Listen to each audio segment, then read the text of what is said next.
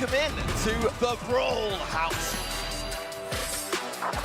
The kick forward, the punch through, that's gonna be it! No way! This is what everyone is here to compete for. So without further ado, let's brawl! Welcome in, everybody. Welcome for the NA and Latam North monthly finals, our last one of the month. Welcome, Reddy, Teddy with me. I'm super excited. Reddy, how are we feeling about the day? Feeling extremely pumped. Like, what a way to end things off at the absolute climax, at least for me, right? And for, I think, everyone in NA as well, right? The absolute apex of Brawl Stars esports to finish things off for the season. Yeah, I'm super excited too. You know, home region for you and me, Reddy, and we are lucky enough to have Teddy join us. Teddy, how are we feeling about casting some NA action today? Man, it's been a long time since I've casted some NA Brawl Stars. Super excited about it. Really missed the region, man. Yeah, it's always a super fun one to watch. And if you're just joining us, maybe a little bit newer, this is going to be our new season format. A little bit different than what we're used to seeing in the past, but we're getting used to it a little bit, fellas. I'm super excited about that. To get here, here's what had to happen. Had to get through several of the brackets. We got to go 15-0, right? And then once you get through that, you have to go through a double elimination bracket. You can get out of the winner's bracket and have those top 4 teams. They'll be laning up against the bottom side, which some of the lower bracket teams, and that's how we get the 8 selected teams that go through today. And now, Reddy, why don't you guide us through a little bit of what's going to happen here today? Yeah, of course, biggest change from last year is the power match format. You get a couple blind bans and then the snake style pick format, effectively banning out a brawler for the enemy team by picking it yourself, which introduces all kind of interesting dynamics into the game that we'll be able to spectate and follow along with later as well. Of course, top 8 players or top 8 teams from those qualifiers are going to be competing today in a single elimination bracket. This time, no more double elimination, no more extra chances in the monthly finals, and of course, best of 3 format for the quarterfinals, and for the semifinals and the finals, a best of 5 to give us some more high tier Brawl Stars action.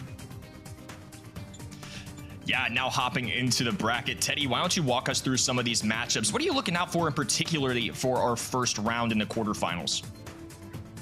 Well, we got 8 contestants facing each other today. The Real Ones versus Ratalianis is going to be the opening match. I think the second one is particularly juicy. Obey Alliance against Stripe Gaming NA. We've seen some pretty decent results from both teams in the past couple weeks. So really excited about that one. STMN versus Avengers, really good match as well. And then last but not least, for the quarterfinals, it's going to be Vatra Amaterasu versus Chasmac Gaming NA. Also a pretty good match, man. It's very stacked in NA this month. Yeah, I am super excited. A lot of these teams were here last month. We got some new faces too. Should be a really good one for us. And now we get to take a look at our prize pool. You know, there's over $1 million total on the line for a ticket to the World Finals. But for this month, we will be competing for $20,000. A lot at stake. $8,000 for first, $4,000 for second. You get to the semifinals, $2,000. And just for being here today, a guaranteed crisp $1,000 to each of these teams. A lot on the line, of course, you know, tickets to the World Finals, good prizing pool, so much to go throughout the day. And of course, if you want to make some predictions as well about what's going to go down today, who you think will be claiming that $8,000, be sure to check out event.brawlstars.com. I know Reddy, Teddy, and I have all made our predictions for the day. We're going to be talking about them here in just a moment. But if you want early access for that shredder pin, you know, it's a really good one. And if you're just joining us a little late too, you can earn some of the older rewards as well. So there's plenty of time throughout the year. Fear not, if this is your first broadcast, still just as ample opportunity as the rest of us. Now, let's get a little bit into our caster predictions, fellas. Reddy, what were you thinking here today? It looks like we're kind of all thinking along the same lines. Yeah, you know, a lot of diversity here in the predictions today. I think that I was pretty unique in choosing the Real Ones Tribe, STMN, and Chasmac on taking their victories. I don't think it's super clear cut in NA, but I think most of us are in the same line of thinking. Like, as 50-50 as it might get, you know, 51% victory of for example, Tribe winning is still the safer bet, leaning on the 51% side. Tribe is going to be facing up versus the real ones, though, and I think that this team, or rather, not the real ones, but Obey, and I think Obey actually has a really strong chance of competing for that number 3 world spot. Of course, joining the game a little bit late here with that org support. You might be familiar with them from some third-party tournaments competing as the Snacks as well. I think that Tribe actually has a pretty tough fight on their hands today, but in the end, I do think that Tribe is number 1 in NA personally.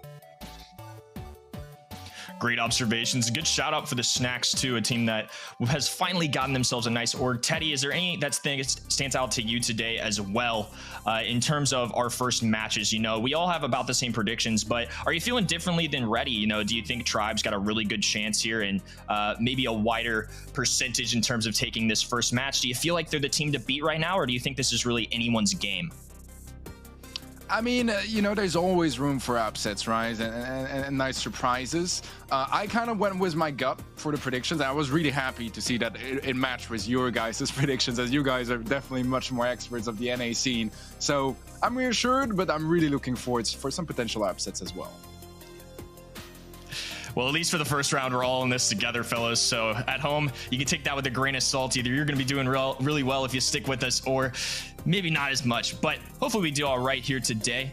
Of course, let's talk about some of the things that make NA so unique. Some of the top picks and ban rates in the world. What are some things that are going to set the NA region apart from other regions? We've got Byron, Spike, Piper, some of the top picks in this region. One that is known for their sharpshooting abilities. You know, you see Piper, Brock, Bell, all at the top here. And as a top ban as well, something I found very interesting. You know, we had Fang banned 246 times in our monthly qualifiers. The second highest was Ash, one that is unique to this region, but that was only at 40. Over 200 more times Fang was banned. Ready, do you really feel like Fang is that strong right now? I think Fang is absolutely that strong. You have this brawler that's able to transition from competing with sharpshooters into being a close range brawler that gets a completely free stun by means of roundhouse kick. Just such a strong brawler, and even though we don't see him picked a whole lot, he's kind of like on the next level of meta here. Being banned, right, is the ultimate way to say this brawler is so strong that we don't even want to have him available to our enemies, much less ourselves as well. So Fang and Ash actually are a couple of top bans, and I think Ash is sort of in the same vein as Fang, brawler that's super strong in close range. Sort of differently from Fang, he has a whole lot more health, and combined with a Byron, I think Ash and Byron is going to be one of the main combos that we're looking out for today, if either of them go unbanned or uncountered. Yeah, I think those are some great points. And, you know, I feel like it would be almost wrong not to mention our newest brawler that's been introduced to BSC this month, Eve. Teddy, tell me a little bit about Eve and what we've seen from her this weekend. You know, do you expect her to be showing up a lot in NA today? Do you feel like she's a candidate to be banned a lot across several modes and maps? Yeah, and there were some regions where we didn't see that much Eve, for instance, East Asia, where it was not always banned and not necessarily played when it wasn't banned. In the MEA, it was a very different story. It was being banned out pretty much every single match. I think every set but 1 or 2 maybe. And those were definitely her worst maps as well. So I think the NA meta is a little bit more similar to MEA to that extent, where I am expecting to see a fair amount of Eve bans or picks. Well, we'll just have to wait and see. Maybe this will be a region that prioritizes just like you mentioned. But for now, Teddy, it's great having you with us at the top of the show. We'll be seeing you a little bit later on, but for now, we're going to be hopping into our first match of the day. It's going to be me and Ready taking this one. We've got the Real Ones and Retalianis playing with us here today. Can you tell me a little bit about what you're expecting from the Real Ones? You know, they showed up last month, put on a pretty good show too. I think people forget they took it all the way to a 1-2 match against Avengers, who ended up being our second place runner-up last month. Yeah, I think it's quite interesting, right? Because they I think you took the words right out of my mouth as well, right? They did very well versus the Avengers, who took Tribe to a double match point right at the end of the finals last month. So I think these guys will have a much stronger showing versus Ratalianis this time, but who knows what Ratalianis has to offer. We haven't seen a whole lot from them in the previous months, but we got to see them during the qualifiers this month, and now we get to see them in the monthly finals. I have high hopes for both teams, but I think the real ones got this one, and I think our couple of co-casters, right, you and Teddy, are in the same vein of thinking. Yeah, I'm kind of with you too, Reddy. I think the real ones have a really good shot at this. To me, it feels like a decently close one. You know, Ratalianis has had some great success in the past. They have former players that have shown up. You know, Puyo previously on the Avengers roster, even Solar, a player that played for Aqua last year in several of the monthly finals. I think there's a real good chance for a lot of these players here. You know, Ratalianis may be a newer, at least name or team name, but some of these players are definitely familiar to us. Even Nathan, I believe, played for Fiasco Esports last year, so a little bit of experience here in the BSC. But yeah, I'm kind of with you. I think if I had to, you know, put a little feeler out there for it, I think it feels like kind of one of those 60-40 matches to me. I think it's going to be fairly close and closer than a coin toss. I definitely could see this in the range of outcomes kind of going either way, right? I think both these teams have a lot to prove in terms of, you know, trying to make a stretch for those monthly finals, and I feel like there's a decent chance for both of them here. This will be a pretty competitive matchup, I would say. And, you know, if you had to kind of put that range on it, right, what do you think? And do you think this is a coin toss, or are you feeling a little more confident in the real ones?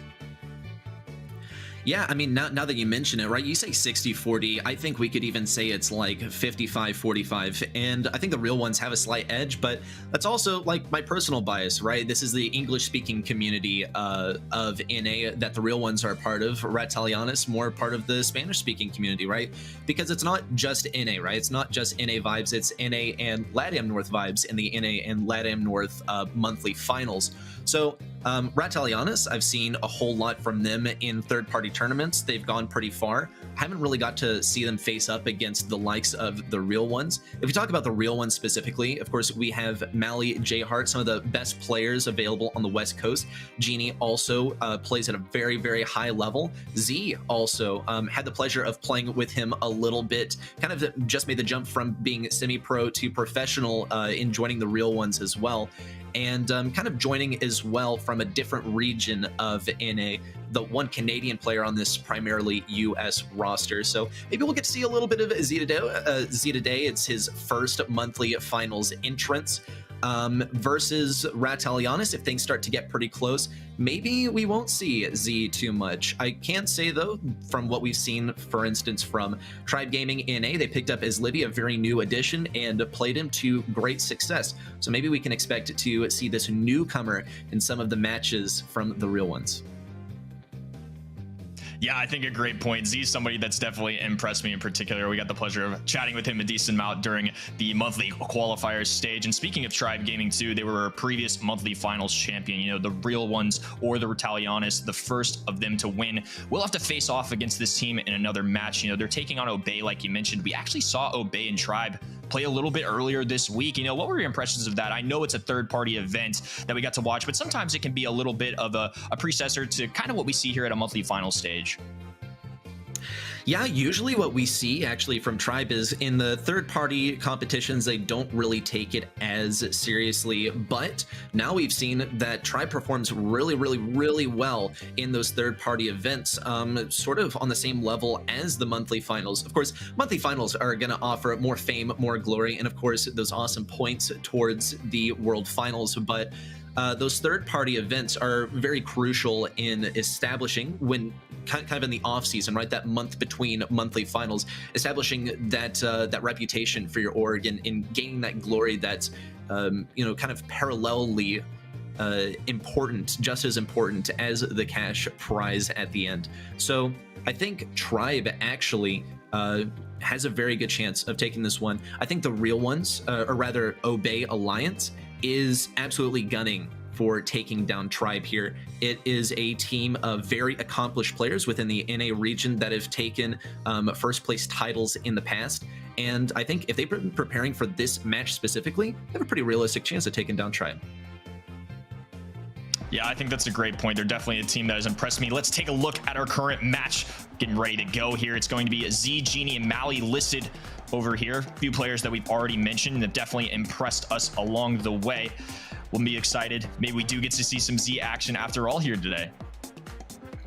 Oh man, and here is Genie, the man, the myth, the legend, pretty much the team captain of this team as well. And I think his name speaks volumes as well, primarily playing Gene, kind of a well, without a doubt, a mid brawler, but sort of the glue that holds a roster together. And I think that's a perfect synonym for how he fits into the roster, bringing everyone together, being the team leader, calling the shots here, and making it all happen synergy-wise. Definitely important to have someone like that on every team. And now let's take a look at the Retalianis roster. It is going to be Solar, Alianis, which is where this team gets its name from. A little combination of Rat and Alianis and Pollo. Going to be interesting to see how they play out. Again, Solar and Pollo are no new players to the BSC. They've been very competitive for a long time. So I have high expectations for this roster. And naming after themselves after their players is definitely a bold move. And there's the man himself, Alianis. And the namesake of the team, in a way, the mascot, right? Sort of a newcomer as well to the scene, not to the professional scene per se, but to the monthly finals. Pollo, Solar, we've seen these guys before. We've seen them on different rosters as well.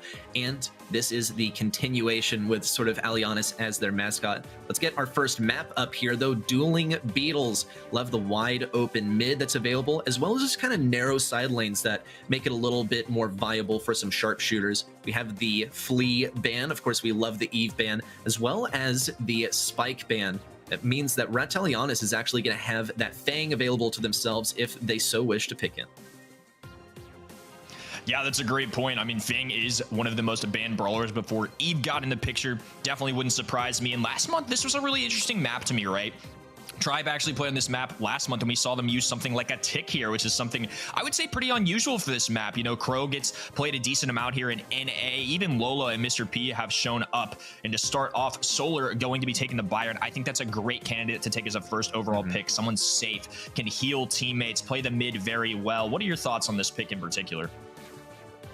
I think Retalianis are setting themselves up for the Ashe. The real ones have 2 picks to work with here. If they decide to try and counter out Ashe, they got to do it within these next couple of picks. Otherwise, Retalianis is able to pick a couple brawlers in a row, and the real ones only has 1 chance to counter out Ashe Byron. And here's a big problem with that. You can't counter out this Ashe Byron strategy with a single brawler. And it looks like the real ones are already going to start setting themselves up for a little bit of safety here, picking up that Crow pick. Very effective for minimizing healing for the enemy team, as well as slowing things down. Now Retalianis have to evaluate whether they're willing to take that risk, whether they're willing to pick a tank like that. Of course, they can still go for Fang here. Gonna have a bit of trouble versus Genie on Colonel Ruffs with those sandbags down, but certainly still viable. Perhaps an Ems or a Sandy could work pretty well here, but they also got to keep in mind that the real ones will be breaking open walls with those supply drops. Yeah, and there's the Lola pick I mentioned earlier too. I would be a little surprised. You know, I know this region does like Ashe and have a lot of respect for it, but on this map in particular, I think I would be a little surprised. Maybe more in the likes of a Fang, like you mentioned, is something I could see. But Lola, no surprise. I mean, honestly, it may be surprising a little bit to some of the people at home, but in NA and EMEA, this is a brawler that they've really started prioritizing. Somebody that's gotten a lot of use, not just in heists like we see in a lot of casual gameplay, but really across the map. And there is the Fang play. Pollo going to be picking that. Great synergy between Byron and Fang. I think this could be a winning strategy for Retalianis.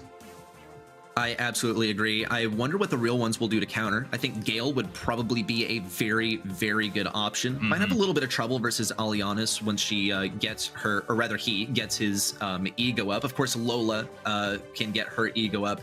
As far as the players that are going to be playing respective brawlers, I think Solar might actually get the switch onto Fang, and Pollo will trade it out, but you never know. Z also finishing things off with the Stew. Great way to counter out Fang is to dash away from him whenever he gets close to you. And which brawler is easiest to get the dash on? You know, you only need to hit 1 single shot in order to be able to dash away from Fang. And also you can kind of keep out of his effective range if you keep on dashing. Of course, I think ping is going to be a large factor here for the real ones too, as Stew is going to be more and more viable the faster you're able to fire off those shots and chain together your supers as well. Yeah, I definitely am with you. I think Stu could be a great candidate to try and deal with that Fang a little bit, especially if played well. And to start things off, Real One maybe placing down the speed zone to get them there just a little bit faster. Sandbags on the right-hand side. That's going to be Genie playing the Colonel Ruffs. Poyo on the Fang. And Alianis, of course, playing the Byron. Good takedown onto Z, and a lot of back and forth right now as both sides are trying to establish a little control of the hot zone. A good start for Genie up on the right lane. Poyo's having significant difficulty in getting those shots on him, especially as those flip-flops or those sandals that he's shooting off of his foot are not going to be very effective for taking down the sandbags. Genie has expended his second round of sandbags as well, and not a whole lot is coming from it at mid, at least. On the right side, it's going to run out pretty soon. Solar also is going to be clearing out mid before focusing on those sandbags. Those sandbags being eliminated is going to make it much more viable for Poyo to start making things work on the right lane. Genie does make a little bit of damage, take a little bit of health off of Poyo, and gets a supply drop off of it as well. That's 2 teammates boosted up by now, but still no advantage as far as percentage points. The Real Ones are playing the long game, and Ratalianas have expended all the sandbags that Genie has available, so things are about to get real tough. Yeah, I think this is an interesting strategy, right? Genie actually electing to break open their side. Poyo dashing in, taken down immediately, and Mally showing why that Stu pick can be put to work. Good takedown on Solar too, and I feel like that's going to be a very key part of their strategy. You know, they now have the advantage in the long range, but Real Ones with a lot of control, they can kind of hunker down here. Not as many places to hide. I think that's the risk they run, but it does allow them easier access instead of having these walls kind of block them off like the side of Retalianis have. We'll see how it plays out as now the Real Ones having a decent chunk of change for a lead. I think this was a really smart strategy from the Real Ones. They started off with Genie on the Ruffs on the right side, keeping Poyo back, forcing him to play that lane interaction, as his only other option to go versus was Mally, and Mally would be able to dodge him out very effectively. And then once Genie had farmed up a few supply drops, they put Mally over on the right side, and he is able to counter the heck out of Poyo on that Fang. I think a very good call from the Real Ones as far as lane switching. Ratalianis, now they have a few seconds to kind of sit back and think about what they're going to do to react to that this time. Perhaps they will try and see what sticks, right? Poyo could go on the lane versus the versus Mally, right? Versus the Stu instead of Genie. We're going to see actually Genie immediately go over to the right side, though. We saw Genie initially start off on that left side, thinking that Ratalianis would change things up as opposed to last game by putting Poyo on the left side. Didn't end up being the situation. Lane switch is in play. Ratalianis are not going to do much to alter that. In fact, they're just going to switch Solar onto the lane and Alianis onto mid instead. Yeah, Genie gonna fall here, though. Poyo taking advantage of the situation, and it really does feel like this is a strategy that they're trying it to deal with Fang. The negative of it, though, is the more they break this up, you know, especially when Byron and Solar are both in the mid, they are some mid to long-range brawlers. They can certainly deal with this. You know, Genie on the Ruffs has a little bit of range, but it can be tough to hit Stu sometimes. But overall, I feel like the range advantage definitely on the side of Retalianis right now, who do have over a 30% lead. Solar taking some major damage, much of the same for Alianis, both slowed down by the gadget from Z. Big super in, Poyo chains a whole lot of damage together. Mally is going to receive that supply drop. Solar goes down. Alianis is pinched between Mally and Genie. A great retake for the Real Ones. Ratalianis have to regroup and look for this next push in. Poyo is seriously going to be the leader of this charge. Ouch, and Mally narrowly gets nicked by that super from Alianis. Another slow and a kill onto Alianis. Ego goes in and tries to take on Mally. Seems to be quite effective for now. Miss super there for Poyo. That is the Stu counter at work. And it's about to bring Real Ones to the same percentage as Ratalianis, tying things up. Yeah, and Real Ones for now hanging in there. Mally trying to deal with the onslaught from both Lola and Byron. And these Byron supers have been so big, picking up a couple kills as of recent. And the finish there onto Genie as well helps pave the way for another opportunity for Retalianis to try and move to this mid. It's only within a percentage of each. Poyo pressing forward to try and take on Mally, but the dashes away make things difficult. The crow jump as well. What a dodge that was. And even though C falls, it will allow Real Ones to retake the mid area. They now have a 10% lead, and it's going to keep climbing. Z had the inhuman reactions here. Fang's super goes so fast, it's almost impossible to dodge, especially when you have to aim your super to jump so far away. Remarkable mechanics here, and hopefully that goes a long way for the real ones, as they are going to lose Z. No jump to get away this time, but perhaps a jump in to try and clutch things up in the end. But the healing from Alianis is too strong. Without Crow's healing reduction, it might be too much to deal with. A jump in from Z, and the real ones have to take this back in the end. They are going to eclipse Alianis here. Poyo has to get a kill. Solar also has to stand on the point. Mally will not be able to get on the point in time, and Alianis has tied things up 1-1 within set number 1.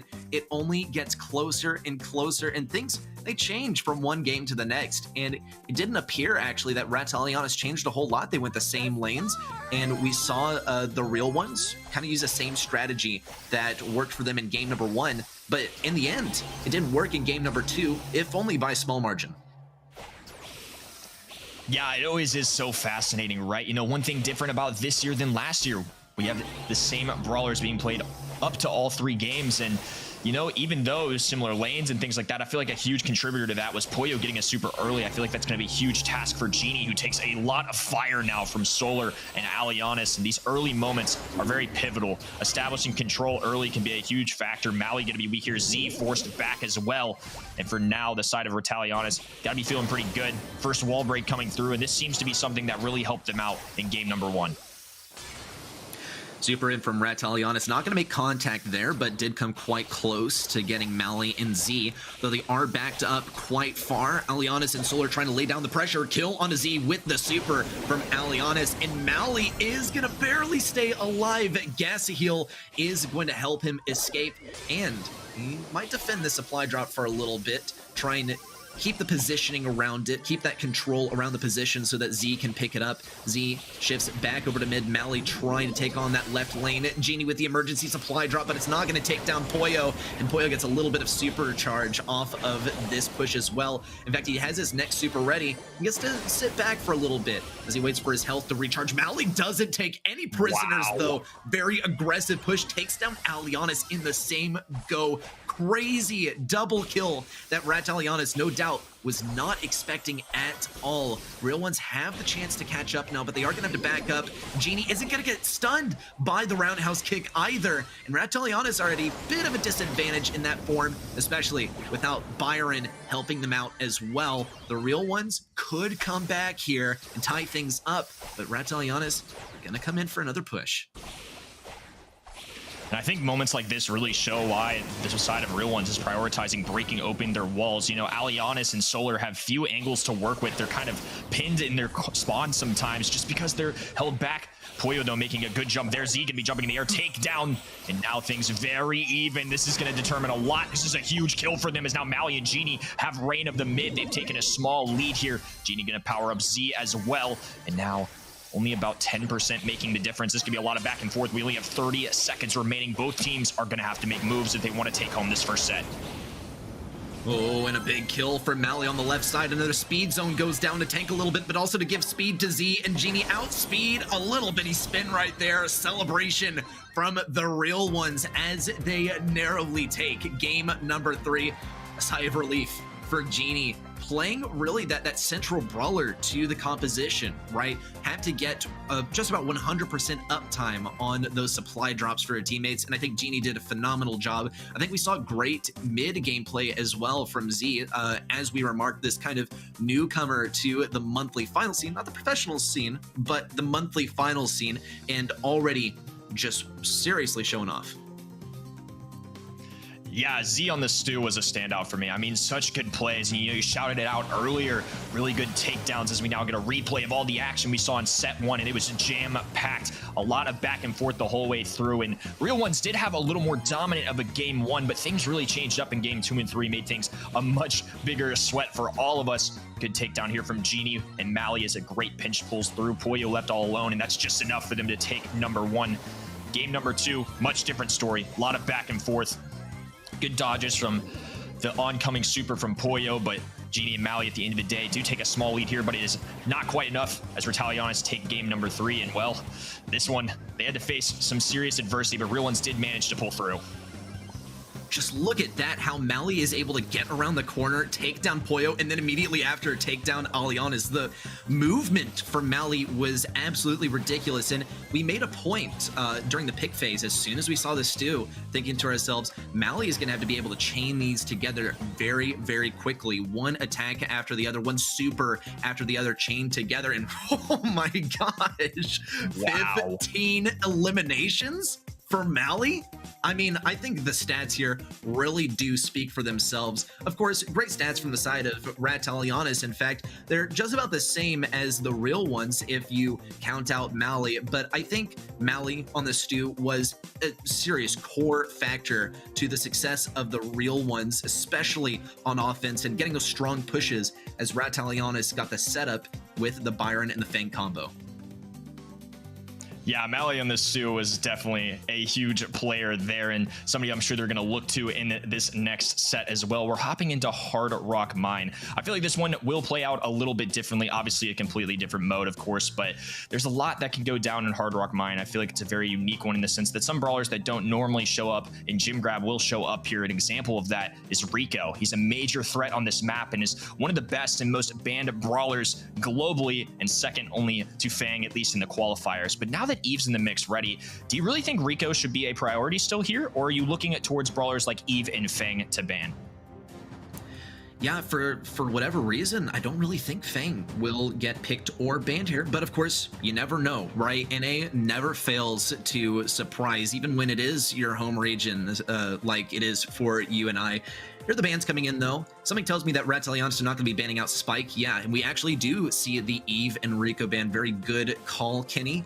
We'll see if Ratalianis opts to pick up the Spike, maybe for 4th and 5th pick.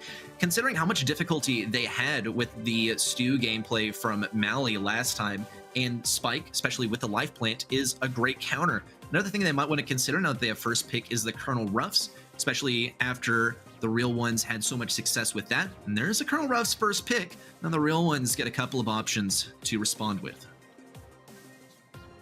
We mentioned Byron being a safe pick on that first set, and it's definitely a solid one, but I feel like Colonel Ruffs is definitely a similar candidate. You know, we've seen this across regions. Colonel Ruffs is somebody that can do really well powering up teammates, has the wall break capabilities, and clearly a brawler that the real ones made work last time. Genie going to be electing to choose 8-Bit, who is actually the most picked global brawler on this map as a mid.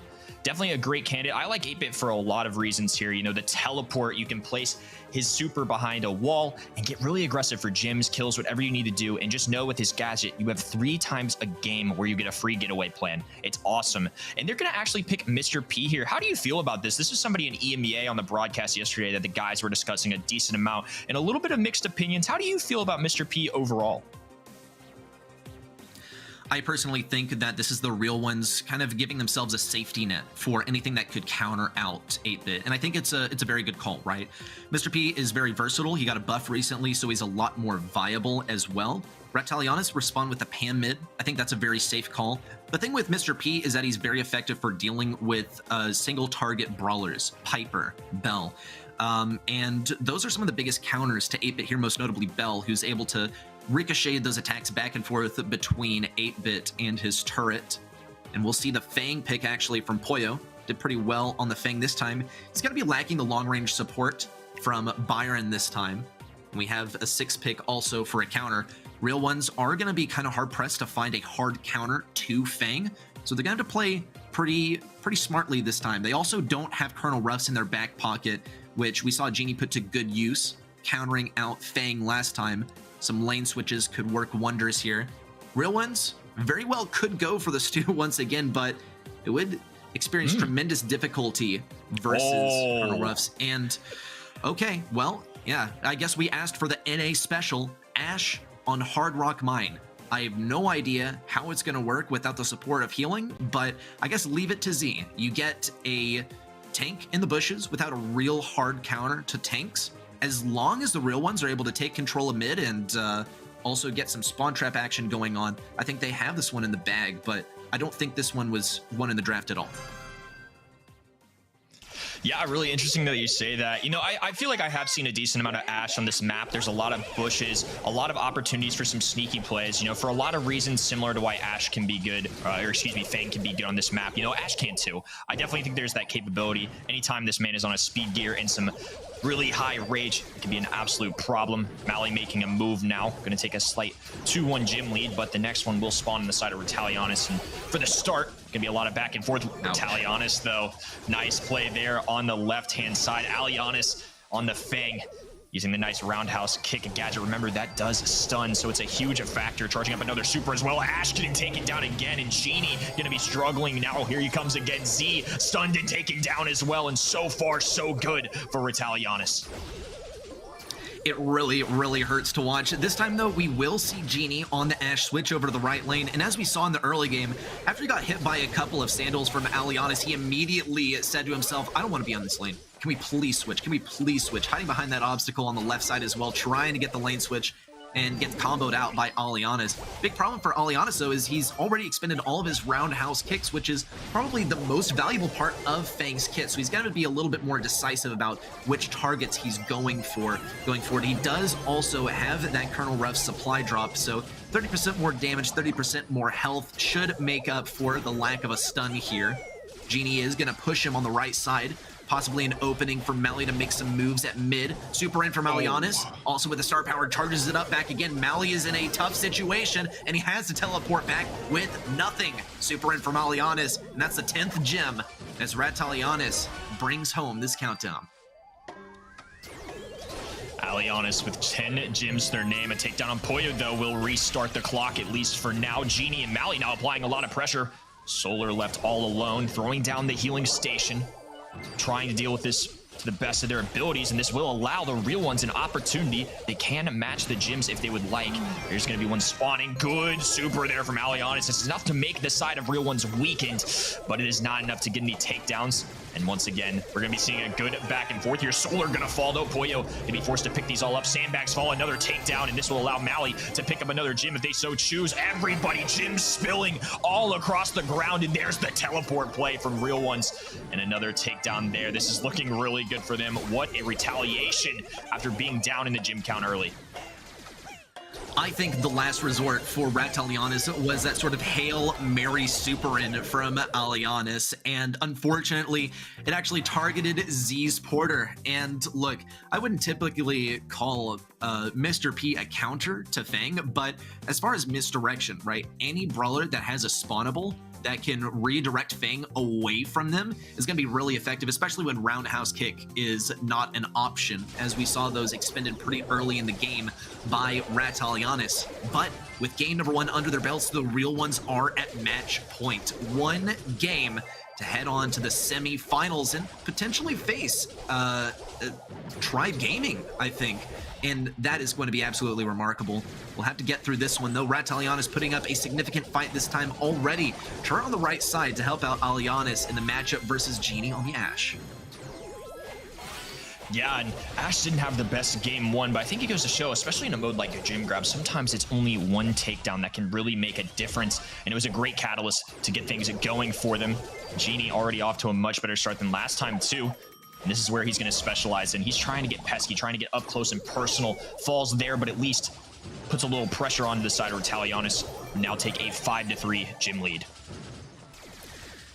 Yeah, I think the problem with Ashe, the way that Ashe works is that he pushes in and takes a lot of damage, right? The health is definitely one of the best features of Ashe. Problem is that when you take damage, you feed supers to the enemy, and you don't want to give Fang super. Really, the biggest counter to Fang is to not let him hit you, right? To not give him super, and that is not happening at all. But the real ones made it work once, and they can make it work twice. That's the thing. Once Alianis runs out of the roundhouse kicks, he's going to have a rough time. There's another roundhouse kick and a kill onto Z, but not really much to show for it except for a significant number of gems on Solar. We'll see Alianis, though, launch forward with that super on the right side. Retalianis trying to claim their 9th gem to put themselves 1 gem away from that countdown. And the real ones, don't have a whole lot in terms of really quick mobility, right? Mally is pretty much locked onto his turret. Z can't really move much of anywhere unless he has a porter up. It's really just up to Genie to stop this countdown from happening. We see, though, the cheat cartridge from Mally. Good kill from Alianis, and there's the 10th gem for Solar. Alianis have to keep playing for control, because if they don't, the real ones can grab a 10th gem and stall out the countdown. And this is a really big one for them to grab. Now it's 11-9. Not enough time to get this from the mid. Even if they pick this 10th gem up, Alianis gonna fall. Solar left all alone. Healing station being placed down. And they squeeze on by. It's going to be a 1-1 situation. Tie ball games out of our hands. And we now get a second match point. Really well played to Retalianis. This has been a very intense set, Ready. It's been remarkably intense, right? And I think we were correct in thinking that this was going to be a pretty close match. We've already gone to 2-2-1 sets, and hey, this set is going to end in 2-1 one way or another, whether we're heading on to set number 3 or we're heading on to the second quarterfinal. Ratalianis are going to have an interesting sort of interaction at mid. They're going to switch out Poyo for Alianis on the right side. They really want to have Alianis take down Genie repeatedly. And what we've seen throughout the past couple of games is that Solar and Alianis are working together a whole lot more to take down Genie. I think they've done a good job of identifying what the central problem that they were facing was.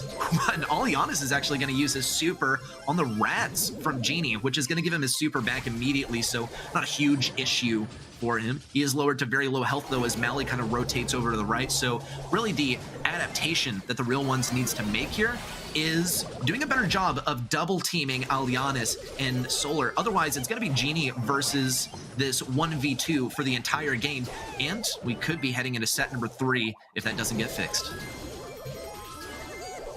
Yeah, I think Retalianis are just doing a great job of really pinpointing Genie as a problem, right? You know, this is a region that clearly prioritizes Ashe a lot more than other regions. They've identified it as just a problem, and Alianis has been using these roundhouse kicks. It's been a huge factor for them to try and win this lane several times over. Healing station going to be placed down. Solar with 8 gems now. Mally gonna have to find a way to get over there. The next one gonna spawn on that side. A big time super coming through. Another one going through. Mally barely surviving, 342 HP, but the bigger takeaway, it does allow for Solar and Poyo to take off with the gems. 10 on their side. It won't be enough in the mid. They need a kill on the one of the two. Z doing his best as a Mr. P to get some good damage in here. A scrap sucker coming through. Z gonna fall, and this one is going to go to Retalianis. What a match we've got on our hands, Ready, as we approach a set number 3. Gosh, and Ratalianis actually stared that match point in the face for 2 games in a row. Ridiculous stuff. And as you said, we're heading on to set number 3. I think that this has been remarkable, seeing how a team can have a bit of a rough time to start things off and then over time adapt, identify the problem, and with the same comp, change up their strategy in minor ways, but those micro plays end up making all the difference. What a crazy last set we had to start off with the real ones taking a W over Ratalianis, and then Ratalianis did a much better job of identifying, as you said, Kenny, Genie as the central problem and completely hammering down on that pain point to get the victory in the end. Yeah, just a crazy set overall. I love Gym Grab for a lot of reasons, but one of them is you never truly know who's going to take it away. Remember, sometimes those late game kills especially make a difference because it can really disrupt the gym count, can really swing the tides to the other side. And Alianis did such a good job throughout the entire set. You know, the Ashe pick was one you questioned a little bit, and I think reasonably so at this point. You know, I like Ashe. I think he's a solid brawler. I think it's a little map dependent though, and again, I was really surprised that they didn't go for something that was more of a hard counter into the Fang, because clearly it was a problem, and my goodness, 15 kills. Solar and Poyo, you know, with 3 apiece, and not to say that they didn't do anything either, because they were clearly a very big part of it, you know, getting a lot of pinch plays. You know, Pam does a lot for the team overall between heals, damage, scrap sucker, but I mean, 15 kills, that is a high number, Ready. Yeah, it is not any kind of challenge to name an MVP for this last set. Aliana's definitely stealing the show with 15 kills total. Unbelievable stuff. And on the other side, we also saw actually Mally still doing really well on his team. I wonder if we're going to get to see Mally and Alianis go head to head in set number 3, because this one's for all the marbles, right? This one, there's no set beyond this. It's just either getting eliminated from the single elimination bracket, or you're going on to face either Obey or Tribe. It doesn't get any easier from here. You don't get to rest at all. But both of these players are absolutely on fire. I can't wait to see some knockout. Yeah, this is going to be a good one too. And fast fact for all of us at home, the real ones actually played on this map last month to decide if they would move on to the semifinals, and fell just short 1-2 last time. So I'm sure they've been practicing this map a lot. Could be some big motivation. But once again, for set number 3, the real ones are going to be playing on Bell's Rock here. Some global picks, very popular: Sprout, Gene, Tick. And for this region especially, Brock is somebody that gets in the mix a lot. If you're picking the bans ready, who are some brawlers that you're considering? Yeah, I'm definitely considering the ban of Fang well, of course, we're not going to be seeing the Fang ban. We're going to be seeing Eve and Tick as the bans. And as we said in the past, if you get first pick, ban Tick, right? Kenny's favorite nursery rhyme, courtesy of myself. But we also see the Eve ban. That's right. On the other side of the arena. Yeah, and Ratalianis actually get the Gene pick to start things off. Very strong. I think it pretty much denies Sprout on the opposite side. And we've actually seen, I believe, this roster use this exact strategy on Bell's Rock before. They go for the Genie, and they ban out Tick, and then they pick Sprout, right? The Gene pretty much certifies that you're not going to face a thrower without that thrower being countered, and then you have it completely available to yourself. But the real ones are going to start things off with a Fang pick. I think this is a very, very good decision. Ratalianis do have pick 4 and 5 to think about how to counter it, but the real ones get a third pick to decide how they're going to accent it. Yeah, and honestly, considering the previous 2 sets, we've seen both some super close calls, but clearly Fang was a problem. Ratalianis was utilizing that brawler so well throughout this entire set. So if you can't beat him, join him, right? You just want to take it off the board. Fang, a really strong brawler, and this is definitely a map that can make it work. I always am a little hesitant, at least for maps like Knockout, to pick it early, because I do think they could pull out a counterplay. You know, one brawler that they didn't use last time that we saw a ton in East Asia was Gale. Gale can be a really great brawler, but like you mentioned, the accent they're going to choose is a Byron, and that's going to be some great synergy. Tankier brawlers do really well having some heals on their side, and Byron going to be the best in the business at that. All right, well, not a whole lot of time for Ratalianis to pick their number 4. Potentially something to deal with the Byron specifically. Yep, and there's the Gale like you were talking about, Kenny. Pick number 5 is coming in too. The Gale's going to be useful actually for denying the Fang, because here's the thing. Fang is not going to get many opportunities to super in, right? You can only, there are only like 2 rounds that you need to win within Knockout, right? And you don't get to go in, die, and then still have your super ready for this same round, right? It's a big risk to play extremely aggressively as favors Fang. Ratalianis are going to double down on the Fang counter though. Also picking up Pam. Scrap Sucker is going to be useful for dealing with him. He can still roundhouse kick and stun, but he's not going to be able to recharge those kicks very fast to deal damage and get that kill confirmation. Real ones can certainly think about what they are going to pick finally, though. Probably something that gets a lot of damage out here, as Poyo has very high survivability. We're going to see Colonel Ruffs actually quite effective for shooting around the walls versus Alianis and Poyo. I think this is a very good call. I think the sandbags are a great way of dealing with Pam as well. I think we got a pretty fair game on our hands, with maybe the exception of the Fang offense. I think Ratalianis are going to be pretty well equipped for that. I do too. I think if you're trying to specifically deal with Fang, which has clearly been a problem in this set so far, Gale, one of the best ways to deal with it. Pam, even before Fang was in the game. Remember, Knockout's been around for a little bit now, even though it's newer to BSC. And one thing that we saw a lot of pros doing was to deal with somebody like Daryl at the time who was really strong. They would go with Pam because it's very tough, especially with the healing station down, the Scrap Sucker, even with the stun. You know, it's very hard to take down a fully healthy Pam, especially with a shield gear on like we see here in one fell swoop. To start things off, we're going to be seeing Mally on the left-hand side as the Fang. Z playing the mid as Byron and Genie, just here to help all around. And on the bright side, they are going to be able to power up teammates as well. They're actually going to do a little wall break in here, which could be interesting considering that Fang is somebody that I feel like might benefit a little more. The dash in, Solar gonna be weaker, does get down the healing station just in time, and it ends up saving his life too. Oh my goodness, so close to falling. Ends up staying up though. Genie going very weak as well. Another Fang dash through, but the team is well ready to deal with it. Poyo gonna be weak as well, but does manage to stay alive due to Alianis's passive healing ability. And now things gonna be a 2v3 situation for the side of Real Ones. Ooh, very near kill there for Z, but it looks like in the end, Poyo's able to push him into the poison. Not going to be quite able to get a super for himself, but Alianis is able to hang on to his own super. Could be a kill confirmation as round number 2 is coming up on your screen. Z already going to get that supply drop from Genie. He has his super ready to go. Doesn't want to get too close to Alianis.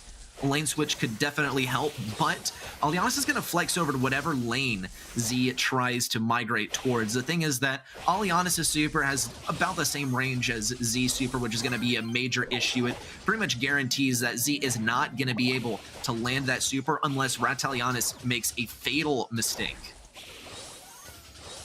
Yeah, in game number 1, or excuse me, round number 1, we're in knockout, of course, and things just get really intense. I felt like there were so many times where brawlers should be down, but they stay alive due to, you know, magic puffs or a healing station or some Byron heals. I mean, that was absolutely crazy, and they're even willing to use a super on that healing station just because of how much value the side of Ratalianis is getting from it right now.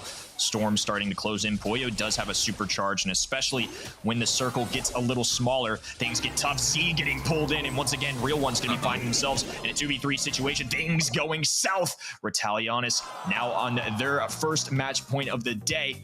Things really turning around for them. Yeah, things seriously turning around for them. I think that the Fang defense is probably the biggest thing that is getting them the W so far in this matchup.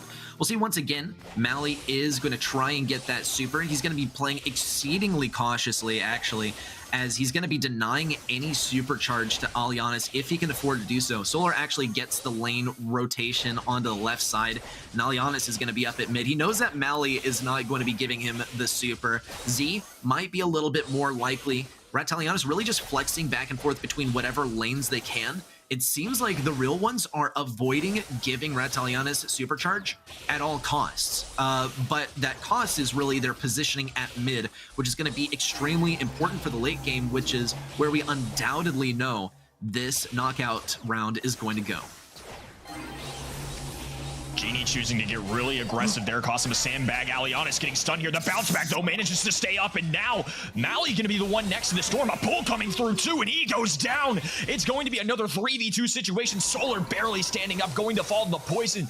The Gale super, though, is enough to put in a round set and match point now for the side of Ratalianis. What a crazy round ready. Unbelievable stuff. Real Ones are on the brink of defeat, where it seems like moments ago we saw them at the edge of victory. Ratalianis are well equipped to get this one as well. Now, this time though, Alianis doesn't have his super, but there's kind of an asterisk next to that. Yet is the thing. We'll see Z try and get in range.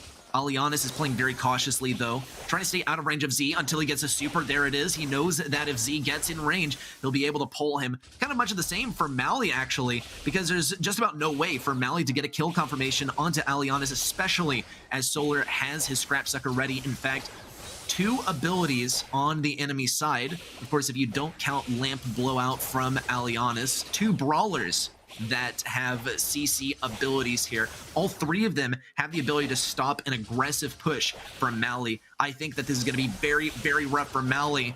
The Real Ones are going to have to work together to isolate a single target here, but as the poison closes things in, it's only going to get tougher. Yeah, especially with the Gale super, a pull onto Mally, and the healing station can do damage, but look at this! So many things happening right now! Poyo stays up, though! Gale's gonna be the one to live, and they're gonna be moving on. Alianis, they survive. The newer squad to this month's BSC, Ratalianis.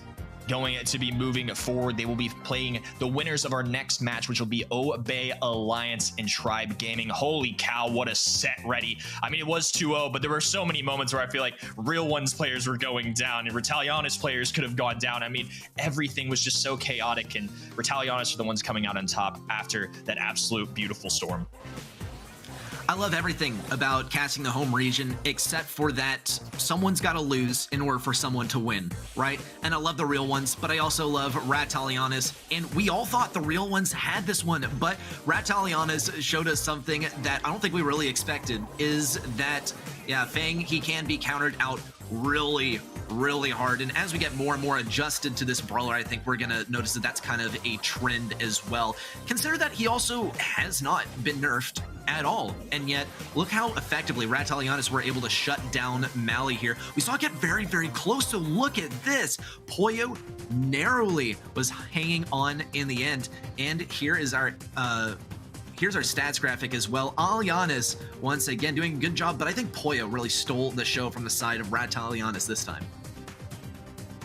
Yeah, and I think just a big note here too, you know, you can see it in the kill score, of course, but the Fang was working out really well for Retalianis early on, and then they decided to steal it early, and that's the riskier run with Fang. You know, I know it's a great brawler. I know it has a great super that can take down a lot of enemies. It has a really high ceiling, but in this case, I feel like the side of Retalianis just were really prepared to deal with it. It was something that didn't really work out for the side of Real Ones. I think that's the risky run of taking tankier brawlers in this draft format. You know, Gale's on the board. Pam was a great way to deal with it. And Jean's a very, you know, mid to higher HP brawler as well, especially with the magic puffs too and the healing station.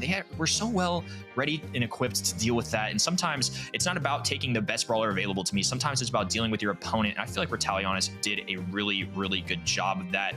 And now we're going to see who the MVP was of that match, and what have the people decided? They're going with Alianis. Reddy, what do you think about that? Yeah, I could not agree more. Alianis seriously stole the show throughout this match, and I'm looking forward to more from this guy in the future. I mean, I think we talked about specifically Alianis seriously taking things away in set number 2, and we saw Mali as well in set number 1 doing a phenomenal job, but Alianis quickly took over that title of MVP of this match. So congratulations to Ratalianis and, of course, their namesake and their mascot, Alianis. Big smile on his face. It seemed like when they won, it was a simple thumbs up from Alianis, right? Kind of just, you know, just another day's work for me. But as the actual victory begins to sink in, the sort of realization of, wait, so you're telling me in the next match, I'm going to be playing versus either Obey or Tribe Gaming NA? This is ridiculous, right? That's definitely something to be smiling about as far as accomplishment within the professional scene of this region. Yeah, I love that for him too. You love seeing a smile on these players' faces. I think sometimes we forget how human these guys really are, especially after seeing their insane abilities. And if you want to cast your votes at home as well, who you think is going to win, who the MVPs are going to be, we've got an interactive opportunity for you. Event.brawlstars.com is the way to watch, to really be an interactive part of the streams. Show off that nice pin that you can unlock too, some in-game rewards here and there too. It's a really fun time. All the casters are doing it. A lot of the people at home are doing it. You should too. And now we're going to be hopping in to the next match, like you mentioned, Reddy. It's going to be Obey Alliance versus Tribe Gaming. I think this is going to be a good one, and one you've been kind of looking forward to. It's something you mentioned before the broadcast as a real potential to give Tribe Gaming a tough time. Yeah, I mean, look, if you're familiar with the esports scene of Brawl Stars in general, right, for the last 2 years, then you know Tribe Gaming NA. If you know Brawl Stars esports since it literally began, then you're familiar with the players from Obey Alliance. I would say probably the standout player from Obey is Alec26, who we've seen take a whole lot of victories in the past, taking some first place titles in various events as well. He's also teamed up and joined by Raz and Jigsaw, some players that also have ridiculous track records. Raz in the past actually having played with Tribe Gaming. Alec also in the past played with Tribe Gaming, not this particular roster, but with the organization. I think it speaks a lot to the level that these guys are competing at and brings a little bit of realism to this claim that they actually could take these guys down. definitely some strong candidates, and they are very familiar with the esports team. They also are joined by Real Canadian as well, who's a very strong player too, has some BSC experience. And now taking a look at the Tribe Gaming in a roster, they are from top to bottom one of the strongest teams in this region, if not the globe. It's going to be a Zulon, Tyrant as Levy, and for now at least looking like Corey on the sidelines. He was a little sick this week, I know, but he is of course one of the best players around as well. Yeah, I mean, look, this roster is extremely stacked. Here we get to get another look at El Rey Zulon, Mr. Zulon as well, always wearing that red Tribe jacket as well. Doesn't matter if it's a photo shoot of the entire team where everyone's wearing the 2022 jersey. He's still wearing his lucky jacket, and of course, he was wearing that same thing in that legendary clip of him beating his chest and saying, "Let's go, guys!" at the World Finals.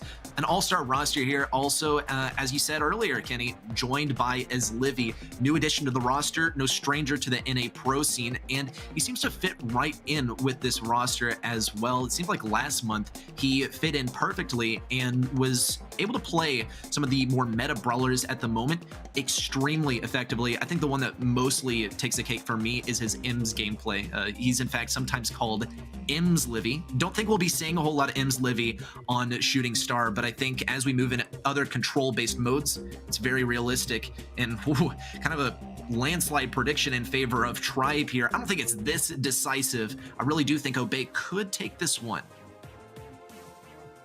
Yeah, 94% to 6% does seem a little harsh to the side of Obey.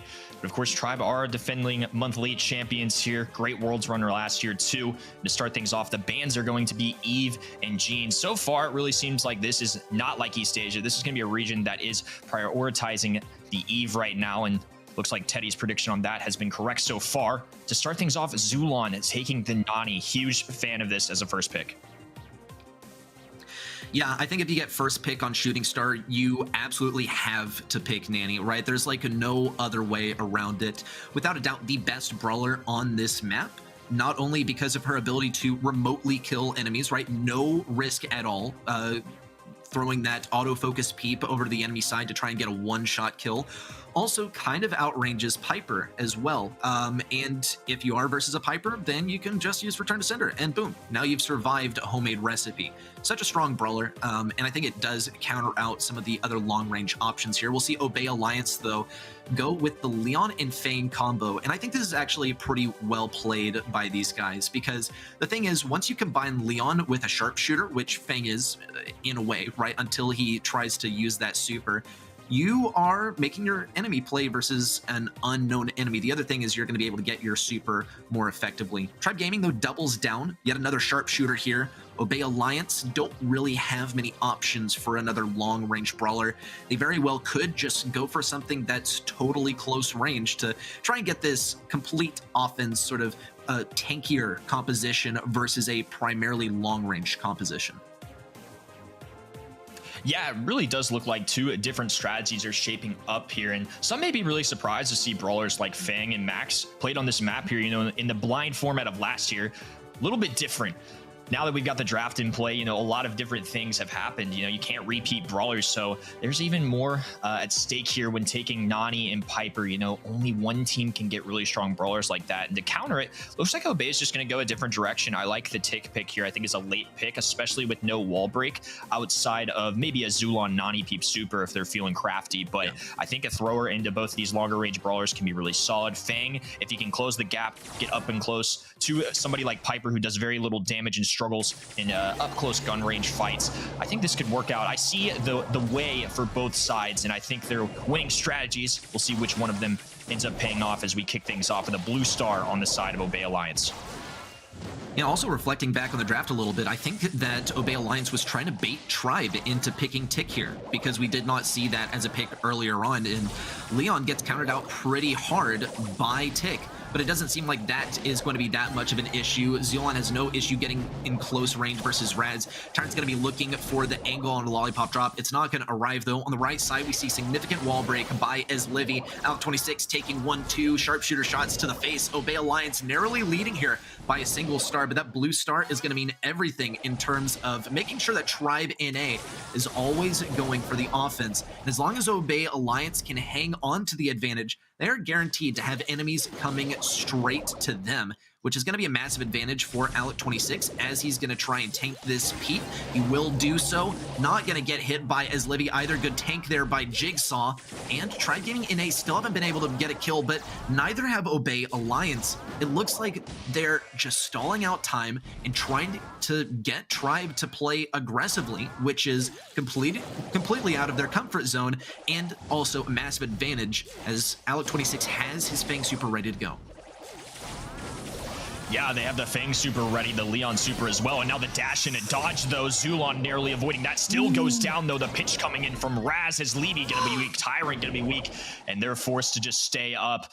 What a play here from the entire Obey roster. Speed coming through, 15 seconds remaining. Tag on the Jigsaw, and they're just going to do their best to avoid any tags. Remember, they do have the blue star on the side of Obey still. They're going to need a couple here. Jigsaw popping a gadget to try and stay up. Zulon not able to do anything about it. The dash in, though, 7-0, the final score, and Obey taking game number 1. That absolutely blows my mind. I cannot believe Obey was able to keep up their defense that long. They were so like 5 million IQ here in terms of spacing out their abilities to keep on tanking, right? Tribe NA, they weren't really concerned about giving Jigsaw supers here, which I think was a big issue, seeing as every single head first was a defense for Obey Alliance and a little bit of a pushback on a Tribe Gaming NA.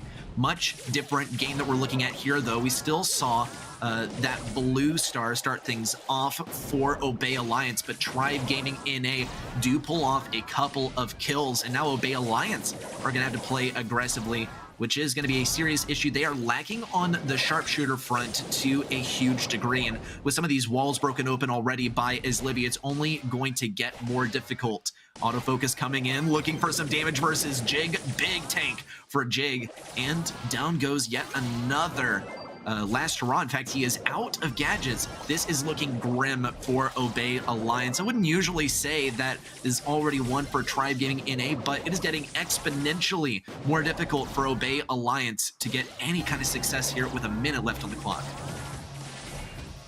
I love this start for Tribe, and besides the obvious fact, of course, that they got a couple early kills, but one of the big factors here, if they can break open these walls with Piper, it's going to really pave the way for them to have a sharpshooter gunfight, which is what they want.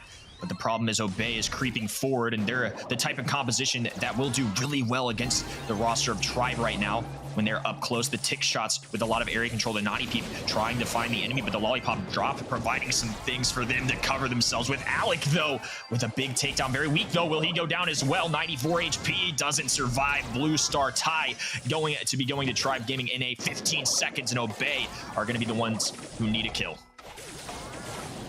I believe, though. I think Alec can do it. Much of the same for Raz, as he does have Invisi heal up. Alec goes down. It's all up to Raz, but a perfect shot onto an invisible Leon will deter him from that offense. Thumbs up from Zulon as well, just to send the message home, and we're tied up in set number 1.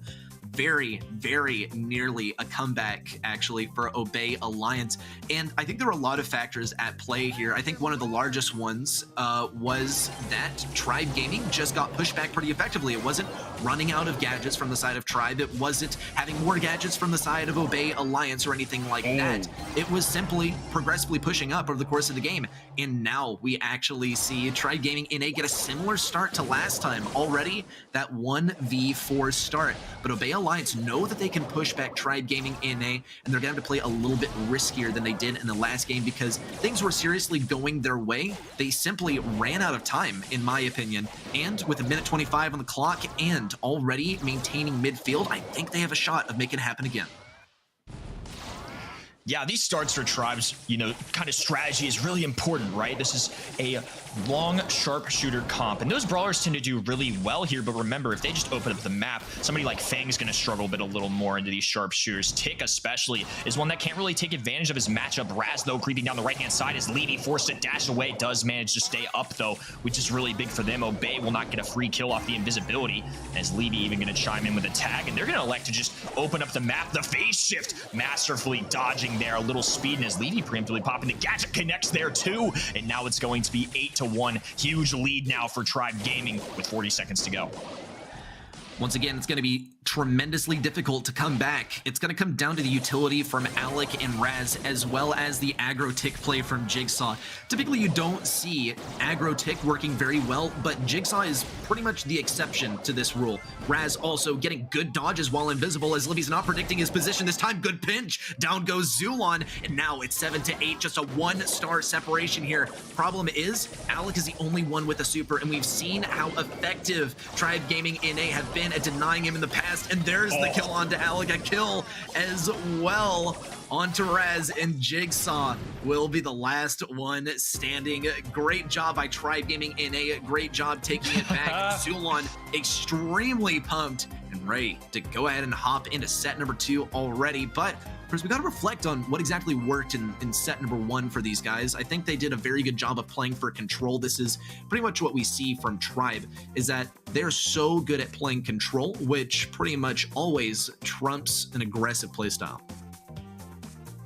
Yeah, it is super interesting, right? And I feel like Obey made it work at times too. Obviously, there was a very close set overall, and much closer than I think what some of the people at home might be thinking. You know, like you mentioned, this is a roster that definitely has the potential to upset someone like Tribe. They came out swinging in game number 1, and game 2 came down to the wire. Tribe narrowly escaped though, and in game 3, another great start. Broke open those walls, even using a Nani super to get the job done there too. And just to close things out, Tribe hit the sharpshooter shots that they needed, and things went their way, at least for this first set, but definitely a very competitive first set. I don't think Obey's going anywhere ready. Yeah, I don't think they're going anywhere either. Take a look at the stat comparison between the two, and no doubt Tribe Gaming NA with more kills overall, but you can see Raz did a phenomenal job of picking up where Obey Alliance needed him to perform. Alec 26 on the Fang kind of had a rough time, it does appear though. 2 kills, 15% of the damage. I mean, it's a kill confirmation that matters in the end, but Tribe Gaming were very smart about how they were going to counter out the Fang.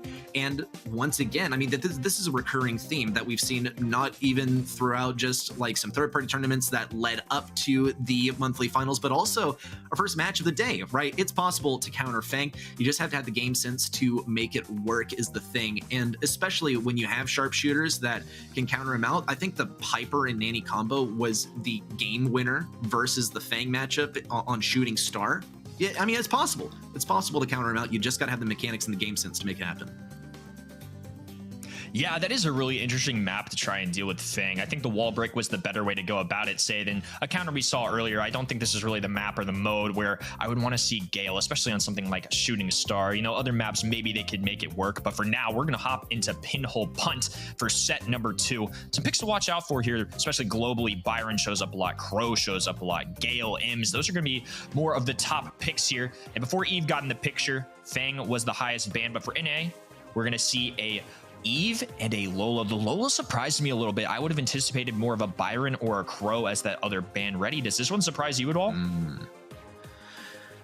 It's quite interesting. It completely does surprise me, right? Lola is not really a brawler that we usually see banned out here. I guess they just want to cover all of the bases for what Obey could possibly be using here. Another thing is that Lola is able to get her ego up and protect herself, and maybe that's just something that Tribe Gaming NA really don't want to deal with. She can get pretty good defense, I guess, versus Crow in particular, and Tribe Gaming NA insta-locked Crow as well, so cover as many bases as you can. Oof, and they're going to double down with a spike pick too, not going to allow that to be available to Obey Alliance. Now, Obey does have Colonel Ruffs with his sandbags, but Tribe Gaming and Air is seriously narrowing down the options that Obey has. And I think it's also to deny the possibility of Ashe on the enemy team. There's no way that Obey Alliance are going to pick Ashe, or at least are going to have, I guess, an easy time with Ashe. Zulon can slow it all down, and Tyrant can also counter out tanks, slow down as well with his super. I think Tribe Gaming NA have gone for a pretty solid strategy. I do too. I'm a big fan of the Pam pick here as well. I think it could be a very solid mid, and it's something we haven't seen quite as much, say, in NA as other regions. You know, EMEA especially known for their Pam gameplay, but I really like this solid composition overall. It's actually really interesting to me that Tribe were the ones to ban Lola, as last month, this is a brawler they capitalized on their matchup against Stamina and actually won using it. To finish things off, Alec gonna be going with Ims. This is a popular brawler across the world as well. You know, not a front runner to be banned necessarily in my books, but somebody that can do pretty well here, maybe to kind of address the life plant a little bit. A lot of area control from Ims too. I love the Byron pick overall. This is a brawler I think that even if they don't have a tankier brawler on their side like we see here, as a great standalone brawler, right? He's just got an overall really good kit. I can definitely see this working for Obey Alliance, but overall, I really like the composition that Tribe Gaming has. I think Pam's an excellent mid here. Crow is somebody that I know you're a big fan of on this map. I'm a huge fan of, so I think good picks from both sides. I think the side of Tribe might have a little more versatility. Yeah, certainly does have versatility. Certainly has a lot more goal scoring ability as well. They can just pass it to Pam and have her walk it in. She has a tremendous amount of health that she can absorb. Good pinch on the left side, though. Raz and Jigsaw work together to make that happen. Now Tyrant has to defend this goal. Acid Spray is going to push Tyrant back just a little bit, but not a whole lot. And 2 hits, actually, on the stick around from Zulon, which is going to force Obey Alliance back into the bush. And we'll see Jigsaw actually going for the defense here in the bush. This is where he's going to be strongest, really. Acid Spray already gets Tyrant caught in the Caustic Charisma as well. And now as Livy has to defend versus Jigsaw. Of course, we talk about as Livy, M's Livy, if you will, but Jigsaw also is a top contender for best M's NA. And I think this is a great pick from Obey Alliance and a great pairing for brawler to player as well. We see on the left side, though, Zulon gets very aggressive. He's ready for a pass, ready to open things up on the left side of the goal. It's entirely possible. Tribe Gaming NA does retain control of mid now, and now Obey Alliance are going to have to fight their way out of their own spawn. On the bright side for Obey, Ims, a pretty solid goalkeeper, especially with this wall. You know, they have the super to their advantage here. Raz does have a super too. Alec can drop some sandbags. I think they have a lot of ways to cover themselves out, and now they will be able to branch out just a little bit. Zulon already has had to use all the life plants too, and that's not to say that still can't get the job done, but it just makes it that much harder, especially when you get some free coverage from dropping the little cactus down. Raz gonna be using a gadget there too. Is Levy gonna fall? And now it's a 3v2. Jigsaw creeping down the right-hand side here. Super on deck as well, doing their best to try and deal with the Pam, but just so much HP. A good tag from Zulon, a lot of trades going forth, and now all of a sudden it's a 2v1. Tribe are going to be able to reclaim a little more of this mid territory from the oncoming Obey onslaught. It was looking quite good for Tribe Gaming NA in overtime. 15 seconds left until that breaks down all of the obstacles. A big kill for as Livy, but as Livy gets taken down himself, possibly a pass up to Jigsaw. This could be the great opening that they need to make it happen, but just in time as Livy spawns and opts to take up the right lane. Jigsaw is getting some fairly good dodges. Ooh, gets slowed down. That could be the kill confirmation as long as Zulon can shoot a little bit more damage out there. Those spikes aren't going to quite reach Jigsaw though, and Raz is able to keep him alive. Meanwhile, on the left side though, Tyrant gets a kill, and now Jigsaw has to defend this goal all by himself. A pass over to as Livy. Not enough time to get that super in, but a pass up to Tyrant is all they need, and Tribe Gaming is headed to match point. That's one for Tribe's booking. In overtime, they did a great job there. But again, really competitive set. I feel like Obey is performing super well today. You know, they are down in game count. Their backs are really against the wall here against their defending monthly champions. But they've definitely kept up. I've been very impressed with what I've seen. And I think just a couple plays away from some good goals on that last one, if they can just capitalize and finally get there, I feel like they can turn things around. Let's see what they got already. Alec 26 unfortunately going to fall on the right side. Zulon, though, gets taken down in revenge. Jigsaw will try and keep this left lane. We do see Raz go down, so he's quite pinched as Livy in close range. That's Im's weakness, and Jigsaw is running Acid Spray. He can't do anything about it. Alec tags up as Livy, though, but Tyrant and Zulon get to exchange in a few hits as well. And there is the Mama Squeeze turret, kind of blocking off some area. Jigsaw's not quite able to deal with it. Raz is pinched really hard. There's a kill for Zulon. Alec 26 will be able to get a supply drop into spawn, though. Raz will be picking that up, dealing a little bit more damage, getting a little bit more healing on a Jigsaw in the process as well. Alec 26 trying to push the left side. Good use of the sandbags to force Livy back. It's only going to get him a little bit of ground, but every inch matters here. And Jigsaw will have the opportunity to get rid of this life plant too. Zealand could stick him on the right side. Doesn't appear to happen. Is able to follow up that shot though. Jigsaw walks right into it as Zealand is predicting movement very effectively. With a minute 10 left on the clock, still no action in terms of goals scored, but Gadgeons are running thin as the clock keeps ticking down. Yeah, there's going to be a lot less utility for both sides, and Raz doing a great job of healing up the teammates, helping out Jigsaw a ton, and Alec probably would not have survived that interaction with this Levy without a little extra health. Is Levy now going to have to fall back as well? Jigsaw still remaining on this right-hand side. Raz keeping a safe distance. Alec going to fall weak and actually go down here. Tyrant charging down the right-hand side. Will Raz have it in him? No! Tyrant with the kill, and now the wide open goal with a little over 30 seconds to go. And Tribe Gaming either need to let this clock run out or gain one more goal, and they will be moving on to the semifinals. If that single goal right there was a win condition, that would be absolutely heartbreaking. It appears to be so, as Livy's able to put it in the end. In the end, it all came down to Raz unfortunately supering a pass forward instead of getting a kill with his super. So heartbreaking for Obey Alliance, but what a amazing feeling for Tribe Gaming, advancing on past the quarterfinals in a 2-0 victory. I don't think it tells the full story at all, though. I think we saw very solid stuff from Obey, and I'll still maintain my position that I think that they are a very real contender, a very likely and probable contender for that number 3 spot in North America. But for now, Tribe Gaming are shutting them down and taking themselves to the semifinals in the process. Yeah, they definitely challenged Tribe throughout the first set especially, and game number 1 was a really good one for them. However, Tyrant with a goal there, going to secure the win in game number 1, and Tyrant going to be charging forward once again as the Pam just too much HP to deal with in that instance. And with about 40 seconds, they score a goal, and quickly after, right back to business again. Raz taking a lot of heat as Levy barely going to left standing with only 132 HP, knocks it on in there, and Tribe taking care of business once again. And here's our stats. Our MVP that you all voted for, Zulon, 242 DPS and 48% of the team damage is Spike. Incredible performance from him. Seriously, great stuff from Zulon. He was so effective at shutting down lanes and keeping Ims from pushing forward, and that was one of my primary concerns as well. As we saw the Ims pick from Jigsaw, actually, was that Acid Spray was going to be quite effective versus Spike as long as right, there were Acid Spray charges left. Thing is, though, that you only have a few Acid Spray charges, and Zulon on the Spike especially is always going to be able to clip you around those corners and trap you pretty effectively with the stick around. We saw in some instances he was actually able to get a couple enemies at a time, which is really, really tough to do, and also working together as well with the Crow pick actually from Livy to slow down enemies and confirm some kills and serious damage. Yeah, overall great showing, and I know Zulon was heavily requested to have for the camera cam this month. Love the short celebrations, and then it's just right back to business.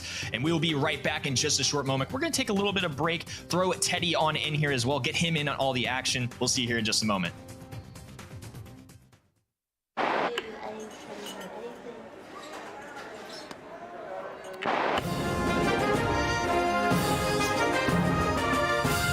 Brawlers from all across the park are joining up to Star Force. They're state-of-the-art. They're clever and smart. They're doing their part. Are you? Discover sentient beings, defeat villains, explore the galaxy, take your brawling into orbit. Join Star Force. Would you like to brawl more? Welcome back, everybody. We are going to be continuing our quarterfinals. This time, though, we've got Teddy here, an EMEA friend of ours, going to be joining us for this great NA broadcast. Teddy, what'd you think of the early games?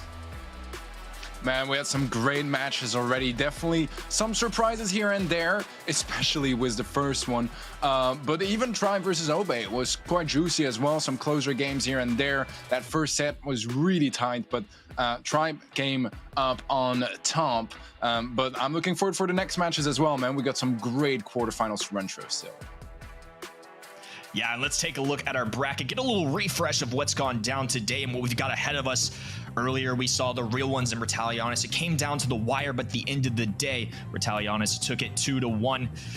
Obey Alliance, Tribe Gaming, NA. I don't think the score shows how well Obey Alliance did. It was definitely some good competition for the defending monthly champions, but at the end of the day, they got there for a reason. Tribe Gaming, NA, and Retalianis will be facing off in just a little bit, but for now, we've got Stamina and Avengers, and right after, Vatra Amaterasu and Chasmic Gaming, NA. I think this quarterfinal 3, Teddy, is going to be a really good one. I think it's going to answer a lot of questions about the overall standing of this region, right? Stamina is somebody that a lot of people coming into the year really expected to be right where they left off last year, and especially with 3 spots now, this is going to be a huge factor. Stamina got knocked out in the semifinals last time. Avengers were the second place team. This is huge for the overall standings of the region.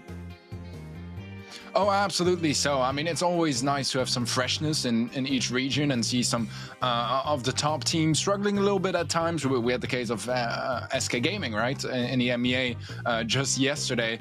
I wouldn't quite see Stamina in that position just yet, but they have some questions, you know, regarding their form and how well they can perform on the top level. And right now, this is going to be their opportunity, their day, to show us how far they've come and how much they can show us still today. Yeah, and if you want to make your predictions at home, event.brawlstars.com. That's the place to be. Make your predictions, earn those free in-game rewards, and of course, be sure you keep playing to try and get that nice shredder pin. I'm very close to getting mine, especially after yesterday. Had a great performance in the predictions, so I'm hoping to pull through here today as well. 1-1 off the start, but hopefully we can keep it up, and we're going to be hopping in to check out the Stamina roster. These should be some familiar faces if you're a long-time NA viewer. We've got Bobby, Azar, and OG. These had a great performance last year. Definitely some strong players in this region and across the world. Oh, absolutely. So I think just saying that we don't need to introduce them is even an understatement. Big players here that have achieved a lot in the NA competitive scene and represented them internationally at the World Finals as well. A lot of history behind those players and behind this team. The Bobby OG duo has been sticking together for a very long time, and they've reached a very high level together. I want to see that SCMN today. I think so too. I love seeing the video that they covered them with, the little documentary on Bobby and OG. Definitely a good one to check out if you haven't already. And we've got a very competitive second roster. They were dark horses coming into last month and now have made a name for themselves. We got Batuches, Christian, and Killer. These guys made it all the way to the semifinals last month. How much of a chance do you think they have here against a roster like Stamina? They're very established, and I feel like for a lot of people right now, this might be one of the tougher quarterfinals matches to kind of decide. Yeah, it definitely is. You know, obviously Avengers stand a real chance at winning this one. Definitely going to be higher percentages than what I saw for Obey versus a Tribe earlier. It's much closer than that. I would still say in general that you can't go wrong standing with SCMN in this matchup. You really can't, but Avengers, they've shown us in the past that they are capable of some great underdog stories. And man, just for context, I was asleep during the last NA monthly finals because, you know, I'm from Europe, so it's late. And I woke right. up and my Twitter feed was literally just like Killer Fang, Killer Fang, Killer Fang, and Killer Ash, stuff like that. I was there like, what happened yesterday? But yeah, man, it's crazy. They can really catch some opponents off guard. We'll have to see if SCMN are ready to face them. Yeah, I'm super excited. Across all the regions, this is definitely one I've waited very patiently for, just because Stamina, of course, was kind of assumed to be one of these top 3 teams, and Avengers obviously already having those semi-finalist points from last month, and if they make a run here today, things could look really good for them. And if they play their cards right, maybe even a shot at being the #1 team, depending on how Tribe does too. So I think this is a really big matchup overall. I think I will say, though, you know, you mentioned a Killer on Ash. This is a team that's kind of known for their tankier gameplay a little bit, at least for some of their brawlers, and And just taking a look ahead at the maps a little bit, you know, we've got Safe Zone coming up, Layer Cake, and if it comes down to a double swoosh, but I feel like those first two maps definitely cater to the strategy that Stamina's used in the past, right? You know, Safe Zone is a heist map, but it definitely has a lot of sharpshooter brawlers. Layer Cake, of course, too, has a little bit of a mix, but definitely has potential for those Piper and Brocks, which Stamina is known for playing. So we'll have to see if Avengers have it in them to play on maps like this as well, not just these tankier brawlers like Fang and Ashe like many teams fear. Yeah, I think from a standpoint of SCMN, it's going to be about banning out those Fangs and Ashes and those sort of tankier brawlers that are not necessarily their home ground, and they're going to leave them open. They're going for the Eve ban, which is understandable as well. Eve is in a pretty ridiculous place right now in the meta. Byron very, very strong as well, and Batucci is actually going to be first picking the Lola here, which does open things up for a slightly more dynamic approach, I would say, compared to the traditional sharpshooters. Same goes with Colette. You can pair those very well with something like a Max, for example, which could be possible on the side of the Avenger. The Brock will be the second pick for Stamina, which is, you know, a classic on this map, right? Destroy some of those walls, have a bit more opportunities and possibilities, and if you get any damage on save, I mean, those rockets deal a lot of damage, and his super does too. So really great at just capitalizing when you win a fight and shutting down the enemy team and taking as much as you can percentage-wise. And there he is, Fang on the killer. And they've got the Lola too. I think that can deal out a lot of damage. I'm a big fan of Lola and Heist right now. And the Crow one is a bit peculiar to me. This is actually a brawler that I believe they ran last month too. And this was the one set that they lost in their semifinals matchup against Chasmic Gaming. I don't mind Crow. I think it's fine. Maybe to slow down the Colette, but I feel like the Crow, maybe to take off the board just so it can't counter out the Fang a little bit.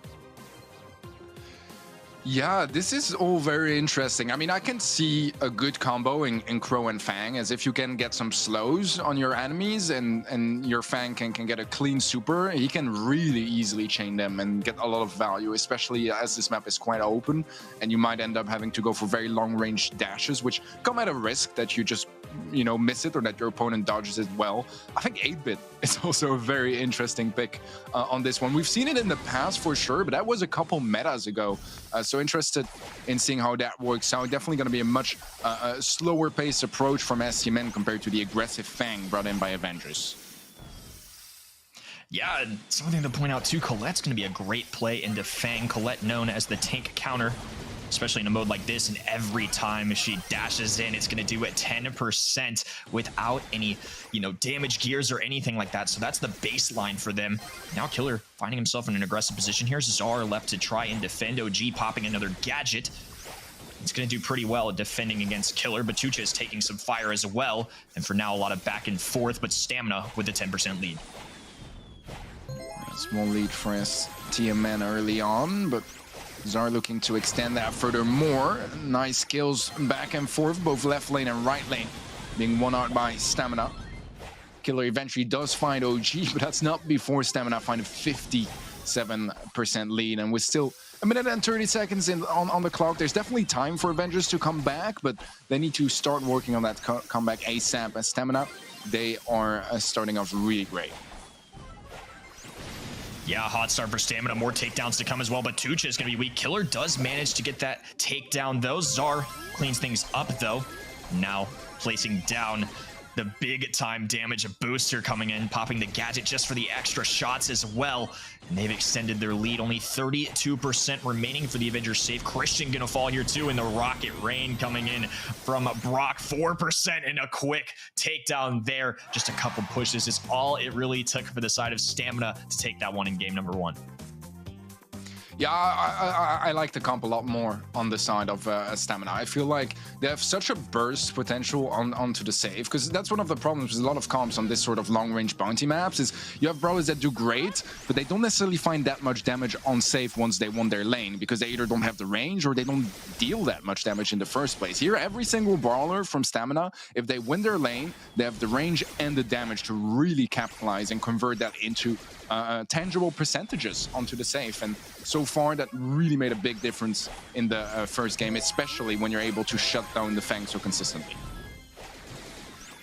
Yeah, I think that's a great point too. And say Avengers even end up winning their lanes, you know, it's a toughy Crow, not a huge damage dealer under the safe. And Fang, you know, does a lot up close, but he has to get onto the safe to do that. Great dash coming in though. And Avengers finally find themselves in a little bit of positioning. This might be the first time they've crossed into enemy territory.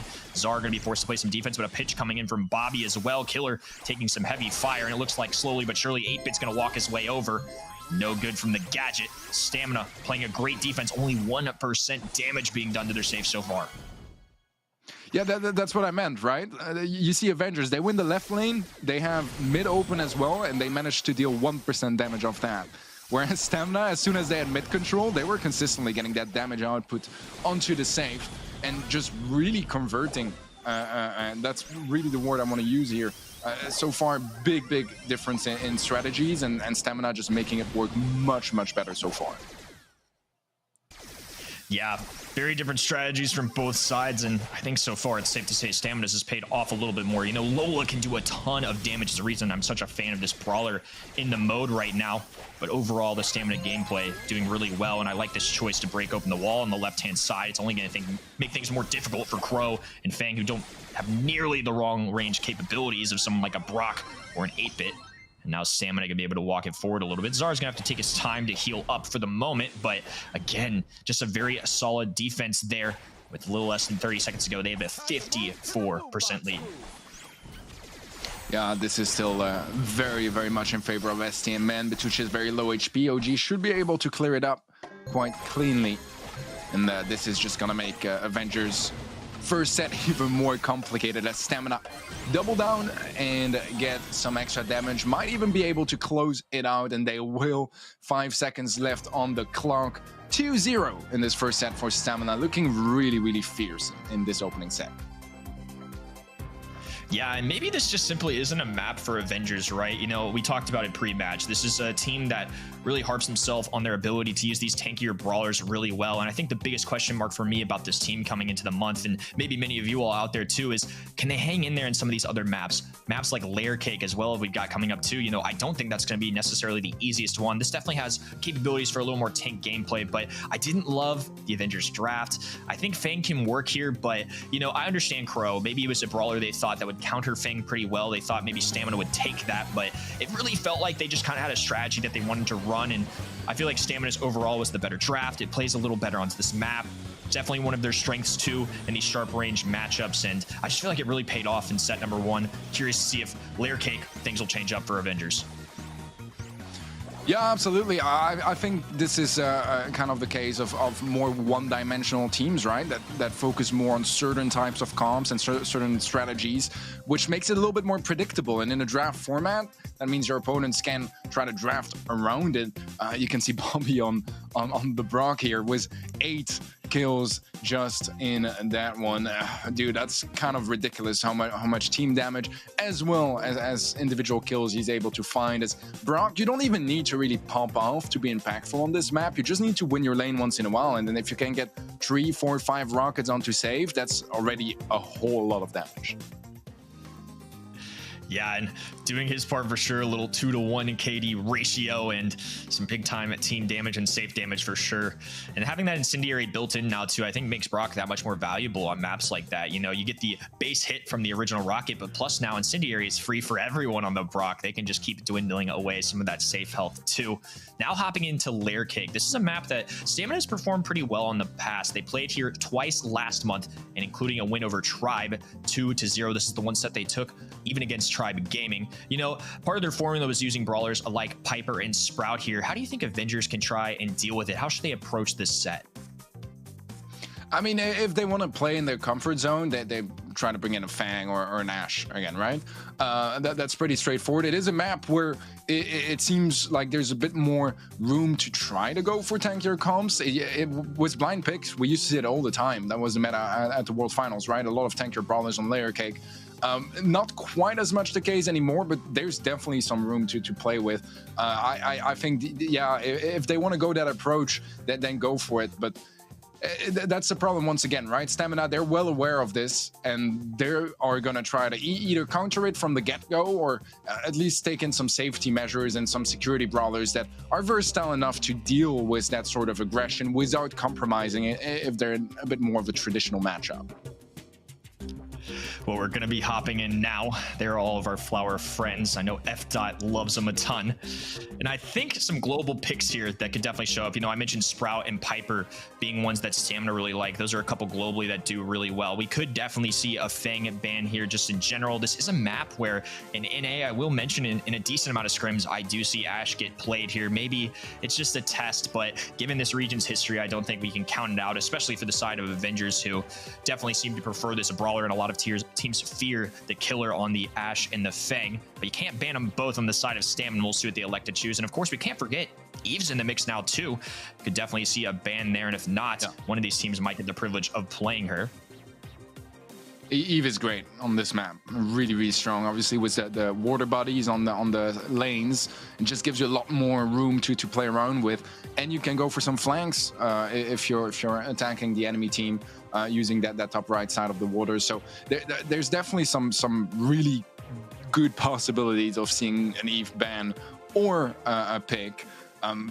But yeah, I mean, I think it's going to depend on the ban order as well. And I look at this Stamina going straight up for the Eve ban again. I think it's fair, you know, they have last pick. So even if there is a Fang coming in on the side of Avengers or an Ashe, they have always a pick after Avengers left to try to deal with it. But so far, none of that, as we'll see the Tick and the Leon on the side of Stamina, and Bituchis went for the Jean first pick. Very, very versatile brawlers all around from the 3 first picks here, which is really not unusual to see, especially in Bounty. And I'm very surprised here. You know, Sprout's still on the board, and they elected to go with Grom. And this is a brawler that we've seen a little bit in EMEA. You know, the other sister Stamina has used this brawler quite a few times in some of our third-party events, and occasionally we even saw it in BSC last month. But I'm very surprised with Sprout on the board. This is the direction that the side of Avengers really went. You know, I just feel like, to me, Tick and Sprout are much better overall throwers. I think on this game mode, I prefer to have them, especially with Sprout being able to cut brawlers off, and they're going to go for the Ashe too. So a little Avengers special, and Stamina going to steal it for themselves. We see a Mr. P on the other side as well too. I don't mind Mr. P here, to be honest with you, but it's very surprising to me that we didn't see a Sprout show up rather than a Grom, and that's what we get. And no Piper, no Bell, no real sharp shooters, which is something I'm definitely used to seeing from this region on this map. Yeah, I definitely think Grom is a very interesting pick here. I think Grom is still a pretty great brawler. I think his biggest problem is that Tick and Sprout are pretty much better at everything than he is. Right. So obviously, if the enemy team has goes for a Tick, it is interesting to see him pick the Grom into it. But we'll see how that actually pays off. As so far, Bobby is able to find one, and while OG will be there finishing off Christian, as Stamina kick things off with 2 opening kills as well as the blue star and another kill. Why not? Yeah, very convincing start for Stamina. And I think Ashe is going to deal really well with Grom too. You know, typically aggressive brawlers can do fairly well into throwers, especially ones with a lot of HP. And Bobby not afraid. He's going to go in. Gadget being popped. Killer barely alive. And finally, Bobby falls. But it's still a 9-5 lead and some very established positioning for Stamina. They are going to have to back up for now. But, you know, Grom, especially since the nerf that he received a while back, is not going to do particularly well up close. You know, that shot is very slow when you're throwing it on top of your bodies. It's hard to notice it here from the long distance because it looks very normal, but it is a very long time to hit, especially if somebody like Ashe is up in your face, and very bulky brawler too. I mean, it's going to take Grom a lot of shots to try and deal with Bobby right now. Yeah, here's the problem with the Avengers comp so far, is that they have a very long setup, right? You need those that homemades, you need to get those porters going on, you need a gene pool for Gene to really be a scary brawler. That's gonna take a while to get, and Ashe is the complete opposite. You just run forward, you don't care if you have super or not. I mean, it's good if you do, if you don't, you're fine too. And you can kind of just go all in from the get-go, and Avengers were not ready for that. Now, they've gotten a couple of kills since, so they might still be able to turn things around. And now with that spawn trap positioning, if they can get Ooh. some good kills, which they will, 2 in a row. OG is low HP as well. He's next to full. Avengers leading by 5. Wow, great turnaround here. And a little extra mark there. Killer gonna be landing some nice shots. Maybe this is a comfort brawler. Maybe they know something I don't, Teddy, but I'm very impressed. Killer looking very sharp right now and focused on the screen. Very impressive game number 1, you know, especially considering they were in a very difficult position. Not the best set number 1 for them, but set number 2, they're really making it work here, especially playing against this composition of Stamina, who are off to a 7-0 start. Yeah, I think there may have been some overextension as well from Stamina in the previous game, like Bobby going in for 1v3, which, I mean, they were leading already by quite a couple of stars, but it wasn't necessary either. So maybe a tiny bit of overconfidence from Stamina, but seems like so far the start, once again, you know, very good, which is mainly going to be due to that Ashe having very low setup time compared to Avengers comp, which takes a lot more time before really being threatening in any sort of way. We'll have to see if Stamina are able to hold on to that lead this time around. They're leading by 9 stars, so if they played rather safe, Avengers are going to have to put in a lot of work. Minute left on the clock. Plenty of Brawl if they do want to make a comeback here. Christian now charging up a pull, but Ashe just stealing so much damage, and already they're having to retreat a little bit here. Stamina just going to push forward and deal with Killer, especially in a one-on-one situation. That's tough, but Bobby getting it pulled, manages to take down Christian, though, and still 14-6 in the star count. Czar needs to be careful here. Actually falls. It's 5 stars left. We've seen Avengers do this before. Can they do it for a second time? Yeah, playing defensive with a tanky brawler, close-range brawler is always going to be hard. You have to really be proactive. That's going to be yet another trade. And yeah, you give up a lot of space. That's why they've been spawn trapped so many times already, because Bobby, he can't really play around the mid area because he just doesn't really have the range. He's going to get tagged, feed supers, and eventually be low HP and forced to fall back. So that is a struggle that Stamina has had with that comp so far, as Avengers are closing in, still 4 stars behind. Need to find 2 kills. Any kills would do at this point, but Bobby is creating a lot of space, and he will be able to survive, take down Bituches in the process, and that's going to be a match point now in the hands of STMN. Yeah, I feel like the side of Stamina addressed some of those, you know, concerns we had in the first game. They didn't overextend as much. I feel like they got the kills they needed, and Bobby, even though I'm sure he was eager to keep going, made some very intelligent decisions off the start. You know, got a couple on the board and then played it a little bit slower in terms of just charging in. Kind of reckless in the first game, and they cleaned things up in game number 2 and off to a great start too. You know, no takedowns yet, but the blue star really shapes the pace of the game. Now the side of Stamina are control. They can get aggressive if they would like, or they can play it defensively, choose their moments more strategically. Killer going to be dropping the watchtower down too, try and scout out the area. That's going to be an easy way to make sure they can see where Stamina's at all times. OG going to be weak here, doing his best to survive on this left-hand side. The gene tag's coming through, 240 HP, and he's somehow tiptoeing his way out of the situation and Grom the one that's going to fall. Christian does have a super, but Bobby going to fall too now. Blue star on the side of Stamina, and for extra effort, Czar barely getting that tick mine to connect, and now a 3-star lead for Stamina. Yeah, it's 3 stars, which definitely is very much in favor of Stamina, but if you look at the setup, it's really not that bad for Avengers either. We got the porters placed in, we have a gene pool, we have a Grom super. They have a lot of utility to work with, and all they need is going to be a kill on Czar or 2 kills on other players. But Killer is going to get pushed. Bobby finds 1, finds 2, is able to pull back to safety as well, and that's going to be nicely extending that lead for Stamina by 7 stars now, and make it 9 as Bobby finds yet another victim. And Czar for extra measure too, getting a nice tag in there, and all it took was 1 tick mine at that point. Ooh, a missed pull from Christian, 2 things getting a little tougher. That was a takedown that they need, but with only 15 seconds, they're going to need a few more. 5 stars being the difference between them catching up or going home. Last month's semifinalists are being challenged here. OG going to be invisible. Killer forced to run in, going down there. Bobby just going to press forward, and at this point, the damage is done. Stamina 22 stars to 9, and they are going to be taking this one. Stamina once again going to be moving on to the semifinals. Yeah, good stuff from Stamina all around. I do find it somewhat ironic, you know, that Avengers comp was so open and vulnerable to an Ashe, considering they were the ones bringing it the most last month. So there is some irony in that. But Stamina definitely doing a really good job there with the draft. Very much was in their favor.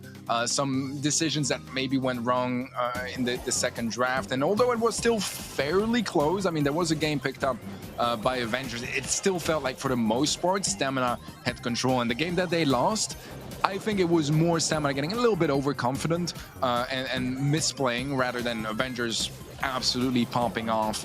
So I think this was a very well-deserved win for Stamina. They just looked like a much more accomplished team. Yeah, and Stamina's been in these situations before, right? You know, they fell short to Tribe Gaming last month, and definitely an okay team in my books to fall against. You know, you never want to lose, but if you're going to lose, at least it's reassuring that you lost to somebody of their caliber. And for me, again, the biggest question mark for Avengers is, are they a well-rounded team? Can they deal with any map and mode, especially against, you know, a side like Stamina, who has proven themselves in this region time and time again, somebody that a lot of people are considering to be one of those top 3 teams in the region to go to Worlds. And let's take a look at some of our stats now. Bobby on the Ashe, 12 kills, looking really good, 36% of the team damage, but Czar nearly 50 and still 7 kills on the board. Yeah, overall phenomenal performance from Bobby on the Ashe, just really showing the power of that pick. And I think it was in really good conditions as well for it, right? The comp was open to it, and without any surprise, Bobby will be the MVP here as well. Absolutely shined through the entirety of this match. Great performance all around from him, and you know, getting this many kills with a tank, that you've got to put in the work for it. You've got to really calculate the range well and play around that a lot. And I think Bobby is a phenomenal player. So very good calls all around from Stamina, and a well-deserved victory. Yeah, I think all the viewers at home made a good call on that one. If you want to participate as well on some of the questions going on throughout the broadcast and make your mark on each of these shows, be sure to go down to event.brawlstars.com, turn free in-game exclusive awards. I know me and Teddy are working very hard to get our Shredder pin, and that's another one in our books to get one step closer. And now we will approach our final match of the quarterfinals. Should be a good one for us here too. We're going to see the return of Chasmic Gaming here as they take on Vatra Amaterasu. Yeah, this is definitely going to be an interesting match as well. I'm not as familiar with Vatra Amaterasu. I've seen them in the past, especially last year in a couple monthly finals, I believe. But Chasmic has just a little bit more of a familiar name to me. So I'm really excited to see if Vatra can maybe prove me wrong and show me their talent, as RBM, Carlitos, and Guerrero are teaming up together here. I've seen them a couple of times, and they've definitely impressed me in those times. I want to see some more of that today. Yeah, they definitely have. They showed a lot of promise last month, right? They lost in the quarterfinals, but it was narrow. They took a set off Stamina, and definitely shown that they have it in them to take on some tough opponents. And this time round, we're going to see Carlitos on the camera. They will be facing off against Chasmic Gaming in A.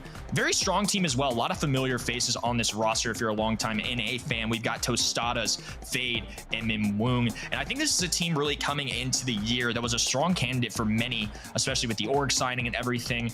Longtime players, great performances last year in several monthlies. I think they were a strong candidate to kind of take that third spot, and I feel like they're going to be up for a good challenge in this first round, and definitely this month trying to prove that they have it in them to take one of those spots for Worlds. Yeah, absolutely. Those early monthly finals are your chance to set up a bit more of a proper estimation of where the level of each team is at. Give us a little bit of a taste of what to expect. And from Chasmic, I have pretty high expectations. I think they have a roster that can go very far, and that is World Finals worthy, or at least has the potential to be. So I'm excited to see how they perform here today against Vatra. Sorry. No, you're totally good. And I think it should be a good one too. I think this one could be fairly competitive for sure, especially as we approach sneaky fields. You never know what you're going to get with this map. We saw it a little bit earlier today, Teddy, but a lot of discussion especially has sparked about Ashe, you know, and we've now even seen it branch out into the EMEA. We got the privilege of casting a little of that and some third-party events this week. He can be really strong due to a lot of bushes and a lot of cover. Is this somebody you're prioritizing on the map, or are you leaning towards more traditional bans that we see across other region? Well, I think I got my answer already, as we have the Ash ban coming through from Chasmac Gaming.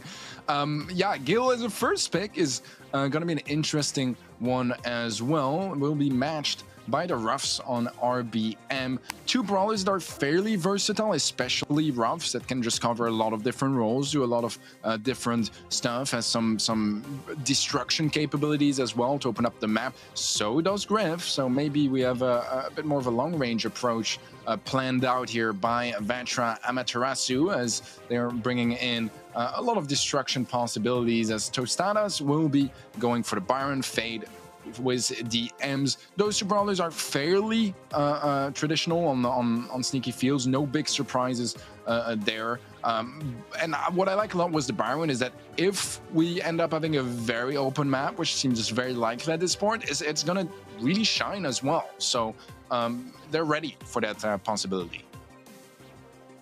Yeah, I think if Vatra play their cards right here, they're clearly going for some wall break, and I think Sandy is a good brawler for this map, but I don't know how well it really synergizes with their composition, right? RBM and Carlitos are playing two brawlers that are going to be aiming to break down some walls, and I think into somebody like Ims and Gale, who don't have the longest range, they really could have tried to find an advantage here. And again, Sandy's going to be great here, but once the map kind of gets torn open a little bit, I don't know if it's necessarily going to be the best, but again, very strong brawler, really consistent, not the hardest to play in terms of all the mechanically skilled brawlers out there. I think it's a safe pick, but one I'm kind of curious as to why they paired with these other two brawlers. Yeah, I think I completely agree. I was thinking the exact same, to be honest. I think maybe it can help out just have some stronger positioning in the early game, whereas sure, it is going to struggle a bit more once the map is more opened up. But so far, I mean, Carlito's lane is very much intact, and maybe it can help just solidify that early game defense before we actually end up having all those walls and bushes removed. Yeah, and I think the Gale pick early on too, you know, I really like Gale on this map, but that's in contention that it looks normal, right? That it's not broken up. But right now, CMG looking really good. RBM getting the pass there, going to pocket the ball on the bottom right-hand side. Fade with a nice takedown on Guerrero, and RBM forced to try and play some defense here. The M Super going to reveal him very quickly, and they're going to fall. A little more of this wall break coming in, and Carlitos being taken down again. Fade is on a tear right now. Toast going to heal him up a little bit too, and they're aiming to try and take this ball on the right-hand side. Going to grab it, pass over. Will Carlitos be able to intercept it? Yes, he does. The pushback, though, and Carlitos is punished for it. Fade hanging around here. Two very weak brawlers with Guerrero Super tearing up Toast. And now Vatra with a successful defense will be able to hang on just a little longer. So far, a lot more aggression from the side of Chasman Gaming, as they were the ones with a near goal already, but a nice elimination from Guerrero on the left-hand side. As a super available now as well, and it's going to help push forward as Carlitos and Fade trade each other out. It's a 2-on-1, but Mingwung strikes with the knockback. Will find the follow-up kill onto Guerrero and keep RBM at bay. Gale's just going to be one of the best goalies in the game. He's got the Twister gadget, which can cut off enemies. He's got the 1.5 second stun with the super. It's one of the reasons I feel like that CMG may have prioritized this brawler. Guerrero, though, doing his best, and even though he had the powerful super come through, they managed to make the pinch. Fade, going to catch the ball on the right-hand side. Pass over to Gale once again. Mingwung should have enough HP and barely gets it by. Very close call, and now a 1-0 lead with only 15 seconds for Chasman Gaming. Yeah, final push from Vatra. Can they make something happen? Seems very unlikely at this point. RBM falls. It's just Guerrero left alive, and Chasmac Game will be securing the first game of this match. Fairly convincingly so as well, I would say. I mean, there was one opportunity from Vatra to try to capitalize and find a goal, but it was very well defended by the Gale on Chasmac's side. So great stuff from Chasmac so far, very convincing as well. And so far, I am somewhat wondering what that Sandy pick is doing on this Vatra comp. And we haven't really had the answer just yet. That's Chasmac, once again, really strong in that early game. getting a second team wipe, and RBM is gonna struggle to defend this one. What a great start from Chasmic Gaming.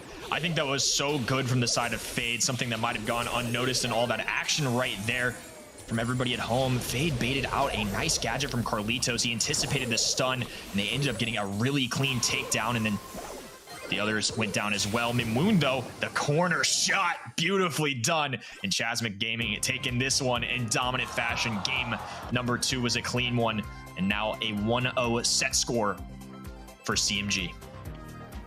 Man, those walls were destroyed by the rough supply drop earlier, trying to go for the clutch defense. That did not pay off, did it? Life can be rough like that. It can be rough like that. Gold Arm Gulch is going to be up next, and we're going to have to see some changes from Vatra, because this was just not working out. I like the idea of it. I genuinely like the idea of it, but I just feel like Sandy was not really doing too much to help on that comp. It just felt like a bit of a random final pick. I was almost expecting something like a B maybe, or like, you know, one of those open maps, like absolutely terrorizing brawlers to face. But I don't know, Sandy just felt very underwhelming, and throughout the entirety of the set here, just didn't really find much value. Got taken out first both games. So not really much early game value, and as the map got destroyed and opened up, things only got worse from there. So for me, it seemed like a bit of a mispick, and I would have much preferred if they fully capitalized on that comp. And those 10 kills you see here from Fade on the M's, a lot of them were on the Sandy. Absolutely, and just absolute domination, to say so. I mean, 48% team damage, 322 DPS. There's the man himself, who many grew to love for the popcorn plays last month. And I think he did a great job. I'm with you. It was something we mentioned pre-drafts and, you know, while it was going on, but I just really didn't see it. And, you know, I like the logic that you threw in. I definitely think the strategy was solid. Sandy, again, is a very solid brawler on this map, but when you're looking to open things up, I think B was a great call out. That's a brawler that in the past has done really well here, and especially in those long-range fights, would have really done well in the Gale Ims, and slightly outranges Byron and can definitely be a heavy hitter in those situations. I think that would have been a really good way to address this. And so far, 79% of you all at home looking pretty good here as we approach Gold Arm Gulch. Some popular brawlers here going to be the likes of Fang and Tick. Are you anticipating an Eve ban here at all, Teddy? Because that is a newer brawler that we haven't seen in the past. I mean, I think it would only make sense to take her out. And if you don't, and somehow, you know, she slips through, which she won't, as Chasmac makes sure that she's banned out. Fang is a similar situation. Both of them are pretty much must bans or must picks on this sort of map. Great survivability, loads of damage, great opportunities to open things up as well and really get into the mix. We'll see a Tick first pick, no big surprise that. A very standard brawler on this map and very hard to counter one as well, as Minwoo is going to be joining up with the Gene and Toast on the Sprout. So far, very classic stuff on both sides. I think so too. Just a lot of very solid staples of knockout in general. Tick and Sprout going, no surprise. I think Gene can do really well in a lot of different situations here. Still a few left on the board that they could certainly go with for Vatra.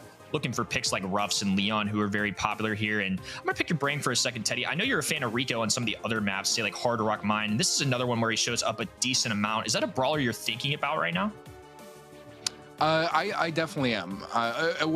It would have been my next pick if I was on the side of Vatra right now. Brock is an interesting one, not really the most usual one, and it can be a little bit vulnerable against some brawlers as well, especially with a Tick. They are both quite squishy brawlers. The Gale is a good safe measure. I'm happy they went for that, because now, if they didn't, pick number 6 could very much have been a Mortis, as far as I know, and that would probably have been a very easy matchup for Chasmac. So good stuff from Vatra to bring in the Gale as safe measure. We'll see what Chasmac decide to bring in. I think Rico would be still a very good call here. I think there's a lot of possibilities, both to dominate on the lane. It's going to be the brawler that has the easiest time on lane, and it can also so easily with the range pinch other lanes too. But they're going for the Bell, which is a fairly safe approach as well, trying to play that range matchup against the Brock. Although I would probably have preferred a Rico. I think that's a good shout too. You know, they do pick a Gale as a preventive step, and we definitely know that Chasmic Gaming really likes the Mortis. It's a brawler that Toast is definitely known for taking on. But I think one thing interesting too, right? You know, they wouldn't have been in this situation to kind of avoid that. And not to say that Gale's a bad brawler, but I feel like there are other brawlers like Rico that you mentioned that you can really take advantage of on this map. And due to the brawlers and the order they took them in, you know, I think Tick's a great choice. I think Brock can definitely be solid here. But they had to look out for it. They had to take a pick that feels kind of to me like a preventative step. And in the draft, I feel like you want to be reactive, not, you know, trying to defend against possibilities. And I think CMG is able to take advantage of that because Bell's going to be a great pick here overall, going to outrange Gale. And again, not to say that this is a draft from Vatra, but I think there's one of those things that I find interesting about the strategy going into it. No, I think you're absolutely on point. Absolutely on point. So far, both teams was a very safe approach, going for the one lane each sort of strategy, which we've seen being played out very, very often. For the simple reason that you don't really know where, on which side your enemies are going to be focusing, and you really don't want to end up being in a 1v3 on your lane and just getting caught off guard, which we've seen happen too when the map first came out into competitive. So it's much safer to somewhat stick together and play on your sides. Opening kill on both sides. It's a 2-on-2. Low HP Fade. It will be cleaned up by Vatra, but that was a close call. Yeah, very narrow one, and things are looking like a lot of back and forth there. Start off this round, Minwoong going to be dropping the nice wall there. It can be recycled too if they have the proper gadget on. Fade does have a pull too, so at least for round number 2, couple things that the side of CMG can use to try and take an advantage. The one thing I will say about the Gale is maybe they just really do like this brawler, you know, in the closing circle, especially if you can get that super, it can be really deadly, pushing enemies into the storm where it ticks at 1,000 per second. That's a really high amount of damage, and you can still land shots while they're in there too. It could definitely put them in some tough situations, and not to mention if they get a cheeky twister gadget in there too, could really give them some problems as the circle closes. Yeah, map has gotten opened up quite a bit as well, which could very much be in favor of Chasmac, just as much as it could be in favor of Vatra, depending on how they played out. As RBM does have a super available, Carlito is going to go for the tick head as well. Will get defused quite easily. Right side closed out. Minwoong going for another wall, but that rocket rain is absolutely going to melt down the entire Chasmac roster. Wow, that was a lot of damage and a very clean final round from Vatra. Good stuff, man. Good stuff. Yeah, really strong start for them, especially after a little bit of a struggle in set number 1. This is the kind of confidence that they're going to need. Their strategy definitely paying off right now. And Moon to be trekking down the right-hand side here, trying to gain any advantages that they can. Maybe make a pinch play onto someone like Carlitos, who's a little weaker in HP. Little thrower showdown here. Fade gonna take a lot of damage right now. Needs to be very careful as Gale's approaching. RBM pushing forward as well. Do manage to heal up for now though, and a lot of the times in Knockout you are going to see these more, you know, passive aggressive kinds of starts. Nobody's really getting out of position. They're being careful. They just want to charge their supers, get the full utility out of their brawlers, because remember, once they get taken down, it's over for them for the round, so they really need to make each of these gadgets and supers count. Wow, that pull was close, but Carlitos just barely dodges it. Wasn't even sure himself he would, as he went for the last hurrah. But yeah, man, this is a lot of aggression this time around from CMG, actually. A little bit earlier than in the previous rounds. We saw Guerrero very low HP on the left-hand side, will get shut down, and will complete the team wipe as Chasmac will be the ones to make a round. And I think the big difference here is they aggressed a little bit earlier, and some supers earlier available as well, and just were able to close down the distance a little bit, getting in range to deal some pretty significant damage and close out those kills. I like the aggressive decision from there too. You know, they figured out that maybe as the circle closes, their team is not as well equipped as they probably thought it was to deal with these situations, and getting really aggressive there, making sure they're ready to take down the enemies who, you know, outside of Brock, don't do the best in these long distance open situations. We even saw Toast at the beginning there get a little interesting with it, using the newer gadget, which allows Bell's shot to bounce off walls. Fade gonna be very weak here, though. They need to be very careful. And the wall coming in, and Moon to the rescue. And it's gonna be a 3v2 situation. Gyro forced to the bushes on the left-hand side. Carlito's gonna press forward a little bit to try and gain some kind of control. But for now, CMG gonna be playing a very safe distance. The wall being thrown down too, and there's really nowhere for Gyro to run here. He's gonna struggle here, especially without a super to push anybody back. Carlito's doing his best here. Not gonna do super well up close, doing everything they possibly can, but Gyro gonna be caught in the storm. The extra tag is coming in from CMG, and a much better game number 2 from them. That was a clean game from them, and I just want to point out that interaction again where Fade goes aggressive against Brock. Brock is always going to be quite vulnerable in the middle of the super because he can't shoot, right? So if you're outside of the area of his super, he can't do anything about you. He got up close, used that opportunity to take him down, and he would have gone down if it weren't for his teammate going right in front of him and tanking the follow-up Gale shots. So that was fantastic teamwork from Chasmac to utilize that opportunity to pick up a kill and not give away the trade for free. And another great start here. Bots are going to elect to actually open up the map a little bit here.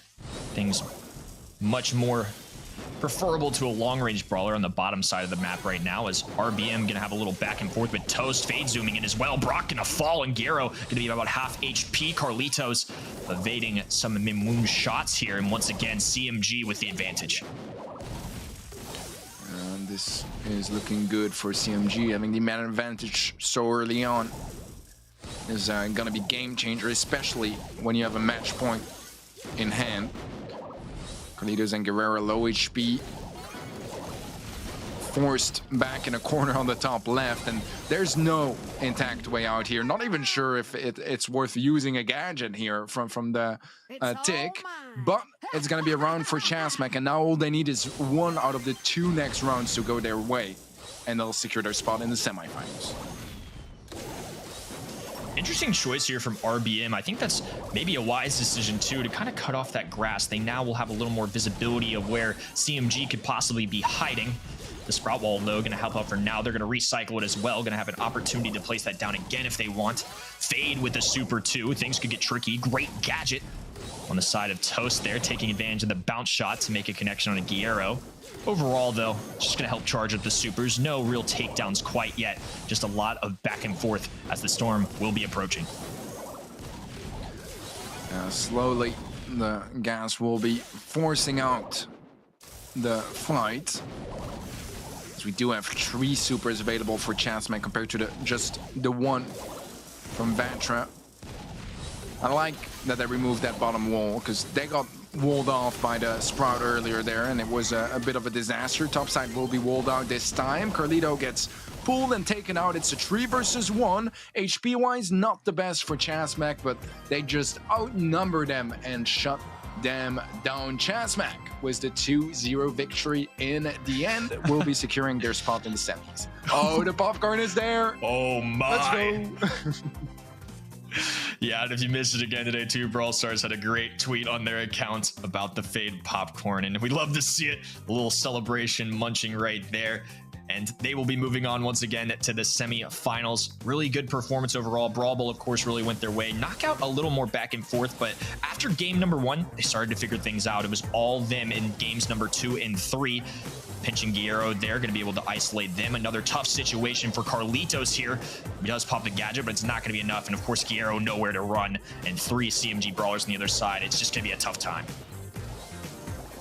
Yeah, you know, it's some nice controlled aggression, I think, made a difference for Chasmac in the second and third game, where they were able to find much more value of those small pushes, those small interactions. And that meant they had more supers to work with, which helps a ton when you're in that late stage with very little cover left available on this map. So great stuff all around. Fade absolutely shining on the Gene as well. Some great pulls and some great kills to a really good performance all around from Chasmac. Looking very solid here against Vatra.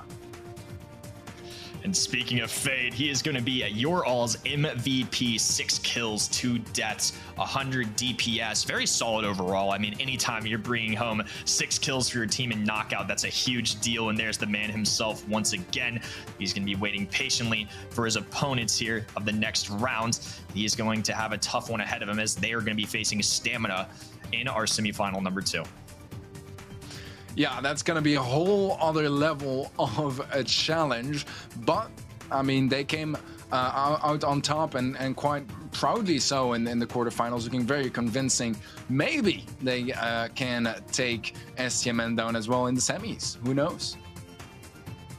Yeah, strong showing so far. Let's take a look at our bracket real quick, though. Recap what's happened today, what we've got ahead of us. Retalianis and Tribe Gaming going to be facing off for semifinal number 1. Stamina and Chasmic Gaming for our semifinal number 2. Strong showing from Chasmic Gaming, very convincing. Stamina taking down last month's second place finishers 2-0. Tribe Gaming, definitely another good one. They're going to be looking to defend their title, and the newcomers, Ratalianis, taking down Real Ones in a very close one, 2-1. Should be some interesting ones to watch, Teddy. Oh, absolutely. So looking absolutely incredible. Ratalianis, you know, a bit of an upset in their first match, which we all predicted to go otherwise, by the way. You know, a big surprise factor there. We'll see how they fare against the likes of Tribe. And obviously, STMN, you know, we said it earlier. We had a couple of questions regarding where they're at this point, and they're looking to answer those. I mean, they did in the quarterfinals. I want to see some more of that in the semis as well. We got some exciting semifinals ahead of us. Yeah, and we will have those exciting semifinals underway shortly. But for now, we're going to take a quick break. Stay with us as we approach the remainder of this exciting monthly finals. BTZM, this guy refuses to go down. 2 for 2, 1v1. BT's him on top.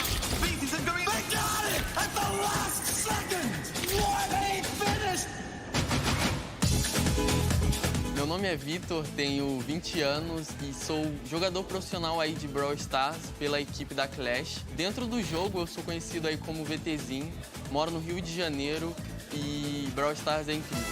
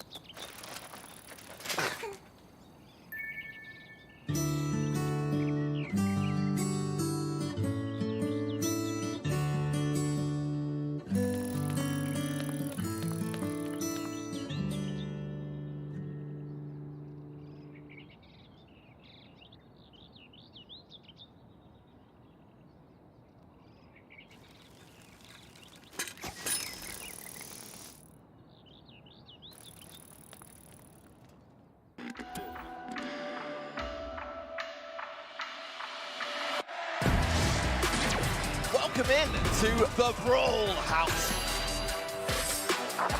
The kick forward, the punch through. That's gonna be it.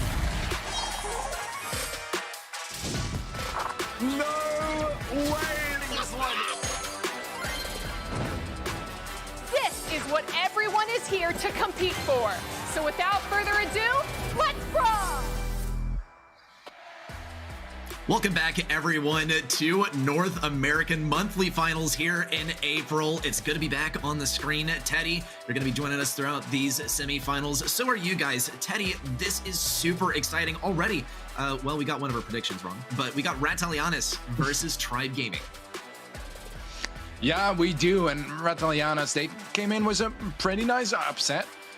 Let's see if they can make it 2 in a row, as now it's going to be a whole different level of a challenge. As Tribe Gaming, they have been looking incredible throughout the entirety of the last year, and so far this year as well. On the other side of the bracket, we'll have Stamina versus Chasmac Gaming NA. Also going to be a stacked match, but once again, maybe some slight advantage for Stamina. I think this first one on paper is going to be more one-sided, as Tribe have just achieved infinitely more in the competitive scene than Ratalianas have so far. But you got to start somewhere, and this could very much be the start of a lot of greatness if they can make it work against Tribe Gaming. Now, well, best of luck to them. Best of luck to us too, right? I hope we do well on our predictions. So far, we've only missed one of them, but I guess we are like, what, 3 for 4? Each one of us, and of course, we got to think about those semifinals predictions as well. Once again, it seems like we have a diverse range of opinions among the 3 of us. And yeah, unfortunately, I don't think it gets much better throughout the viewers either, though. Very similar predictions. Teddy, I'm curious. I mean, what makes you think that Tribe and STMN are going to be taking it? You know, I think experience in a lot of aspects is key, and if it's combined with a certain level of you know, just being willing to keep the work in, even when you are at the top, you can stay at the top. And I think Tribe and STMN are definitely those sort of teams that are not going to rest easy on their achievements and, you know, think we're the best already, why put effort into it? No, they're going to keep working hard, and the results usually tend to follow up. So I have faith in both those teams. It's a very, very solid reasoning for those predictions. If you guys want to put in your own predictions as well, make sure you go to event.brawlstars.com to interact, win some rewards, answer some Brawl Stars trivia, of course, vote for the MVP as well. And, well, we want to hear your guys' predictions, but the most important thing is you can get that awesome Shredder pin if you have not already. I gotta say, personally, I have not myself. I know for a fact that Teddy has not gotten it either, so we really hope our predictions go well. Otherwise, we might have to wait till May to get that awesome pin. Of course, with that, though, our first semi-final is about to get underway. Ratalianis versus Tribe Gaming NA. First, let's get reacquainted with Ratalianis. Alianis, the namesake, Poyo, wiping up the enemy team the whole time, and Nathan as well. If you had to pick a favorite here, Teddy, who would you say after we saw them in that first quarterfinal? I think they looked really impressive, man. I mean, I was really caught off guard. I was also expecting the real ones to win that matchup, just because I know them a lot better and watched them a lot more often in esports matches. But so far, they've shown strength after strength in that opening quarterfinal match. It's gonna be a lot harder to do that against Tribe because they're much more established. They are much more consistent as well, right? That's the scary aspect of Tribe Gaming NA is they've been consistently either on top or around the top of the North American scene, and it's rare to really see some big days off, and that's kind of what we need for this sort of matchup to go the way of Ratalianis, right? They need to pop off, and they need Tribe to really struggle. And from what we saw in Tribe's quarterfinal, they seemed quite all right today. Yeah, it appears so. It seems like they are very comfortable. Much of the same for Zulon. I think that's exactly the case. These guys are just, look, they're doing their thing. They're doing what Tribe do, and I think comfortable is also a great adjective to use when describing Zulon, wearing, of course, his favorite zip-up jacket. I don't know if it's his lucky jacket, but I'd say it's a pretty safe assumption considering that he's always wearing it when things matter the absolute most. Of course, that's our introduction to our couple teams that we have competing here in the semifinals, and it does appear that Tribe Gaming NA has a bit of a leg up, right? But Ratalianis can continue their streak of upsets with a victory over Tribe Gaming. I think for the most part, it is going to come down to what those first 3 maps and modes are going to be, because some different maps and modes have different aspects to them that make them unique, make them a little bit more volatile and a little bit more favorable for the underdog here. And yikes, looks like a landslide prediction victory for Tribe Gaming, but as we've seen before, that's not always the case that the prediction is 100% correct. Oh, definitely not. I mean, you know, just in general, there are going to be a lot of people predicting that don't necessarily watch every single third-party event and don't know every team as much as others, and then you know one team, you don't know the other. You usually vote for the team you know, right? So Tribe has a lot stronger branding, and to be fair, in this example as well, I mean, Tribe are a pretty heavy favorite, right? We do have our draft already ongoing. Tick and Eve out of the way. Piper first pick from Ratalianis, followed up by a Sprout second pick, and Tyrant going for the Fang. I mean, that's already a very aggressive draft going the way of Tribe.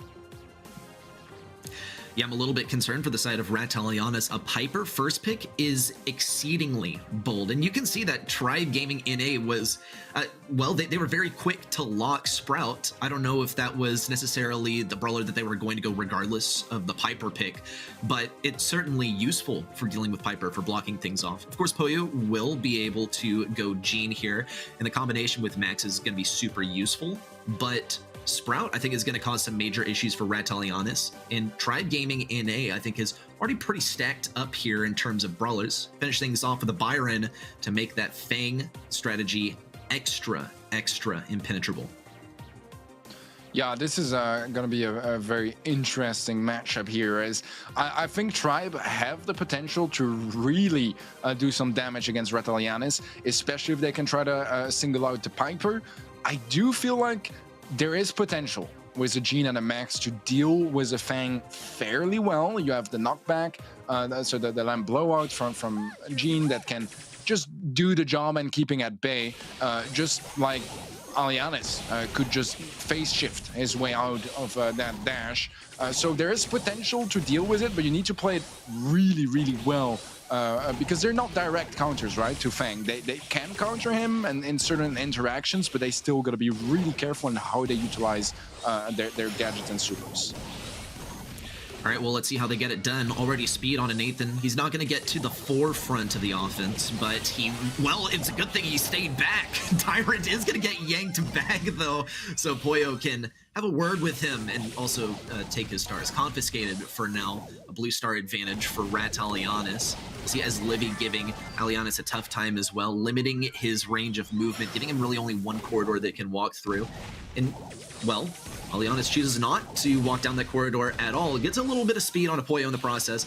Not a whole lot of advantage for Poyo with that happening. Lots of healing onto Tyrant as well. Poyo looks for the angles. He has his super, but wherever he decides to jump to, or perhaps not jump, I can't believe they were able to pull out that much damage in a split second, and Alianis is soon to fall after.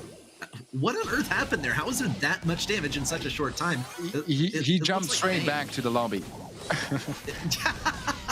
that was the positioning of the super. Not the most ideal, right? For what it's worth, he's able to get a wall break here on the right side. Hopefully, it works out well for Ratalianis. There's only 25 seconds remain on the clock. Yeah, they do have some potential for a nice retake if they can get a gene pool, which they do have now.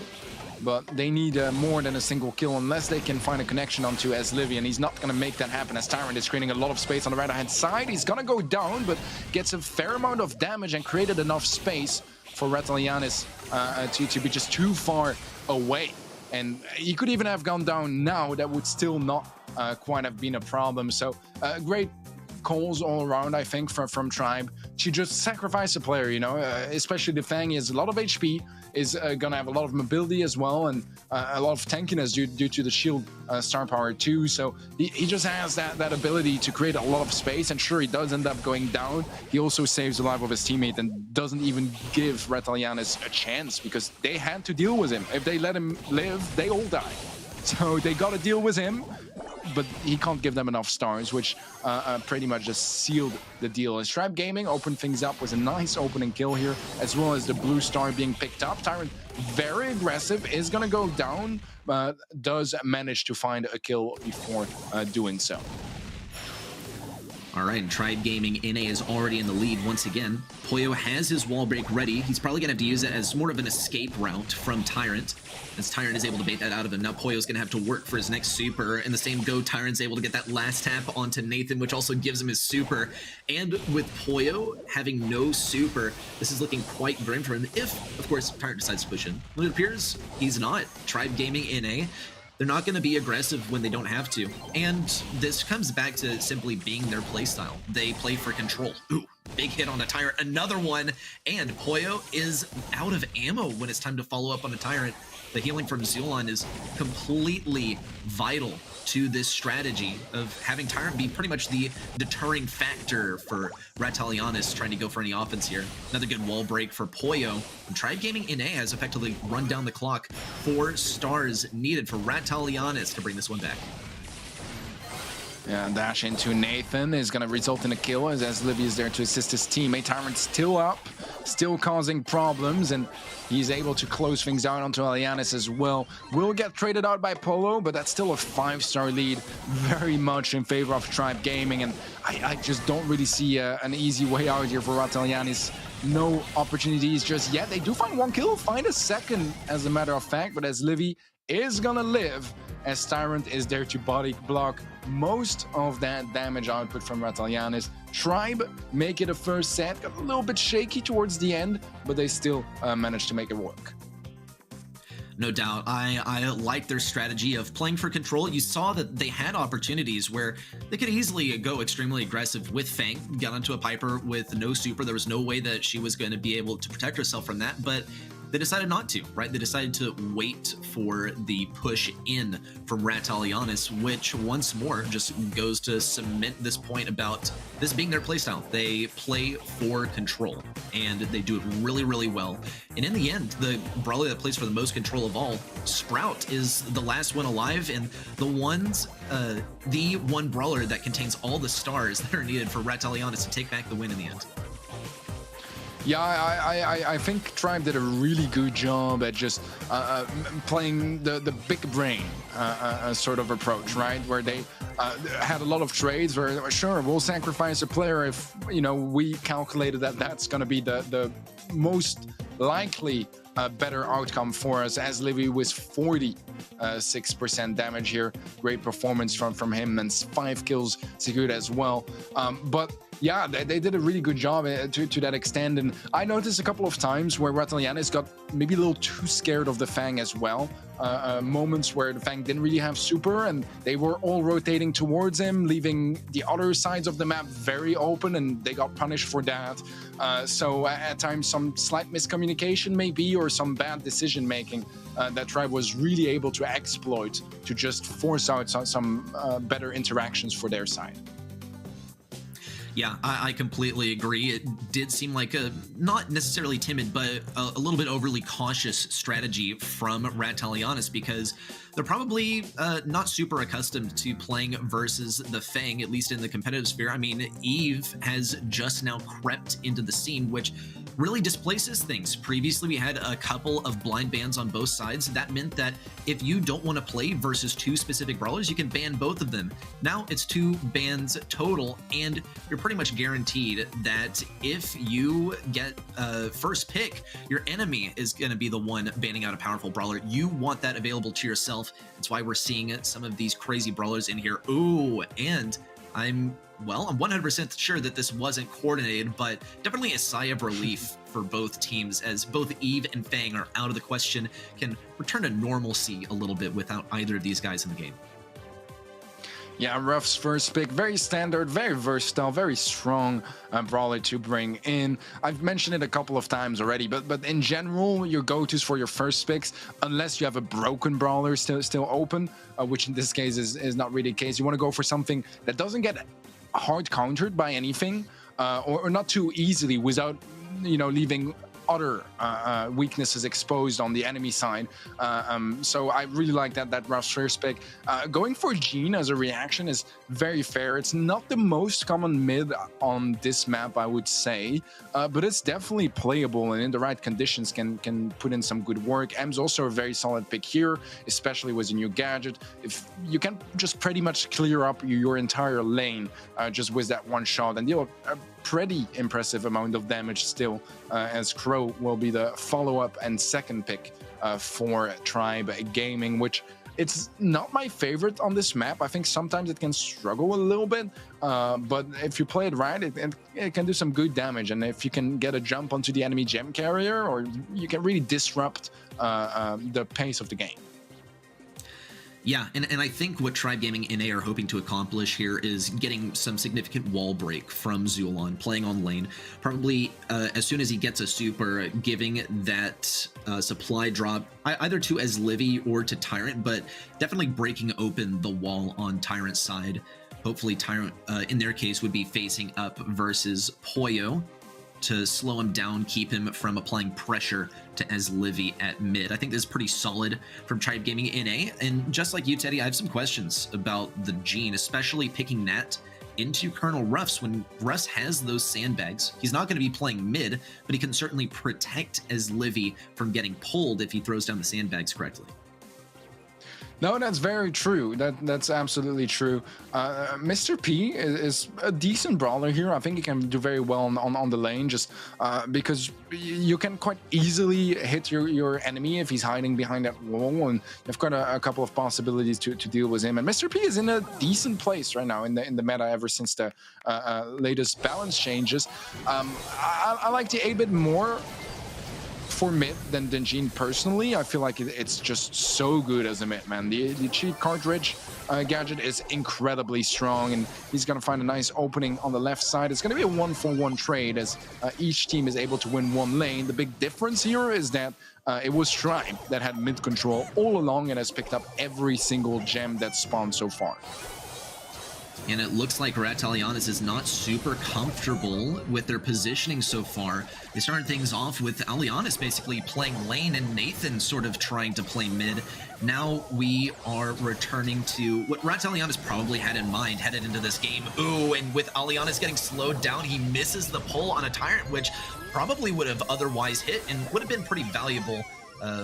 But still probably wouldn't have gotten the kill anyway because he didn't have a teammate next to him to help him grab that kill. And we will see Tyrant also get that 9th gem teleport back. Great spawn of the gem on Tribe Gaming NA's side. Easy access for Tyrant to grab that one. And now he can kind of relax. He can kind of chill out and keep himself from getting pulled by Alianis. There's no way that's getting towards him, especially with the speed available to him, another turret available, another cheat cartridge available. Tribe Gaming NA had lots of backup supplies and they didn't even have to delve into them or use them at all. I'd say well played by Tribe. I don't think really that they could have even played better because they did such a good job even in the beginning of displacing Ratalianis and dismantling their strategy before it could even form on individual lanes. Yeah, this was very, very dominant from Tribe, especially considering 8-bit is a mid-brawler that will take quite a while to set up usually. You know, you need that damage booster placed down in a safe spot so you can gain off that extra movement speed and damage, obviously, and the cheat cartridge. Until then, I mean, it's still a decent brawler, but it's incredibly slow, and that can make it very easy to exploit him. And very often we see 8-bits having to play it very slow until they can get their damage booster. In the previous game, he was at 8 gems, I think, before he even got his first damage booster, which is incredibly dominant. Yeah, no doubt. And they already have this damage booster up once again. A little bit earlier in the game as well. Yeah, some fancy footwork as well as Ratalianis are really trying to push out here, but it is looking less and less likely as the game progresses on, as Livy with massive speed is going to get to tag up Alianis. Alianis goes down. Nathan is really just trying for anything here. But Tribe Gaming NA have only gotten stronger after that last game, and Alianis are kind of lost, it appears, as to how to deal with this strategy from Tribe Gaming NA. It just looks like the Gene mid was not able to compete with Tyrant on the 8-bit, and that's really not much of an issue at all. 8-bit is literally just so strong, and Tribe Gaming NA exploit the heck out of them. Yeah, that was a very, very strong performance from Tribe. And as you said earlier, right, it didn't really feel like they had to use any of the tricks they still had up their sleeve. Most of the cheat cartridge they used was pretty much because they still had like 3 available and there was like a countdown going, you know what I mean? Like not exactly situations where you really need to use them either. So it felt incredibly safe on their side. They had so much more wiggle room to work with than that. And it still looked really easy. So great stuff from Tribe Gaming, looking extremely dominant in that set. And Ratalianis, we're going to have to see some big changes into this third set. Otherwise, I think this is going to be pretty much how the match will keep going. Yeah, and I think, honestly, it can start in the draft for Ratalianis, because I think Gene into Colonel Ruffs already limited them in what they could be choosing going forward, because Gene into Colonel Ruffs is not going to be very effective, unfortunately, and I think 8-bit, right, existing and not choosing him was a bit of an oversight, because it was proven to be absolutely so effective. Of course, we got to hand it to Livy as well for shutting things down on the lane. Crow into Ems proved to be so difficult for Ratalianis to deal with, and kudos to Livy for playing it so well and for always keeping Ems out of that left lane. No, yeah, you got it. You got it. Pinot Punt is going to be up next, and as I said earlier, we're going to need to see some big changes, because so far it was just looking so much better on the side of Tribe Gaming, and it's kind of an outclass, right?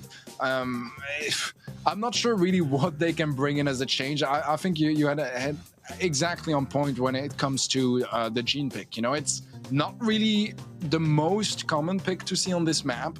I would see tons of Brawler before I see a Gene on the mid, like the 8-bit, Pam, Byron, even Lola I see more often than Gene.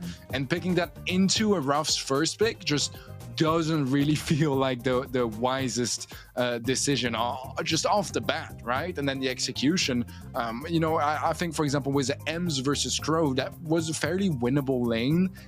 They got absolutely smashed on that side, which I would say in general, I would probably side with the Ems pick a little bit more, just for that individual matchup, you know, on that lane. So I don't know, man. I don't know. There's a lot going wrong so far for Ratalianis, and you can't blame them because they're facing arguably the best team in North America.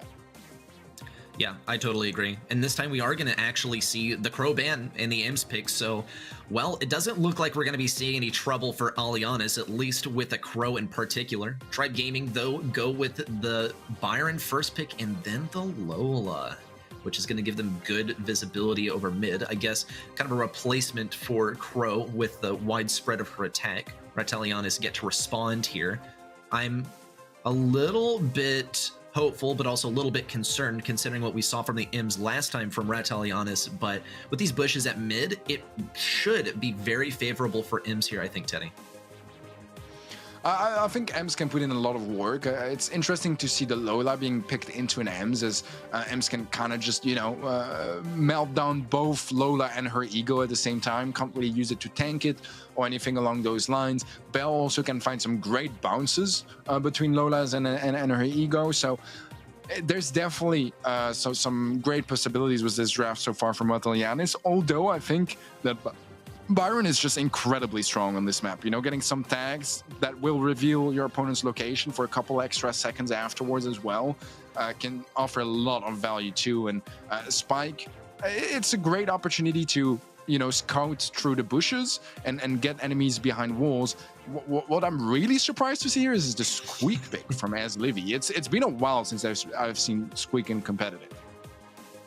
Yeah, I was actually going to ask, like, what is the Squeak here for? Usually I only see Squeak to deal with, like, a Leon Lollipop drop or something, but now this is a completely different situation. I'm thinking maybe with the new gadget it could be useful, but I feel like even the first gadget is still more useful for Squeak.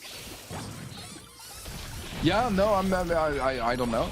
I honestly don't know. I mean, so far he's hitting his shot and getting kills, so not gonna complain about that pick just yet. But it's definitely a surprising one to see brought in. And thing is, with Tribe, they can kind of afford to have some fun and bring in something a little funky. I wouldn't call it a top pick. It can do some work. It definitely can. It's just really hard to hit your shots, and this is a good opportunity as they're facing opponents of a slightly lower level than them to kind of experiment and have some fun as Livy shoots multiple times in a row and in his own box that gives him cover.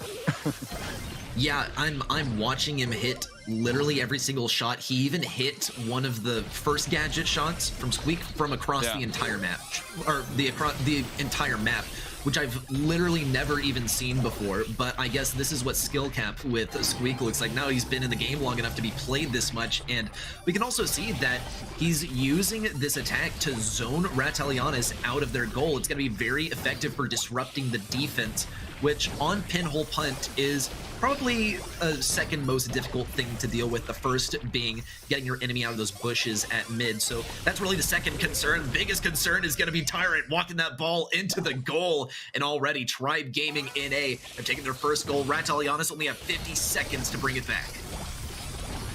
I mean, if you're hitting every single shot, like as Livy is now, I mean, by all means, just bring Squeak in. Just do it. Tyrant should be able to trick shot that in. Will do just that, as Tribe Gaming are gonna have 2 match points at hand. And from the looks of it, they might just need the one to close it out. It might be. I mean, this has been a complete sweep from Tribe Gaming NA so far. They've not slowed down even a little bit, and they are just, I don't even know how to describe it. It's like watching a bowling ball rolling down a hill, and, well, Ratalianis are all the pins waiting at the end. The bowling ball only gets faster and faster the longer it keeps rolling, and Ratalianis, they're not helpless to stop it, but it is going to be tremendously difficult, as we see Tribe Gaming NA has already set up at mid in these bushes where it is super, super hard to remove them. Yeah, a lot of aggressive positioning here from the side of Tribe, really deep into Ratalianis' side of the map. We have a 1-for-1 trade, which will relieve a little bit of pressure as Alianis will respawn a little bit closer up. So far, though, I mean, Tribe is either with all map control and literally sitting in the enemy goal, or they have mid control. They really haven't had to defend yet, and Nathan is gonna fall as well. This is looking absolutely excellent from Tribe. All right, well, let's see what Ratalianis are able to pull off. Still no goals scored by Tribe yet. There's still hope. Ratalianis can slow down the push with Alianis' Caustic Charisma, which he is saving very cautiously, but he is outranged by both Lola and Byron. It's going to be a tough push in. Bit of a miss super there for Zulon, and he gets tagged up by the damage amp from Poyo, but Poyo's attacked from 3 different directions and goes down. Alianis with the hasty super also goes down. Tribe Gaming NA could score a goal here. It's just Nathan to defend. And as Livy gets to start working that main attack to start zoning Ratalianis out of their own spawn. Man, those supers from Livy have been instrumental to Tribe Gaming's success here in this game. It couldn't have worked out with another pick. It's a bit of an odd situation, right? Because I feel like they don't need the Squeak here to win. He's not really the game changer, but he's doing a lot of work still as well. It's really interesting to watch. So far, we've had no solution to that Squeak whatsoever from the side of Ratalianis. And as we head towards overtime here, I mean, he's just going to have even more of an open map to hit those shots. Yeah, Nathan is doing a pretty good job of keeping Tribe Gaming back, though, as Livy also really trying to get this last bit of damage onto Alianis. It looks like Alianis is just getting zoned out of here like crazy, as Livy is going to get that kill. A little bit of an angry pin, pass over to Zulon, and a super right across the goal. That is going to be Tribe Gaming heading on to the Grand Finals. Man, what a flawless performance from Tribe in this matchup. Totally outclassed their opponents. Just showed that they're at a different level still. But I think for Retalianis, I mean, they've made it pretty far into this monthly final. And it is a bit of a harsh result for the semi, but you gotta make the most out of it, try to learn from your mistakes and come back stronger next month. And I have no doubt they will try to do just that. The Tribe have locked in their spot in the Grand Finals. Yes, indeed they have. Here we get a recap of the last set as well. Push in by Tyrant was that first domino to fall in game number 1, and in the end they were able to follow it up with yet another from Tyrant. In game number 2, actually, we started to see Ratalianis show what they're really made of, but Tribe Gaming NA still did a phenomenal job of maintaining their position at mid at all costs. And then when they finally saw a 100% guaranteed goal, they went for it. And that's just how they play, and it works really, really well. I think other people got to take notes about the importance of control here. Reddy, do you think other regions should be, taking notes on the NA squeak? Oh, I mean, look, after how has Livy performed on Squeak, 8 kills, 45% team damage, I'm thinking so, right? But I think it's also like a match-specific thing, right? I can't say it with a whole lot of confidence because, well, we don't really ever see Squeak in competitive at all. But I guess leave it to Tribe Gaming NA. NA emphasis on those couple of letters right there to be innovative and show us a new brawler that we were kind of sleeping on for a while. No, I think it's a very fair point. I don't think it's a brawler I expect to see consistently. I think it was kind of a mix of a brawler that's playable and that's somewhat fun to bring in as well. And then they were there like, yeah, why not? You know, they had a lot of room to work with, to be fair, as they were leading by 2 sets in the first place. So not exactly the biggest risk either, but they made it work and they really looked good doing so. Yeah, well, of course, with that victory, we have a bit of a change to our bracket. That's right. Tribe Gaming NA is going to be heading on to the Grand Finals. Doesn't that look nice? Our first Grand Final has been locked in, and in a 3-0 fashion as well. Once again, I just got to say, leave it to Tribe. Of course, they have one opponent that will be competing for that spot. STMN and Chazmac Gaming NA has to produce a worthy opponent for Tribe. Yeah, this is gonna be a stacked match. Stamina have been amazing in the past year and a half. As you know, they had some roster changes, but the core Bobby OG duo have had so much history within the NA scene, right? A little bit more inconsistent in the last month or two, but by no means looking bad either. Absolutely not. Chazmac is going to be much more team on the rise, right? That have yet to really prove themselves as a top 3 World Finals worthy team, but the potential is there, and I think a lot of people will agree with that.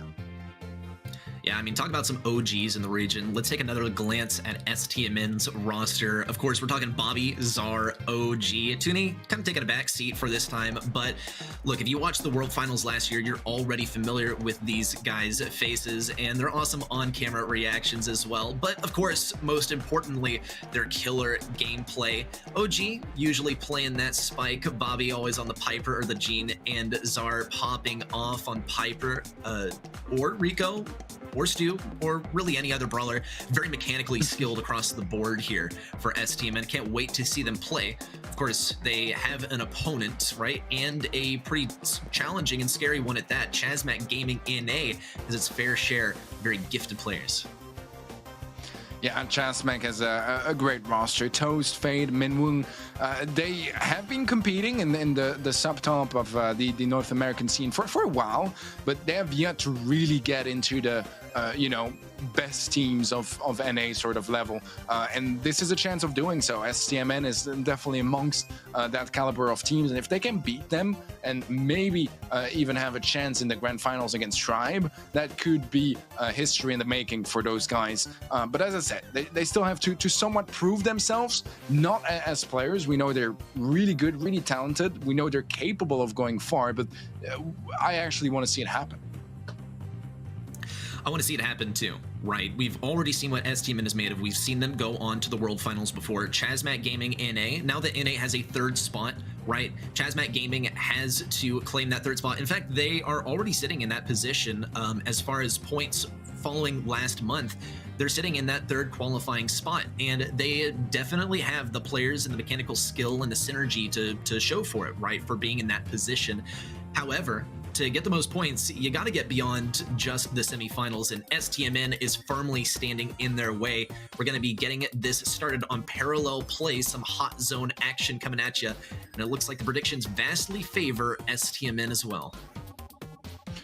Yeah, so did the caster predictions as well, to be fair. We've been all agreeing so far. Maybe we'll have some changes in the finals, but it's a small maybe. It's a small maybe. On paper, STMN are pretty heavy favorites, but it might be the match that on paper is the closely matched that we've had so far, besides maybe the opening quarterfinal. All right, well, our pick and ban phase is getting underway. Pick number 1 for Bobby is going to be Crow. Going to be pretty effective for slowing down pushes. Seeing the Pam pick into Crow is actually quite bold, knowing that Crow is able to reduce the healing that you're capable of, but of course that can be reliant on simply not playing the same role that that Crow is playing. For instance, Pam on defense. If Crow's playing defense on their own team, then you don't really have to worry about that interaction itself. See STMN follow up with a 5th pick, though. We wonder if we'll see any Gale, any Fang, because those two are available. Yeah, just to really quickly add on the Crow anti-heal, the thing as well is Crow doesn't really have the damage to take down a Pam, does he? That's the thing too, is sure the anti-heal can be very annoying, but he also doesn't really have the burst damage to take down a Pam in the first place, so it kind of negates that effect, as it will definitely increase the damage he can get, but I still feel like Pam is a really decent pick in this situation. And I do like the Leon on this map a lot, can do some really good work, and it basically means that you can get some very, very strong pushes going as you can invade the enemy side of the map when you have your invisibility available, and your opponents constantly have to be on their toes because they never know when you're coming. Yeah, and let me raise another point. We don't see Chasmac go with the Fang for the last pick. In fact, they go for Spike, which is relatively safe. And I gotta say, if you're picking Spike as your last pick, or if that's happening in your match, that I think is evidence that you've done a really good draft. You've covered a lot of the bases, because if Fang is not going to be viable in your draft, when he is definitely viable on this map, but most notably on offense, then you've done a good job of covering all the possibilities. Of course, one team is going to have to take the victory here, so it may come down to mechanics rather than any advantage given during the draft. Yeah, to be fair, I do feel like Fang could have done an okay job at dealing with his stamina comp, but I do like them going for the Spike, going for a safer approach, and basically saying we can beat you guys with a fairly even draft. So we'll see if they do so, as so far both teams have yet to really spend any time aggressing and invading the enemy zone. OG does have his super now, which he's going to use to close the gap, pick up a first kill, almost gets a second onto Fade, and will get him down eventually. Fade does get a couple percentages locked down for his team.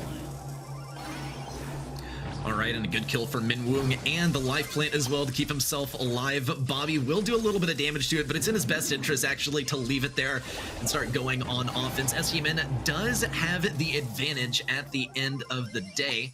Yeah, transitioning between a couple of the points here. That's the thing with parallel plays, is you have action going on in completely different areas on the field. We'll see Bobby actually try to... Well, PSG Shelly is a staple of competitive, I must say. Though it's nice to have her full screen back, I gotta say, Teddy. Yeah, this is big actually, because STMN, they need 1% in that bottom zone. They'll get it now, but they had to commit a lot of resources on that side, leaving Minwoong and Toast in 1v2. Minwoong 1%, he goes down. That could be huge, but that zone, all they need is 1%, and CMG need to walk into it to make that happen. They'll get the first kill. It's only Minwoong left alive. He gets shut down. His stamina, they somehow make it happen, and that was absolutely crazy how close that first game was. That's heartbreaking, absolutely heartbreaking. And that's the other thing with parallel plays. It's deceptively difficult to get onto your own point. You say, okay, it's close to my spawn. I should be able to go there. Yeah, good luck. The only way out of spawn is through these choke points, because you literally start the game in the corner. And I think that's a very interesting dynamic of parallel plays, and I think STMN did a great job of taking advantage of that fact and defending the enemy point from getting that last percentage. Chazmac Gaming could very well fire back. They got a great start last time, especially with Fade getting on that enemy point. Minwoong also coming by for the support.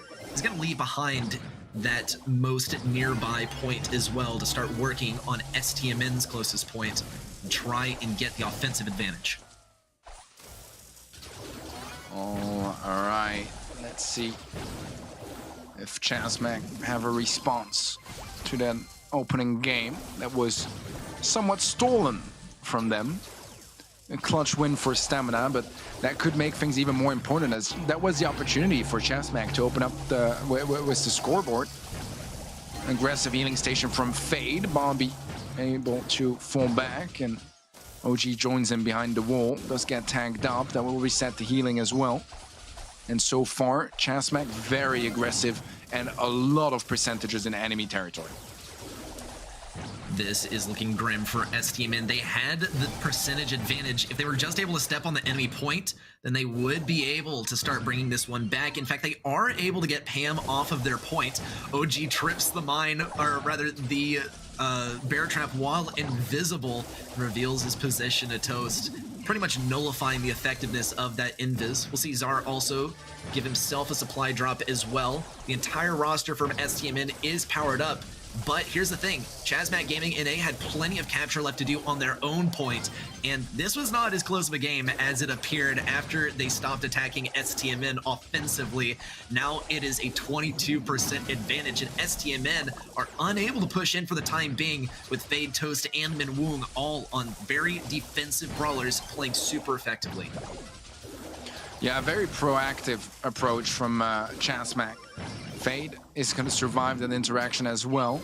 Not for very long, I assume, as he's getting pinched by all three players from Stamina, but that's a 26% lead still in favor of Chazmac, and with only 30 seconds left, Stamina are going to have to spend most of that time in the enemy zone if they want to just stand a chance. Bobby very low HP, will get shut down. A 2 versus 3 in that aggressive position is going to be incredibly hard to win for Stamina, and this looks very much like Chazmac Gaming will tie things up and push things to a third game.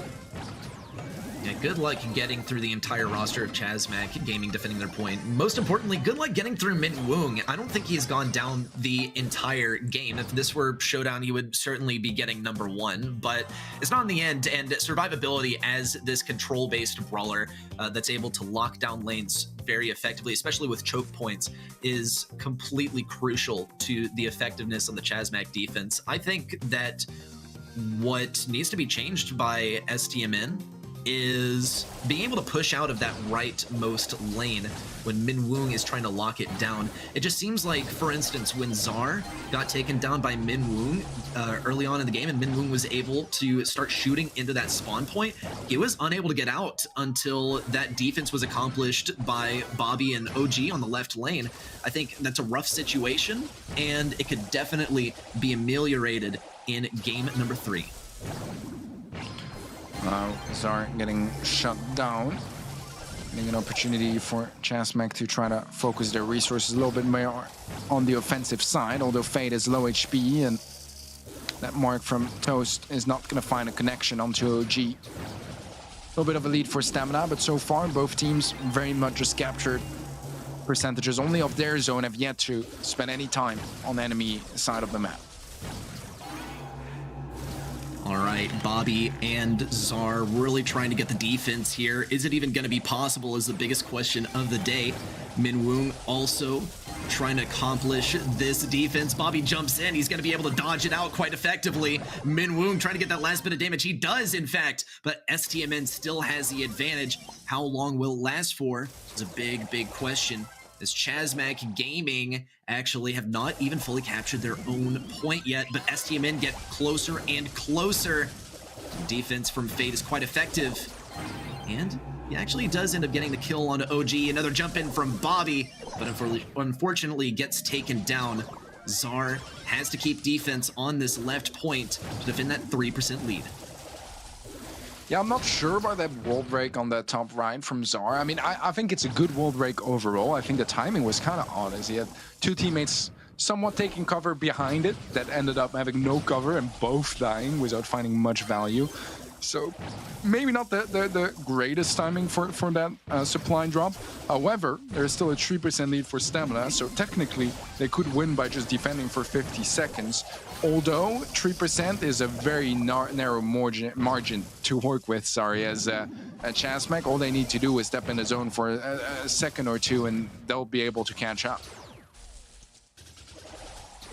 STMN still hanging on to that 3% lead for whatever it's worth. Bobby needs to start tagging up Fade here to keep him from healing himself with that turret as well. Doesn't look like Fade's going to be getting much use out of it either, as it is so far away from the objective as well. A good invis by OG and some good dodges as well as he keeps on creeping up on Fade. This could be the kill confirmation. Down he goes, and a cycled out super as well. STMN with an unbeatable offense here to finish things off. And Chazmac Gaming, as close as they were to taking a victory in this set, are going to be going down, and STMN will pick up their first point in this match.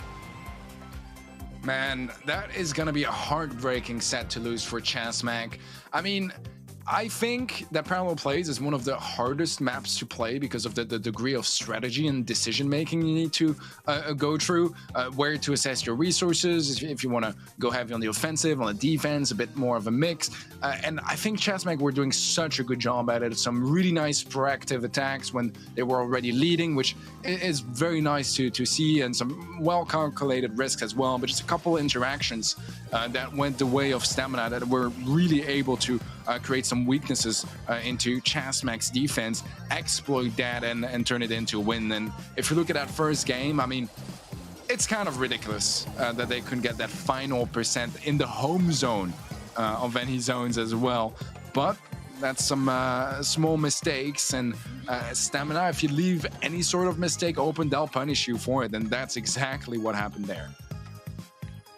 That's the thing, is we're really just at that level of play where absolutely any mistake at all is going to be taken advantage of by the enemy, and it might even be called a lose condition. We see the stats from OG especially, though, doing such a great job on Leon, especially we saw at the end of the last game, getting good dodges, of course, while invis, but also while not invis, sneaking up on enemies, getting kill confirmations on important brawlers like Pam, who are keeping them locked down in their own point, keeping up that offense, keeping control of mid, and I gotta hand it to him. He did a really good job on the Leon. On Hot Potato, don't really expect to see Leon make his debut, but OG does love his spike, and that could be a valuable brawler here, as long as he gets some wall break to pair up with it as well.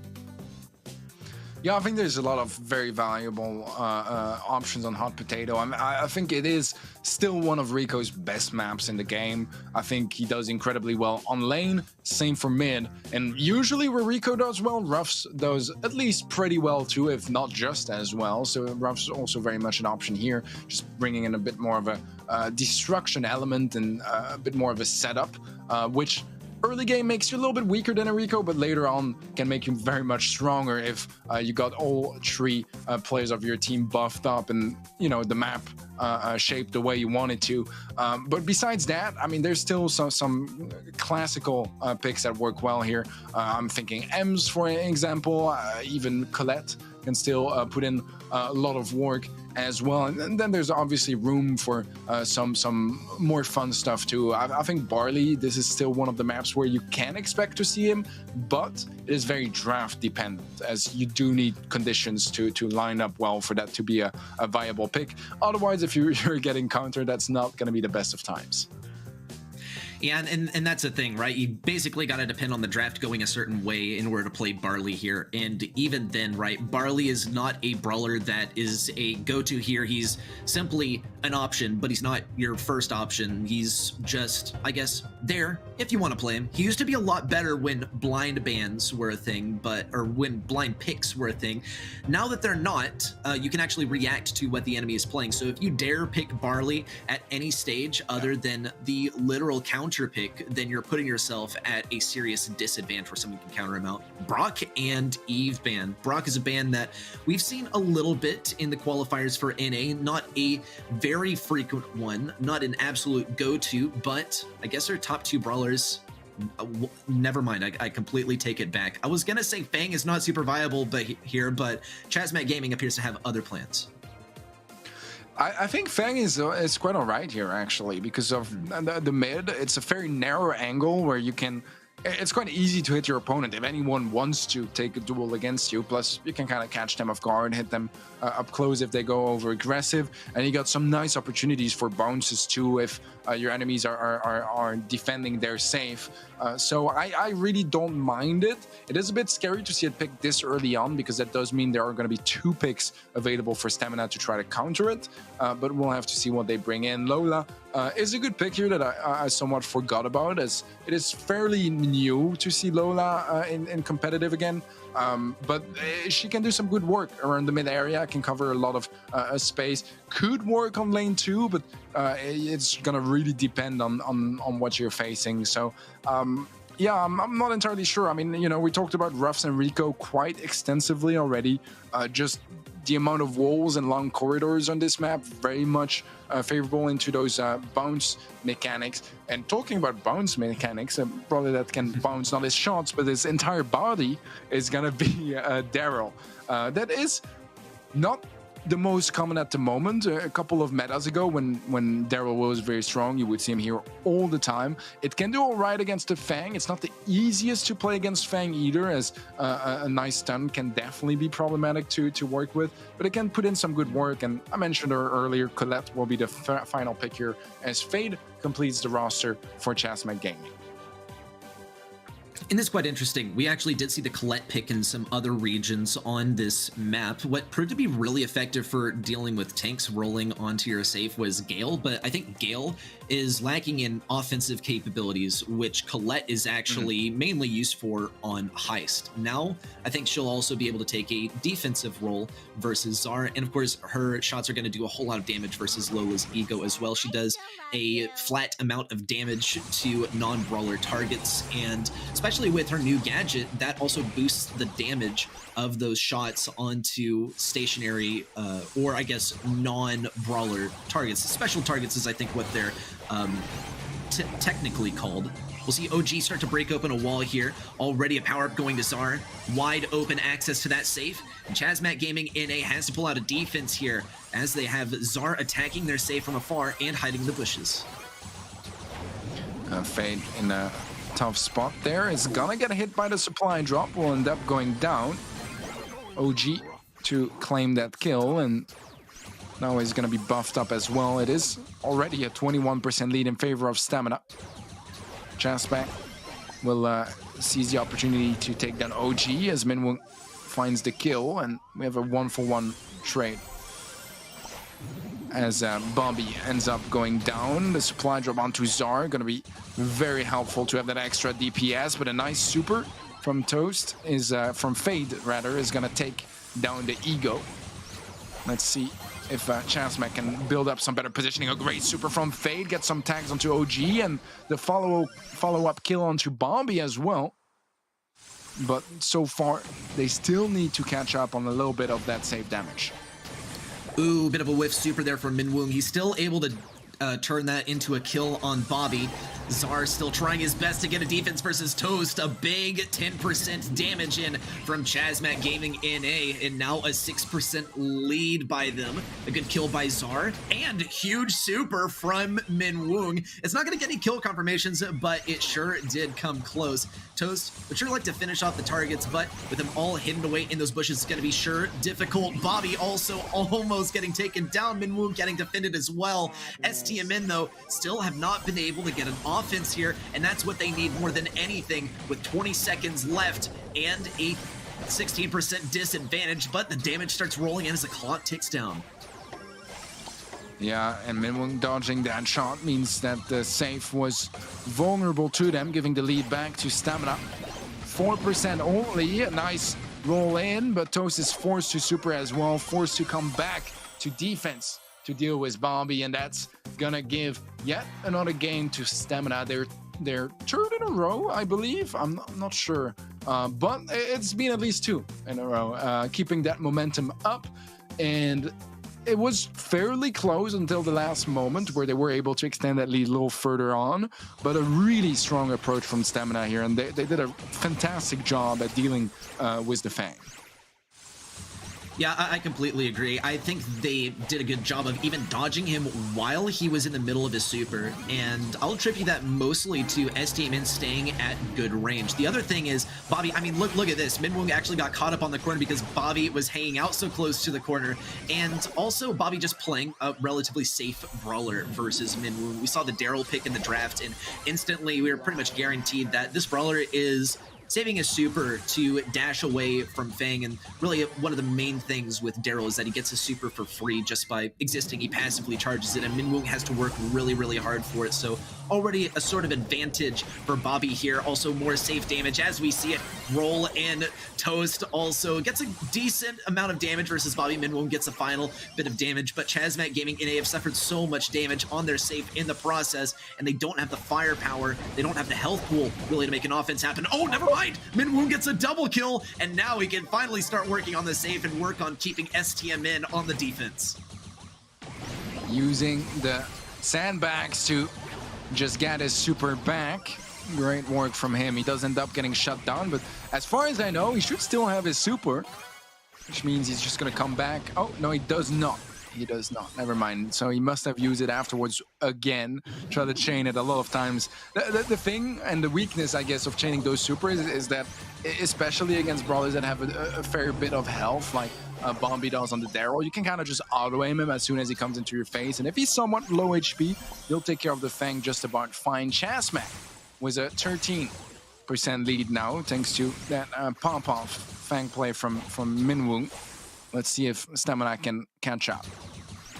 And Minwoong doesn't even slow down for a second. He was able to actually stun Bobby either mid-roll or at the end of his roll, but still, that was able to confirm the kill onto Bobby, completely deny that offensive push. Really, the strategy from STMN here, I think, is going to center around Bobby getting that first offensive punch. Big stuff from Minwoong. He really gets around the bases there and gets a kill in the end.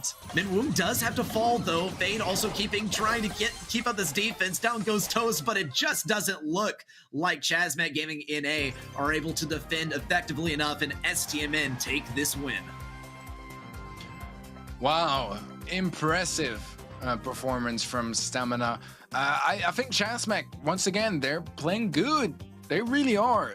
We have some close games. This time around, they couldn't quite win any, but those were still close games, and they could have been turned around, and in multiple moments where they had the opportunity, they couldn't quite make it happen, but they were just that close. So far, they're definitely worthy a semi-finalist opponent to Stamina, but Stamina is just getting those clutches, those small interactions. They're mostly going their side, and that makes a world of difference.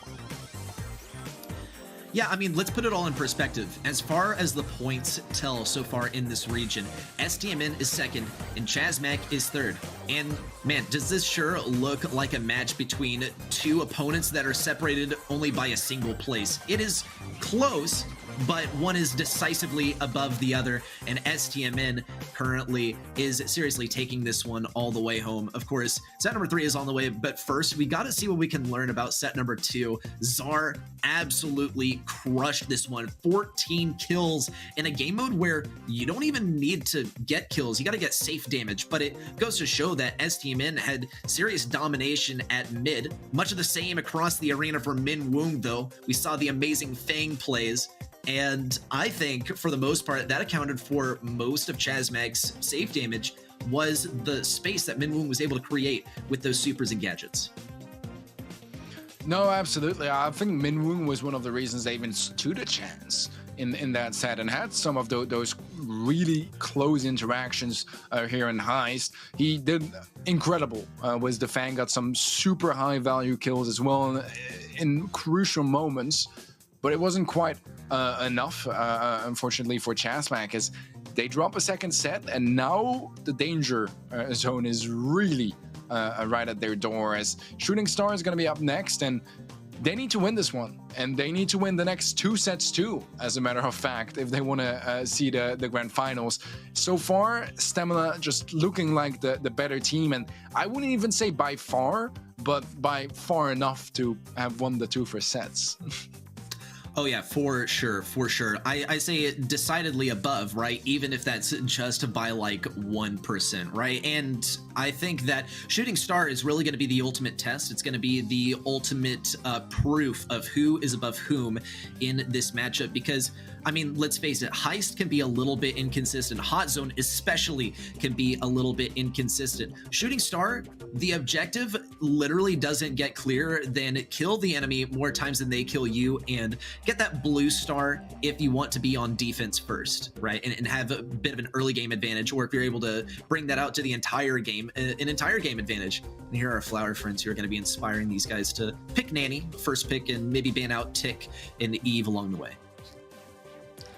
Well, we'll see if you're right about that, as we have the Eve and the Max ban, which is very interesting. I don't know if maybe you know if Stamina are playing that brawler a lot. It makes sense that they're not banning Fang, since they're they have first pick nor Nani.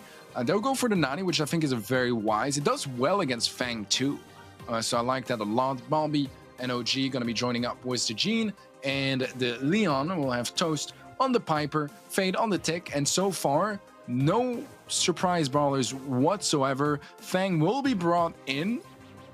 Could very much have been a Max, to be honest, because usually that's what you see with that comp. You go Max, Jean, and then the Leon.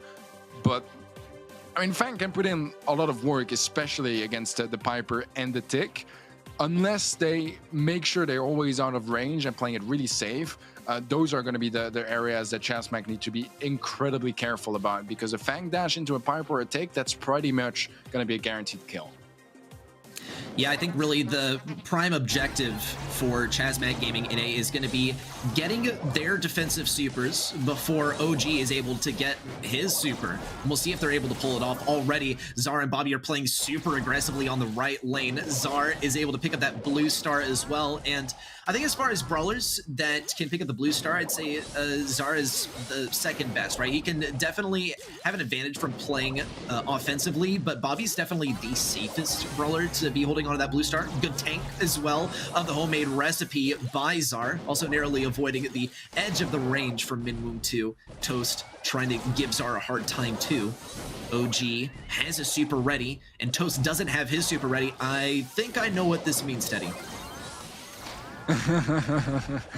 Pull available here for Bobby. Let's see if he can find a target, or if OG can just dash in and swoop everyone out of existence. No. So far, passive approach, as OG has gotten tagged up every single time he's trying to get up close, but HP wise, Chazmag, they can't heal up. They don't have any Jean healing puffs on their side. Fade, low HP. Zar does go down, but OG dashes in, claims 1, claims 2, claims 3, and that's gonna be Stamina with the 8-star lead now, which will not be quite as drastic, as they do end up losing OG in the end, but it's still 6 stars, very much in favor of Stamina. Yeah, and what it looked like happened is an unfortunate circumstance where OG wanted to super towards Toast, actually. Ooh, good pull on a Toast as Teammen solidify their position, but it looked like OG wanted to super onto Piper as she was falling down, but auto-aimed it and went into the wall. It would have made contact if he manually aimed it. Of course, just an assumption here. Fortunately, STMN have amassed so much domination here that that little misplay right there gets swept under the rug, and very comfortably so. That's match point for STMN. Yeah, I mean, so far, you know, we've had some closer games here and there. This was not one of them. This was very dominant from Stamina off the bat. Yeah, I think that come from Chasmac. It's just too vulnerable to a Fang. I think that Nani can do all right against a Fang, because if she can land 1 or 2 shot up close, it's going to be a whole lot of damage. But Tick and Piper are so vulnerable to it. I don't know, man. It's very, very scary for me, and I think this was a bit of a misdraft from Chasmac. Yeah, we almost saw Zar get taken down. That would have been the first kill for Chasmac. Zar is going to take some serious damage, though, but they have to continue backing up.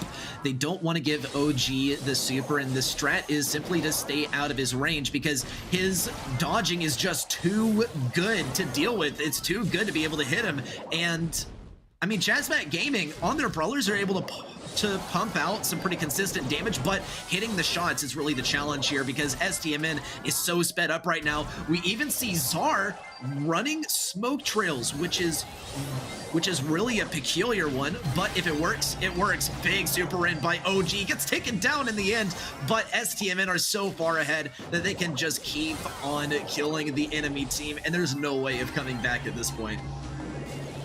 Yeah, this pretty much feels like it's over and done already. And we still have 35 seconds left into that game, and we'll pretty much be forced to watch CMG suffer for another 30 seconds until we can get to the grand finals eventually, where Stamina will be joining I mean, I'm slowing things down because you never know, but it does very much seem like it's gonna be a Stamina to go to the grand finals, joining up the Titans of Tribe Gaming. The 2 world finalists reunite once again in the grand finals for the NAL Classico.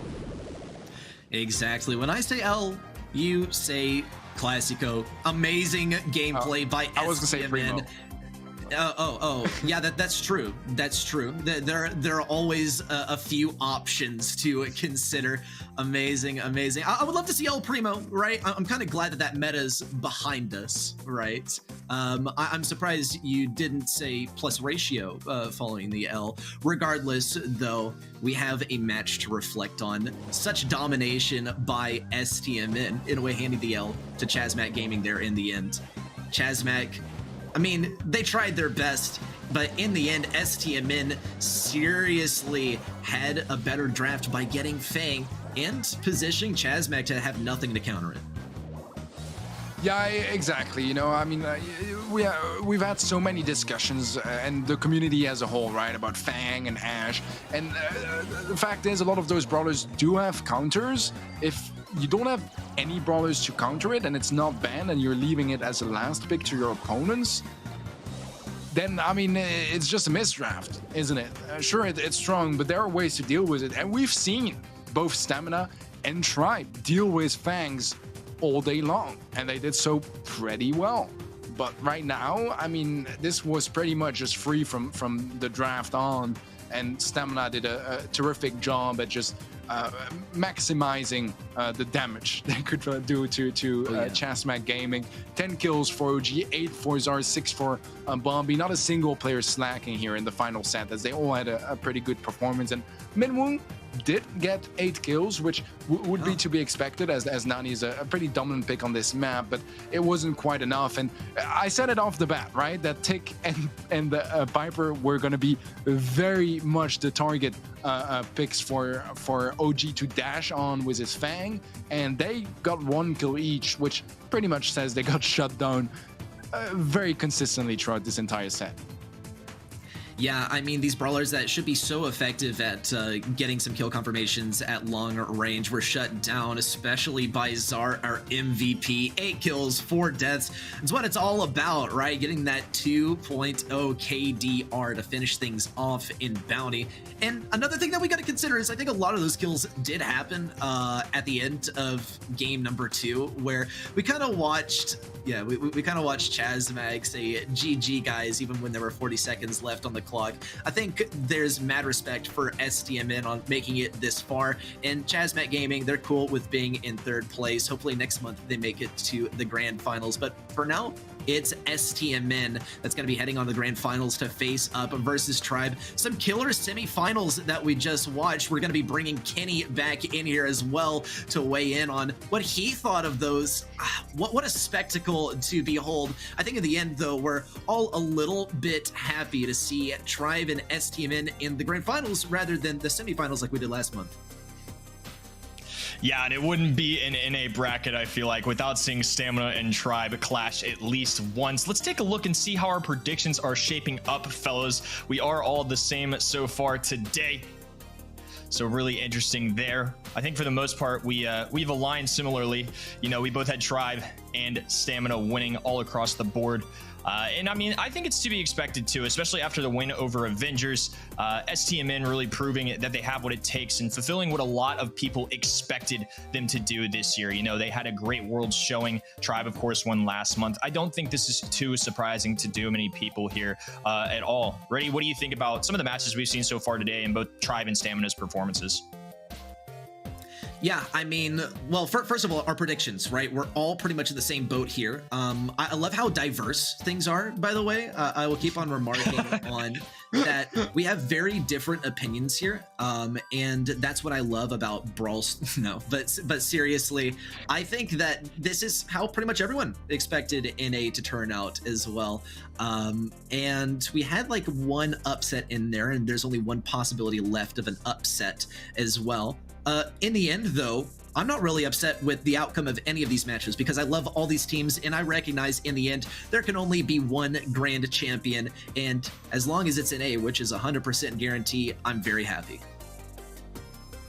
Yeah, it's been a heck of a day of competition. We're going to get to see Tribe go for a second one. And if you've been going similarly to our predictions, you've got to be doing it pretty well in that app. Only one miss today, boys.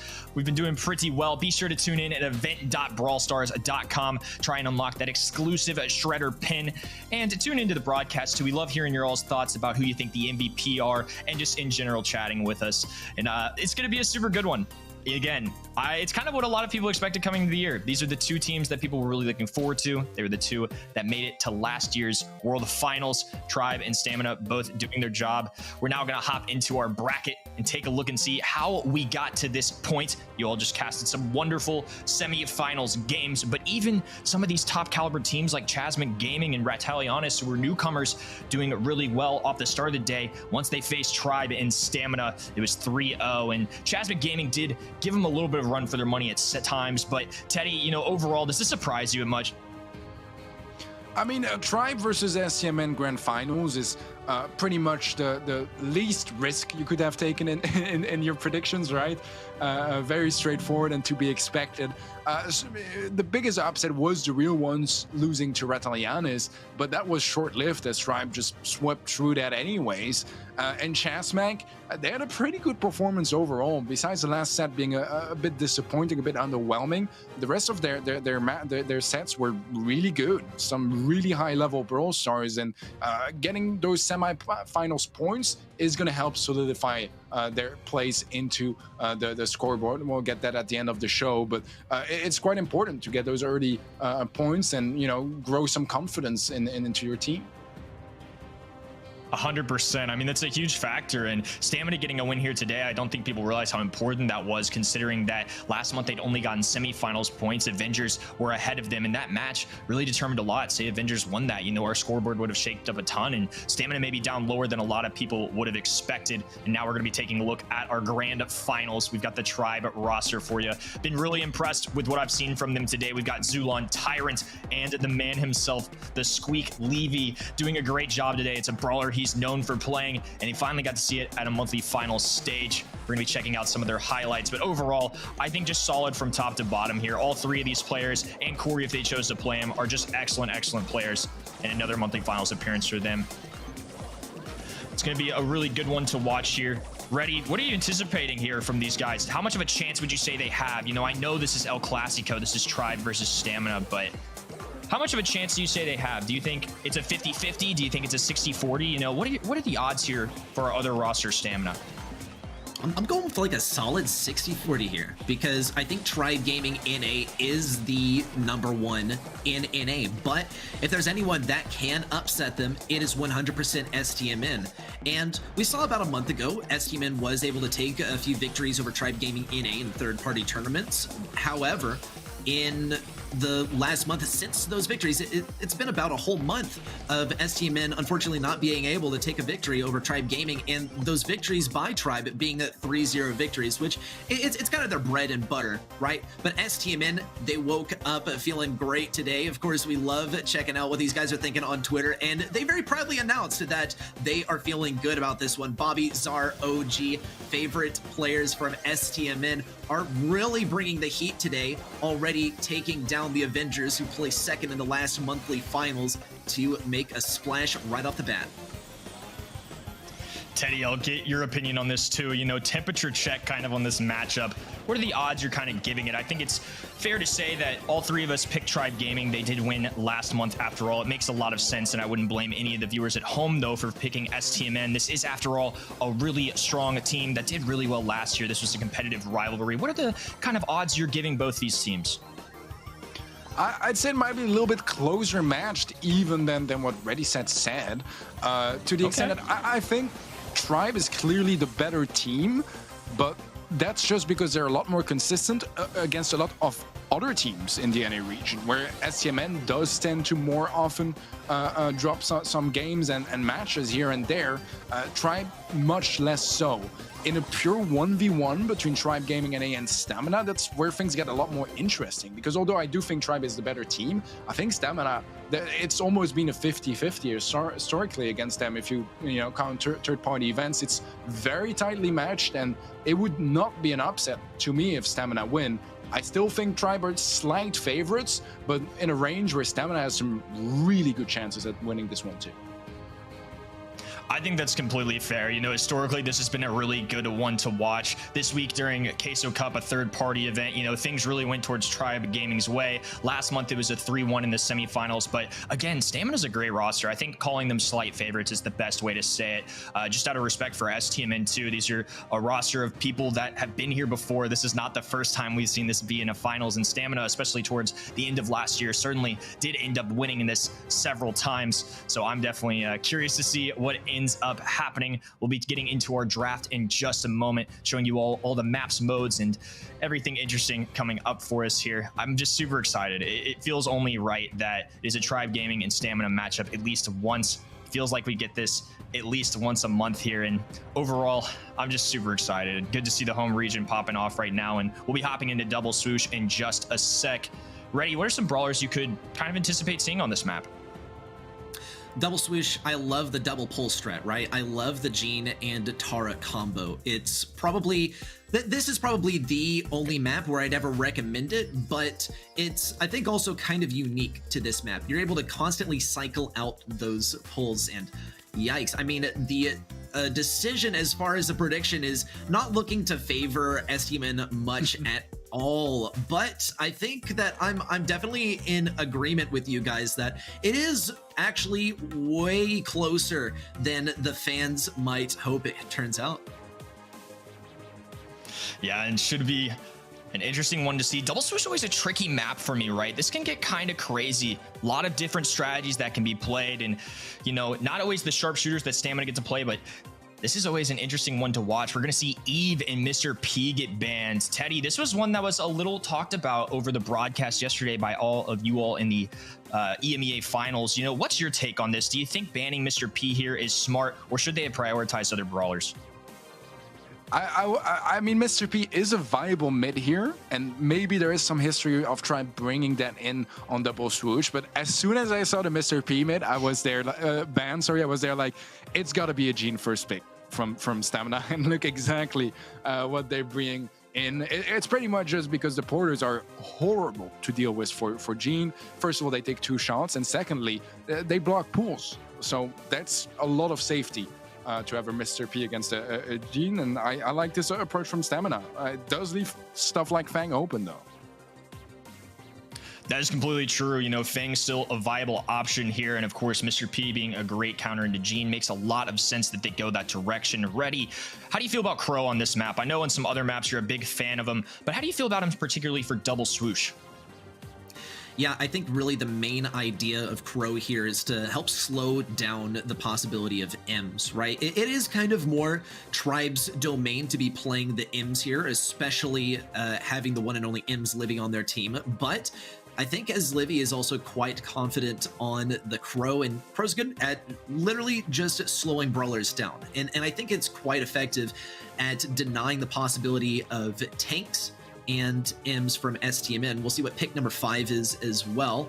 We're going to go with the spike here. That is going to kind of counter out the Crow. And now Tribe Gaming NA has the chance at a counter pick. And they're going to have to choose this very carefully, considering that they are playing into Fang. Yeah, that is very true, and Spike would have been a good one for Tribe Gaming to have on their side. So going into Fang especially, Spike can keep that nice range, deals a lot of damage all at once, can do a really solid job dealing with the brawlers like that. Time dwindling down, and it looks like we're gonna see the squeak once again. And Teddy, I'm sorry that you're not gonna get to cast this one, because I am super excited to see this squeak, but you're gonna get to watch this. We'll be taking it from here. Ready, let's get on into it. Super excited to see the squeak pick, and again, it is a really good counter to Spike. This is a brawler that I mentioned earlier. I actually tweeted about it, that this is a brawler that Levy told me himself this is something he's really comfortable with, somebody they always have in their back pocket, and again, it can do really well into Spike.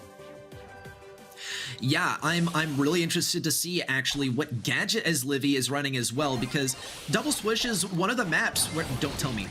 It is the new gadget. I cannot believe it. This is going to be a pretty decisive advantage for Zulon on this right lane.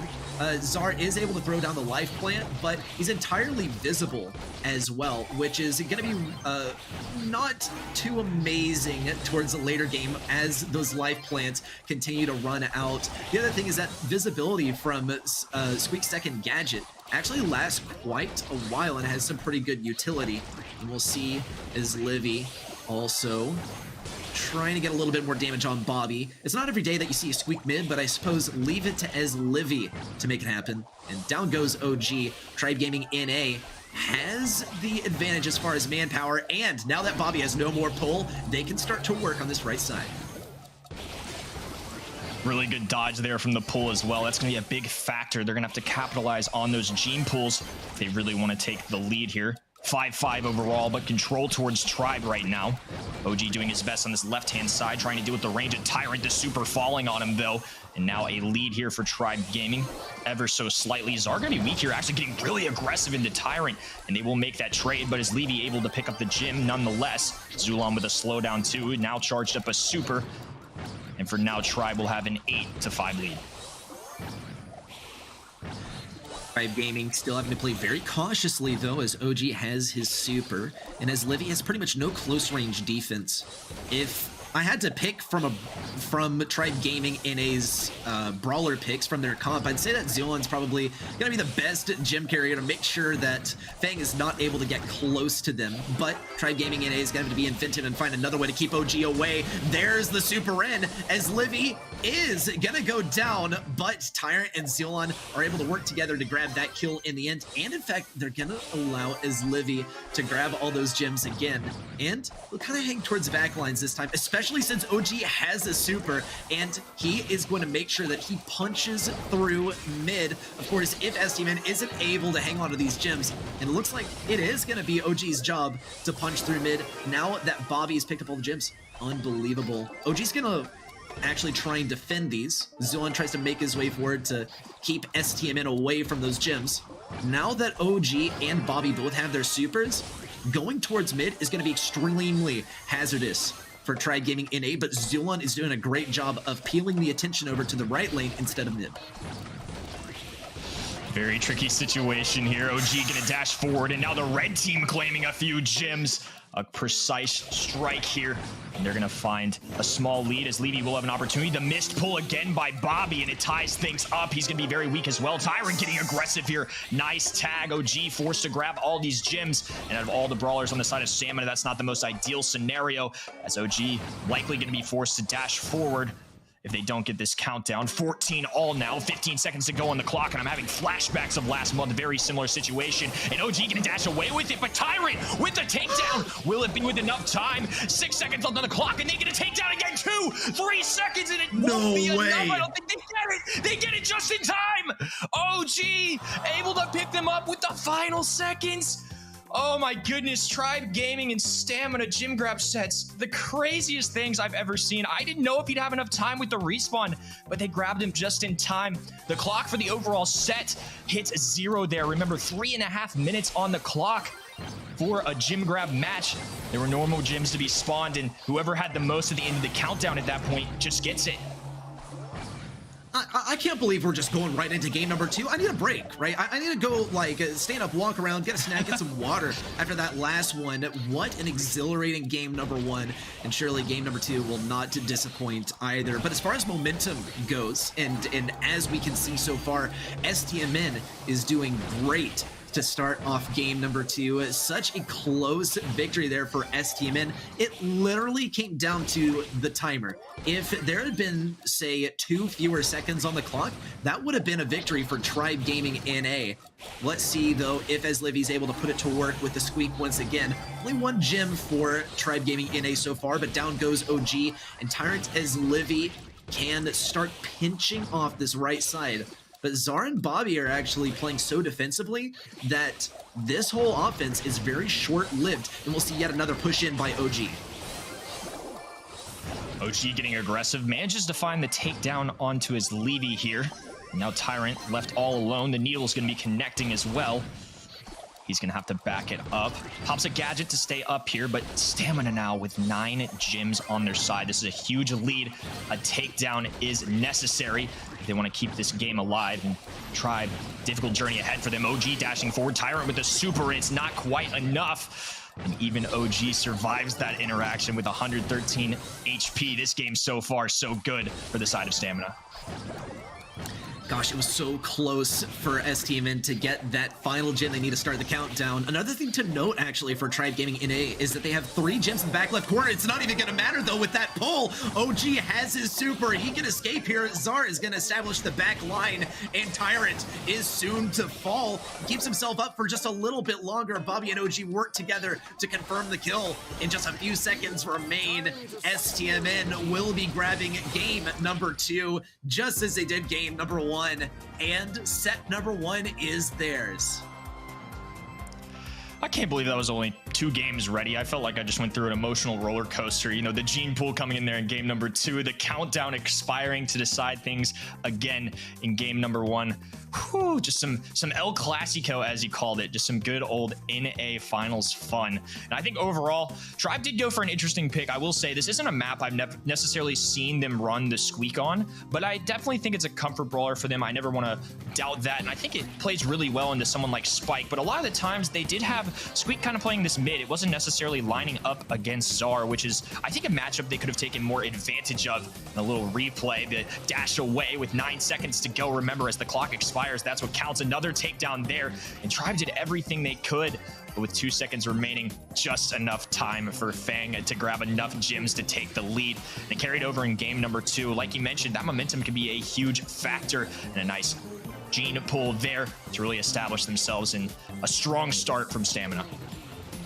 Allow me to reiterate that Stamina actually would have lost game number 1 if Fang had not picked up all the gems in time. The countdown on gem grab was going down. It wasn't always that way. Used to be the longest you can make a gem grab game go was 13 minutes and 14 seconds. Now it's just 3 minutes, and even 3 minutes was just barely enough to contain all of that action for STMN. And when we break down actually the comparison, it does appear that Tyrant, well, he literally had more more kills, more DPS than Zar. But if I had to pick out a single brawler, of course, besides Fang from the roster of STMN, I'd say Zar did the best job of keeping up the defense. It didn't matter if OG went down. Zar and Bobby, but most importantly, Zar was there to establish the backline, slow things down, protect mid at all costs.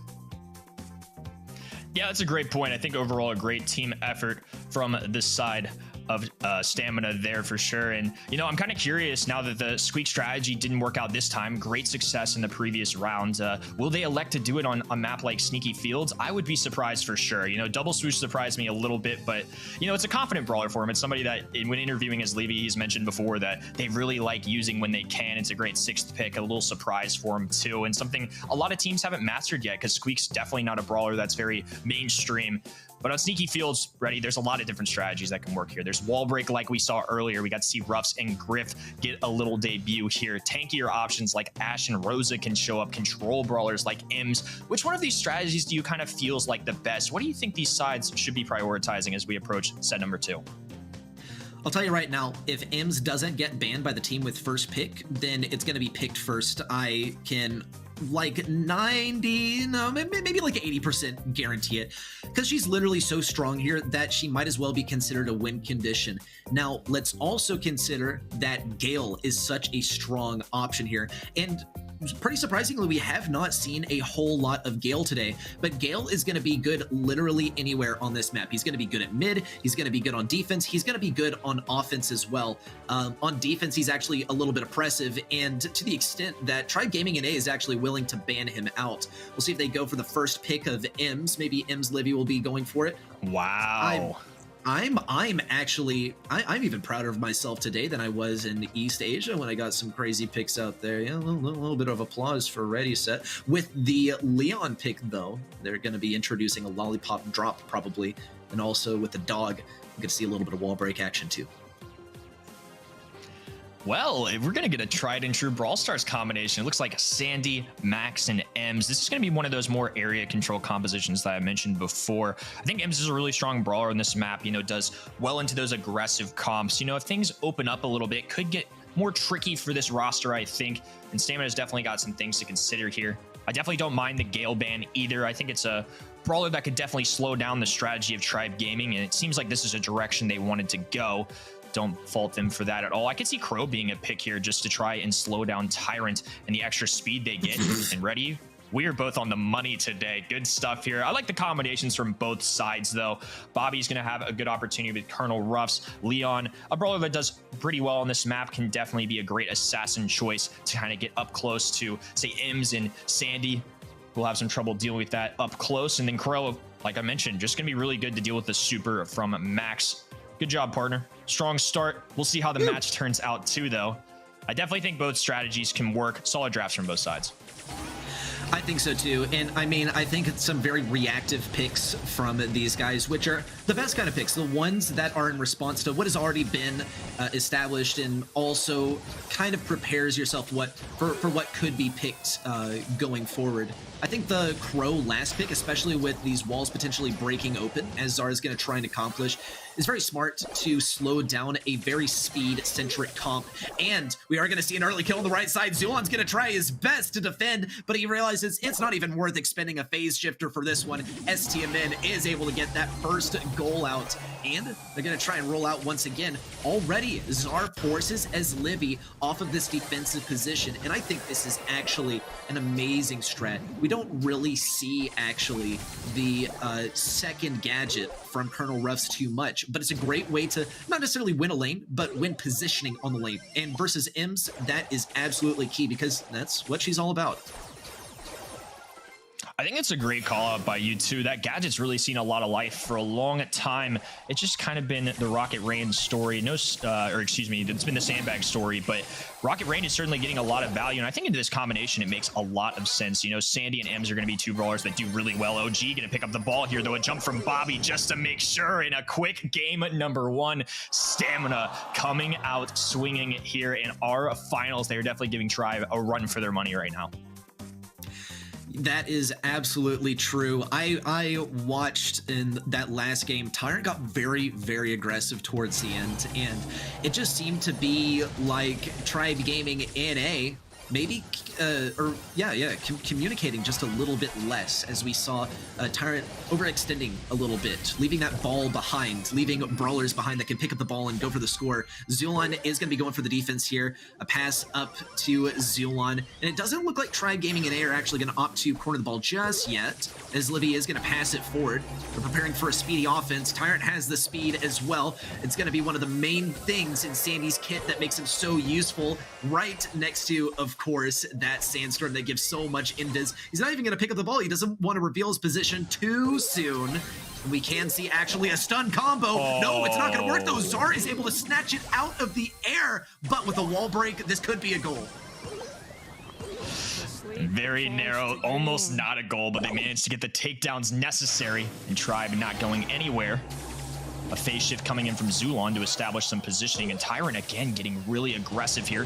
And Gadget is going to force Levy back for now. Zar going to creep down this left-hand side here, looking for any tags he can get. And Bobby playing this nice and slow, wants to ensure that they get some good tags, can play this range a little more, especially into brawlers like Ems and Sandy. And also has a super 2, a Gadget coming in from Tyrant, though, to make sure Crow falls. And now it's a 3v2 scenario. Tyrant with the pass up as Levy going to be stretching for the ball here. Will they have enough time to get it on in? A little dash through for the phase shift, and is Levy with the goal. Tribe responding with a game of their own. And here's the Zulon cam for you, and he's focused up. No chest beating right now. They know they're very deep in this match and need a win here, going down 0-2 to a caliber team like STMN would be very tough. 1-1 overall to kick off game number 3. I want to point out also that this is Tribe Gaming NA playing outside of their comfort zone. They do not usually play offense, but I think, or rather they don't usually play a hyper-aggressive strategy like this. But just to emphasize how aggressive they're being right now, Zulon is using phase shifters literally just to gain a little bit of forward positioning, which I think is remarkable, and I think in a lot of cases would be a waste of a phase shifter. But Tribe Gaming and A are getting some crazy positioning, especially with the Sandstorm as they move in. Tyrant really trying to see what is in those bushes. Of course, that is going to be denied to him for now by OG. Big wall break as well to get rid of some of these bushes that STMN seriously needs to see more destruction of, right? They need to be seeing less of these bushes, of these obstacles, in order to make their brawlers work effectively, as Livy is going to launch an impressive offensive, though. OG tries to stay alive with a busy heal in the back right corner. He's able to corner it effectively and not get the kill on his Livy, actually. He's got to defend the ball, but there's just not enough time in order to make it happen. I love the little standstill we got there, a little calm in the storm. Both Bobby and Tyrant just kind of hanging tight until finally Tyrant made a move and instigated that huge fight that went down, allowing Tribe to get a goal here. And again, we're going to see Zulon use another phase shift to just get in positioning. That's so interesting to me. Typically, those can be so valuable, and clearly this aggressive positioning is something Tribe is really prioritizing for this set. Good takedown onto his Levy too. The invisibility going to cover both Zulon and Tyrant up for now. Stamina holding off, good defense. They are going to need a goal here with 40 seconds if they want to come home in this set. I think this is a bit of a risk by Tribe Gaming NA because they're playing defensively now, and this is definitely where they're comfortable, but who knows? Are they comfortable with these specific brawlers playing on defense? We already see the wall break as well. Tyrant's not able to get that kill on offense. Zulon is able to get it. OG can take a whole lot of damage with this Invisi-heal. A wall break on the right side could seal the deal. Pass over to OG, a stun. No, Tyrant's able to get it. Invisi-heal is going to be absolutely paramount. Zulon is going to try and corner this ball. Is there enough time? Bobby with the jump over. Is he able to get this into the goal? Pass over to the right. No, Tyrant supers it away. And Tribe Gaming gets the win for this set. Crazy, crazy, crazy. Zulon's excited to have tied things up. What a defense. That was like watching a hot potato, except, well, I mean, we're on Sneaky Fields, right? Got to put things in perspective. We're not going to be seeing any hot potato here. It's Bell's Rock is up next, but Sneaky Fields, man, what a set, what a map, what a couple of teams, what a matchup. I mean, couldn't say it better myself. I'm at a loss for words at how just insane. This is definitely going to be one for the books. And here's a little replay of what we had going down in game number 2. Great recovery from Tribe, the little phase shift to ensure the goal. They took game number 2, tied things up. And OG going to be left all alone to defend against 3 Tribe members in this spot, as Levy going to go ahead and pass the ball over to Zulon. Nice goal there. And here are the last 15 seconds. The defense from Tribe, insane here, putting OG to sleep. Zulon doing everything he can to protect the ball. A super shot to the right, and that was all she wrote. 1-1, and this is seeming like a very traditional and what we all knew and loved last year kind of matchup for Stamina and Tribe Gaming. Let's take a look at the stats here, as Levy with 9 kills, 5 apiece for Tyrant and Zulon. Some great stats for the side of STMN as well, and I think that really reflects just how every single one of these players did their role in a very intense set. Yeah, I totally agree. I think Levy did a phenomenal job, as well as being on his, most iconic brawler more than anything. OG, Zar, Bobby, they did a whole lot of work on offense as well as on defense, but the one that stood out to me most, of course, was Zar. I think that Bobby is the glue that holds the team together. OG is his dynamic duo, and Zar is the newest addition to the roster, even if it has been a year since he's been introduced, and his mechanics are 100% of the time consistent and on point. And it gives me high hopes for Bell's Rock for set number 3. I think that we're going to get to see some high octane action as the poison closes in, right? Before then, it's a little bit tedious. It's all the setup phase for what happens once the poison forces everyone to fight. Yeah, it's going to be a super interesting one in Bell's Rock. This is going to be a really important set. Having a 2-1 advantage against either of these teams is a huge deal. Clearly, Stamina is bringing it today. Tribe definitely made a nice retaliation there too. But having that 2-1 cushion, a huge, huge deal, especially in a grand finals, right? You really want to make sure you secure yourself as many sets as you can as early on to make sure you can take advantage. You're going to be getting a good look at the map now. Knockout, Bell's Rock particularly, going to have a lot of Gene, a lot of Sprout, a lot of Tick, and one of the most globally picked brawlers, especially though showing up in NA, is going to be Brock. We saw it even earlier today on this map. The most global bans of the past before Eve got introduced were Fang and Tick. We'll see what both these teams elect to do. Wouldn't be surprised if we saw something like a Tick and an Eve ban ready. That was close. All right. Well, yeah, we see the Eve and the Fang ban, actually.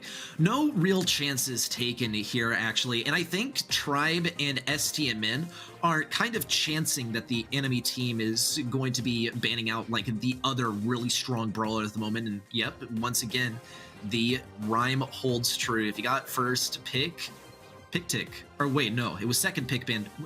Who cares, right? Zulon is going to be playing the Tick here. Second pick from STMN. They don't want to pick Sprout too early, because then that could allow Tribe to very safely pick something that counters it. But they have a plethora of other options that they can work with. Pam is quite strong. Jean, also a very solid option. I wouldn't be shocked to see Jean and Pam together, actually. I think Pam's a good shout out too. It's not one I really see as much in this region compared to others, but I really like Pam for a lot of reasons here. It can deal well with just about any brawler, especially as the storm's closing in too. The extra healing station can really pay off for you, the scrap sucker gadget. And of course, it's going to give single shot brawlers a really tough time here. I think overall it's doing a good solid effort. And look at that, Ready, a little Pam coming in. Good shout from you. And I love how you mentioned this too. They have Sprout in their back pocket. It's very unlikely that Tribe Gaming is going to draft a second thrower. Having Sprout, very valuable on this map too. I love having that to go against other throwers. And if they want to take it, great, they can. But if they see something from picks 4 and 5 that they really want to do a better job at dealing with, maybe they want to counter that brawler instead, and Sprout's not the answer, they have that as an option too. So I think leaving the Sprout door open is a very smart one, so they can prioritize taking brawlers like Jeem and Pan earlier on. I'm a little bit curious about the Gale pick here, actually, because that indicates that they expect the mid-fight towards the end to be so furious that they're going to have to push people into the poison, right? They won't be able to rely on damage output alone. The other thing that this indicates from Tribe is that they don't really plan on getting any kills before that poison starts closing in. We'll also see the dog as well. maybe breaking open some walls that a thrower would be using to their advantage. Sprout is that thrower pretty much. I think that's the only one that's in people's minds. We'll see OG picking up the Sprout here actually. And I think honestly that the predictions on the draft were pretty accurate here. There are not a whole lot of brawlers that can be very viable here. And I think we've basically exhausted them, whether in the ban phase or the pick phase. This is going to come down to the wire in every single round, every single game. It's going to be pretty much waiting for that poison to roll around and then seeing who can survive the longest. With Sprout, you're going to be able to block people out. With Gale, you're going to be able to blow people out of the mid. And with Pam, I guess you can just outlive everyone. Whole lot of options, whole lot of versatility from both of these comps, but it's down to the mechanics and the gameplay to determine who gets this W in the end and who has the advantage heading into set number 4. And this is another instance of knockout today where we've seen Gale be picked in not seemingly as a direct counter. It just seems like a brawler that Tribe wanted to run. There were no tanks already on the ground. It isn't a bad matchup necessarily into Pam or Jean, but not a favorable one. Not a brawler that you can take advantage of in those spots. Bobby gonna take a lot of heat here early as Levy just on a range and Sprout actually connecting. This is gonna be a big blunder for the side of Tribe Gaming now in a 3v2 situation. Tyrant taking a lot of heat too. He falls and it's just Zulon remaining all alone here. Big round here for STMN as they take the first one. Yikes, and that's just what happens, right? I guess when you plan too much for the late game, that's where you see all the action happen usually, because there's enough preparation for the entire rest of the game. And when you place all of your bets on the end game, you can get taken down in the early game. Thing is that Tyrant does actually outrange OG here. It just seems like OG is more tricky with how he is placing his shots and looking to bounce those around, giving a Tyrant a rough time dealing with them.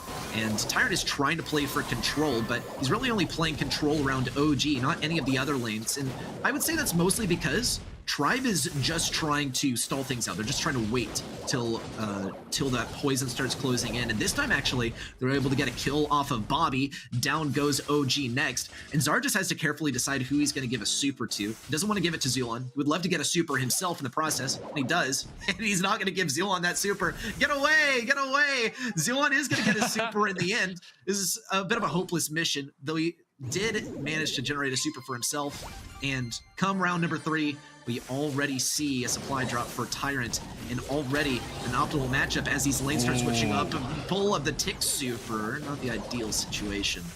And STMN and Tribe Gaming actually look very fairly matched here. This is so interesting to me because one thing I was really thinking how this was going to play out is we kind of thought this was going to get to some storm circles, and so far we haven't even seen that. Just some really aggressive gameplay from OG and Zar there, taking down his Levy.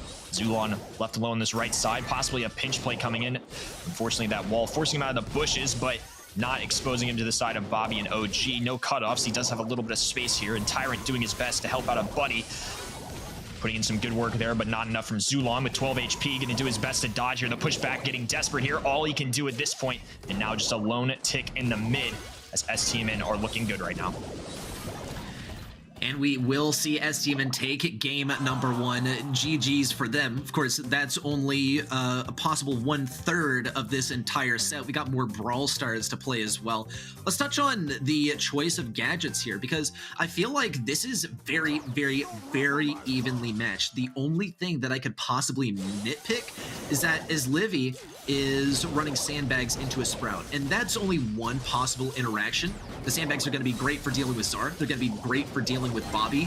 If OG decides to engage those sandbags, though, they're going to go down in just a couple of shots. It's the thing. We saw that towards the end of the last game, and we very well could see it again. It all comes down to how well OG is able to diff this matchup versus Tyrant and then switch lanes onto the left to deal with as Livy and Zulon. That's a great point. I mean, it is a little bit of give and take here. I love the sandbags into single shot brawlers and the Jean into Pam, but you know, having Sprout on their side, just another reason he can be really solid in this game mode and in this matchup. Tyrant gonna fall here too. STN grabbing an early kill, but countered with one of their own, a 2v2 scenario as the Tickhead gets the job done. Bobby gonna be bouncing around with the Twister. As Levy, though, in a very difficult situation here. The healing station needs to go down to give them a little more room to work with, but Zar's got another one of his own, and now things going to to be very difficult. Zulon falling as Levy low HP. And now we have a set point for the side of STMN. All right, one round left, possibly, to determine the outcome of this set. Zulon's going to try his best to get some sort of super here. The problem is, once again, I mean, we've been repeating this over and over, is that they are outranged, right? And they don't really have the DPS to contend with these guys. STMN, we're looking at actually quite tanky brawlers. Sprout, despite being a thrower, has over 5,000 health. Big pull on a Zulon, and despite a Twister, is still going to go down. Tyrant's the next to follow, and as Livy is the last man standing. It's going to be tough to make it happen, but he is going to go for the supply drop. It's a 1v3, almost hopeless. Once again, just to solidify that defeat, OG shoots one of those seed bombs onto the sandbags. A cruel reminder of, who knows, could it have been a mispick on the gadget? I guess we'll find out. I mean, it comes down to whether Tribe Gaming is able to turn this match into a victory in the end, but this set stands. STMN is victorious, and we're headed into Bell's Rock with 2 points, or rather onto Parallel Plays with 2 points on the board for STMN. Yeah, and I just feel like Stamina's really been putting Tribe out of their comfort zone. This is a little bit different of a style of gameplay from Tribe, I feel like. Even though these were two really, more passive-aggressive comps playing for the end game, Stamina and Tribe both elected to kind of just push each other early, which is really curious to me, especially when you have somebody like a Gale on your side. Tick, who's not inherently the most aggressive. Colonel Ruff's a very defensive-oriented brawler, I feel like, especially when sandbags are in play. And STMN at the end of the day are going to be taking this one home. Game at number 1. A lot of back and forth. But at the end of the day, Stamina took that one as we hop into game number 2. Tyrant falling in the first round. The healing station going to give them some trouble as well. Close. They brought it down to a 2v2, but at the end of the day, they were pinned in the bottom right-hand corner. Stamina took advantage of their positioning. The big pull coming in from Bobby, and then left Tyrant all on his own against those 3 brawlers while his Levy was in the back. Advantage Stamina for now, and as we approach Parallel Plays, Tribe are really going to have to bring it home here. Only 3 kills from the side of Tribe Gaming in that set. However, OG, Czar, and Bobby, of course, made it with the maximum amount there. 12 for their side. Yeah, I think in a large way it comes down to the brawler picks, right? Because if we look at the individual brawlers, we can observe that this was actually very, very well picked, right? In terms of who got which brawlers. Thing is, there is such thing as having a lot of good pieces and not making good puzzle. And I think that's what happened for Tribe. There were just some contradictions between their brawler picks. We had a Tick followed up by a Colonel Ruffs. Colonel Ruffs, what do you use him for? Well, you use him for wall break. Well, that didn't work out so well. As well as the wall break kind of contradicting Gale. He's quite short range compared to the other options, and that sort of worked against Tribe Gaming again. On Parallel Plays, I don't think there's a whole lot of room for those sort of redundancies. Not a whole lot of strategy about breaking open walls, leaving some open. We're going to see the first pick of Byron. I'd say that's very, very safe, very solid. Also the ban of Crow to enable that Byron as well. Yeah, the Crow pick, I think, is a solid one on this map. I am a little surprised to see it as one of the ban picks, though. Maybe taking some notes from earlier, as this did show up in the Stamina CMG match. Going to be the Colonel Ruffs, and once again, we get to see the Pam, and I'm a big fan of Pam on this map in general. I think it can be really good. I've seen it, of course, as a defensive brawler to hold down the home zone, the one closest to each side spawn, but I've even seen it recently, and this weekend included, seen it be an aggressive choice.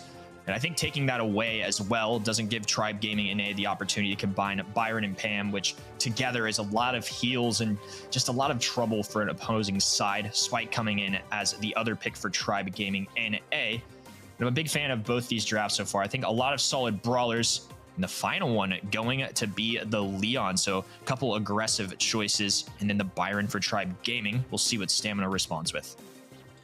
Yeah, I'd say Stamina absolutely has the option of picking Fang, but I don't think it'll happen considering that he's so outranged here. And he, can't seriously take on as Livy because he'll have that invisibility totem down. Tyrant also will have a totem to protect himself. Zulon really, really, really outranges him.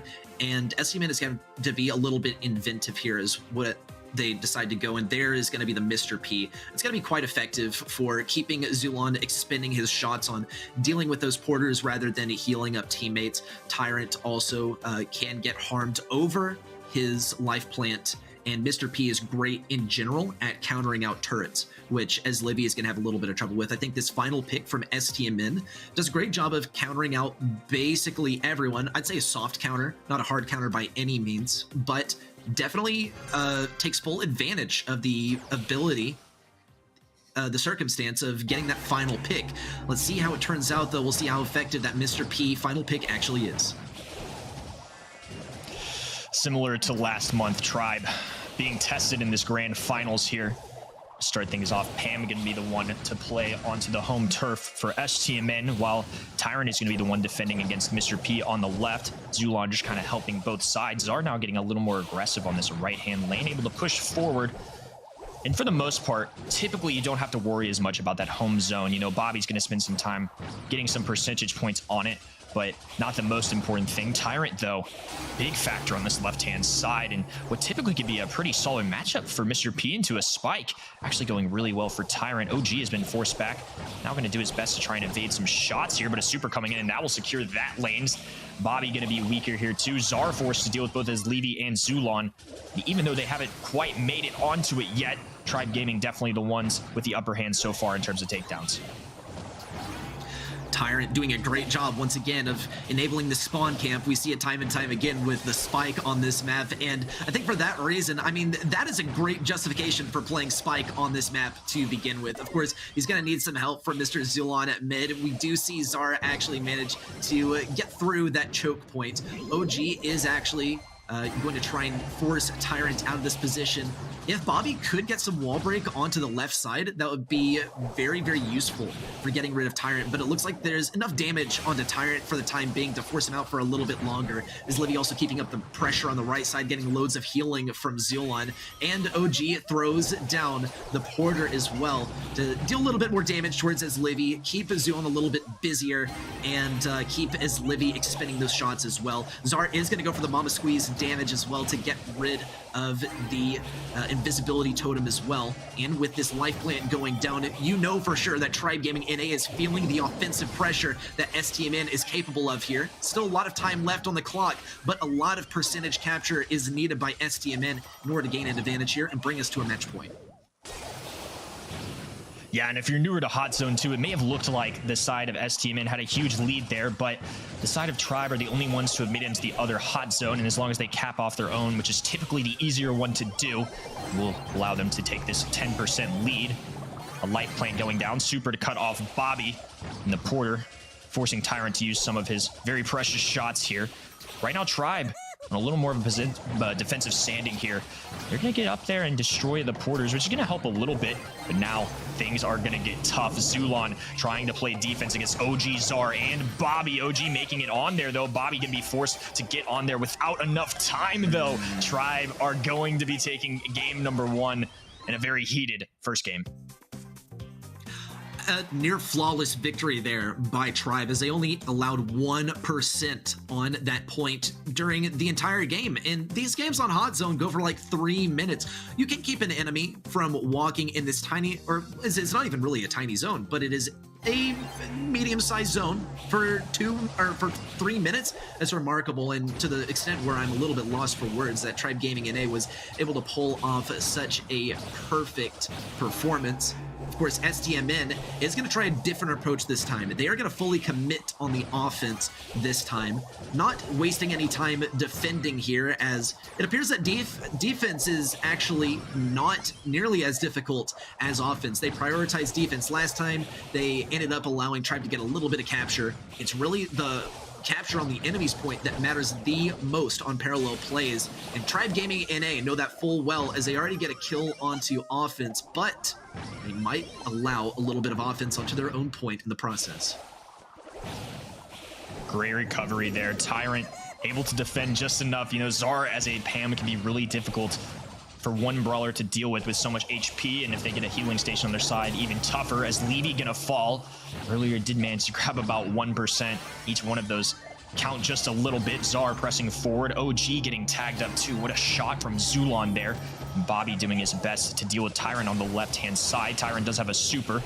Gonna elect to use it now. Cuts off Bobby a little bit, but he manages to maneuver around it. Great takedown from Bobby too. Little wall break as well. As Levy getting really aggressive here. He really is just taking 1% at a time, and I guess as long as he's making these trades, it can work out, but it is gonna allow for Zar and Bobby to move forward.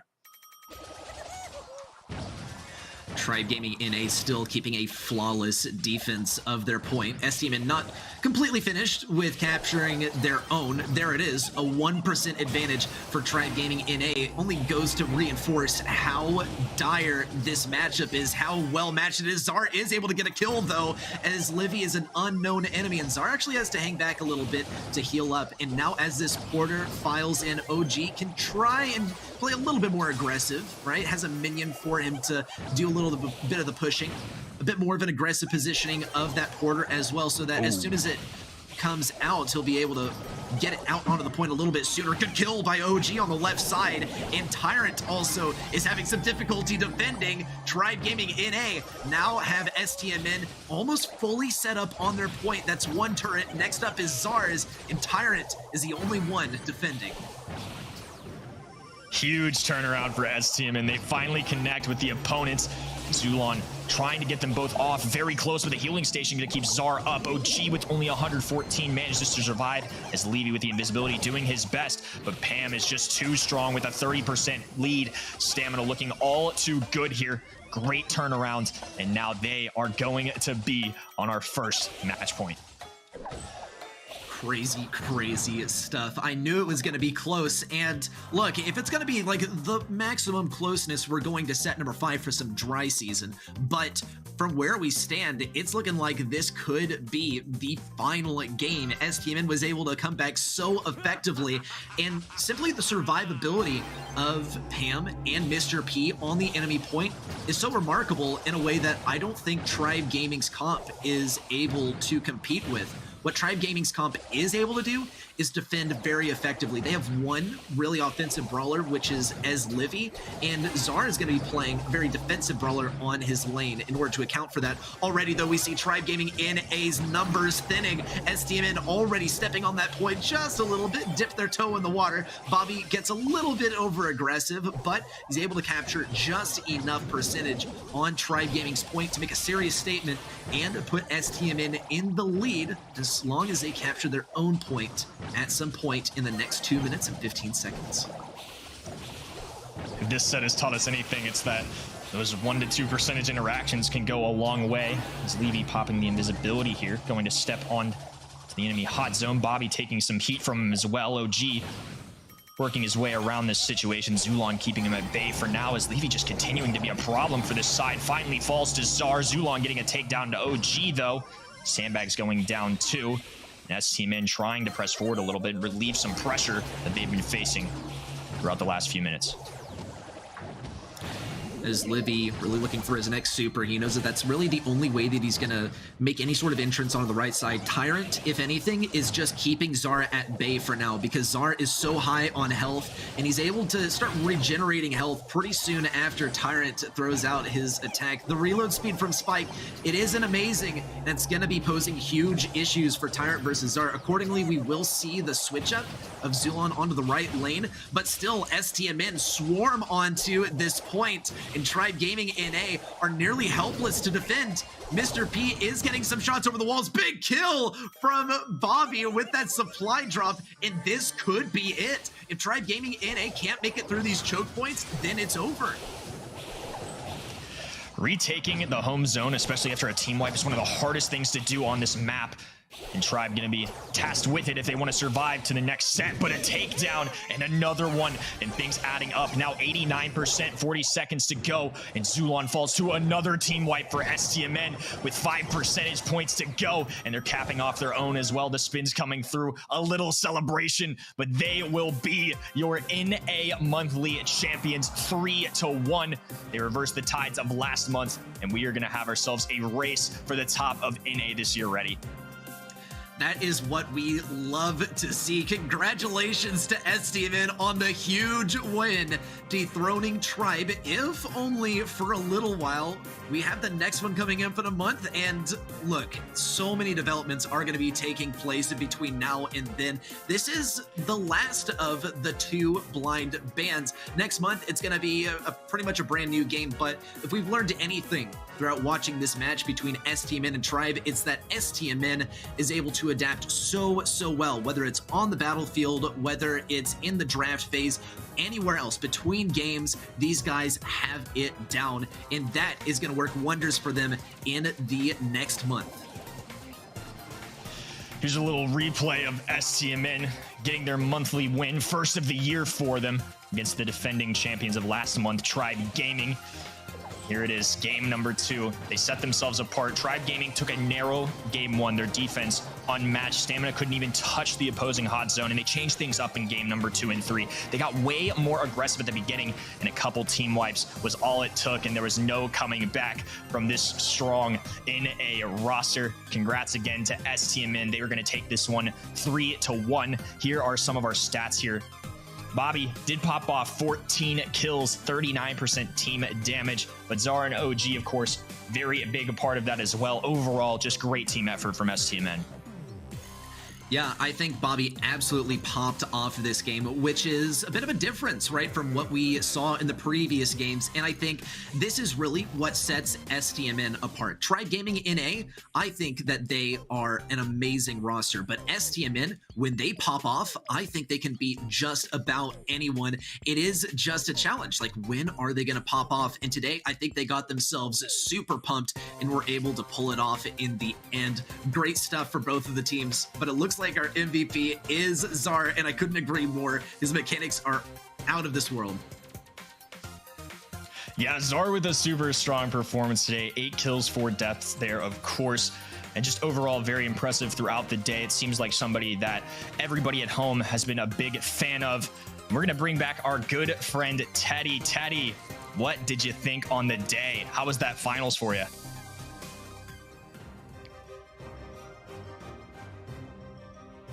We had an exciting grand final. My bad, was muted.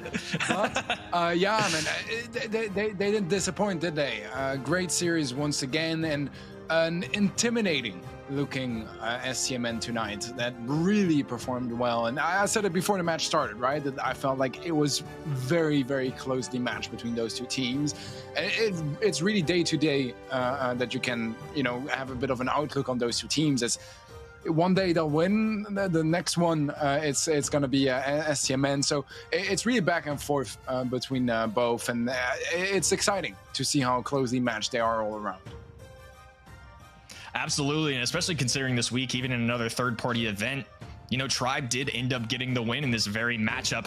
Now we're going to take a look at our bracket to see exactly how we got here today. And to kick things off, we did have the side of Tribe Gaming. They took down Obey Alliance. No problems with Retalianis, but when they faced STMN, things were different. What were your biggest takeaways from the bracket today, Reddy? I mean, look, STMN and Tribe Gaming NA, they have this region on lock, and there is no debate about that. They 2-0'd, 3-0'd all of their opponents, but of course, that did kind of outshine some of our top contenders for that third spot in NA. Chazmat Gaming NA, they took a 2-0 in the quarterfinals. Obey Alliance got 2-0'd by Tribe, and I think, look, when you're facing such a cracked out roster, it's going to be tough to show what you're really made of. And I think if things get placed a little bit differently in the following months, we'll get a serious taste of what Obey Alliance and Chazmat Gaming NA seriously have to show. Yeah, I completely agree with you. I mean, Tribe and Stamina just really good, and I think it's even more impressive, especially after Tribe's day, that Stamina was able to take them down in swift fashion of 3-1. And unfortunately for our predictions, did not go the way we anticipated it. But again, we did say that we thought this would be very even. Again, just given the history of this matchup, especially at the monthly finals level, wouldn't fault anyone for picking STMN. I think overall, great minds think alike, but on that one, fellas, we were not on the money. Pretty good day overall for us, though. I'm proud of us. 5-2 apiece, pretty solid. Maybe next month we can turn things around. And now we are going to bring in a special guest. We're going to have the privilege of talking with Ash, YouTuber with over 600,000 subscribers, very popular in the Brawl community. You all know him and love him for his top tier gameplay. Ash, welcome. What did you think on the day? I'm out of words right now. That was an amazing matchup between Stamina and Tribe in the finals. That first game was just bonkers, man. Like, the gem grab comeback for the win, Stamina taking it, that was amazing. I agree. I mean, Gem Grab definitely stands out in my mind. Is there a play of the day that you feel like stands out to you the most, Ash? Yes, definitely. It has to be the first game of that series between Stamina and Tribe right here. As you can see, they're about to be in a 10-7 gem deficit.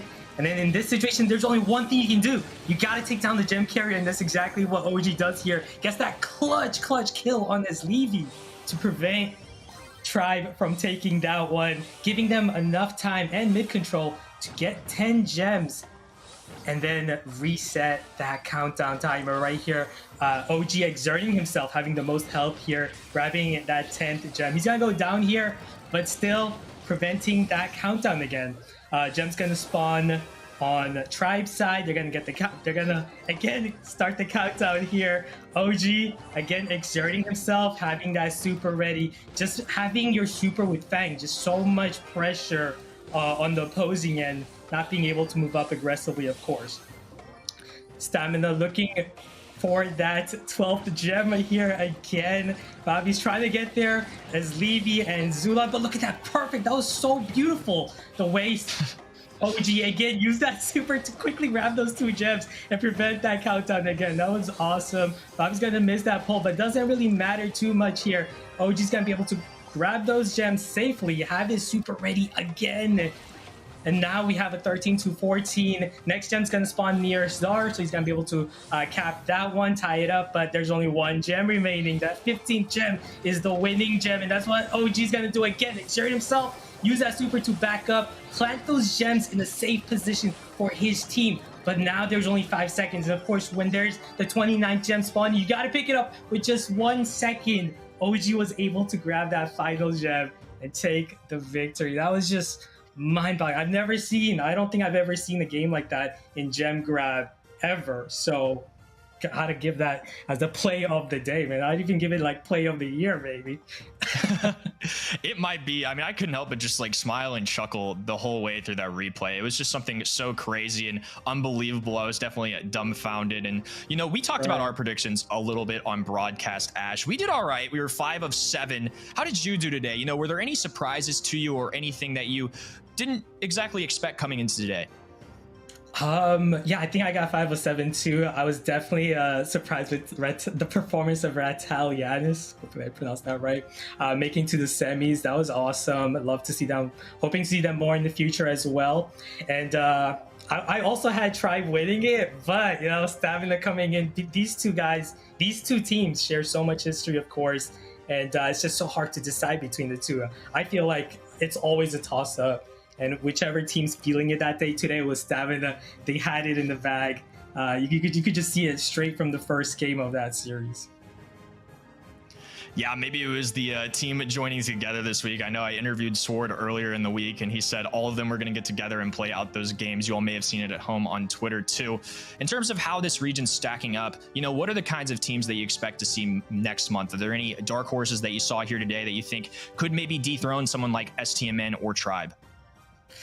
It's gonna be really hard, to be honest, man. Tribe and Stamina just seem like they're at the top right here. I am looking at teams like Chasmac. I'm looking at Vengers. These are up and coming teams that are, you know, making waves. Hoping to see more from them.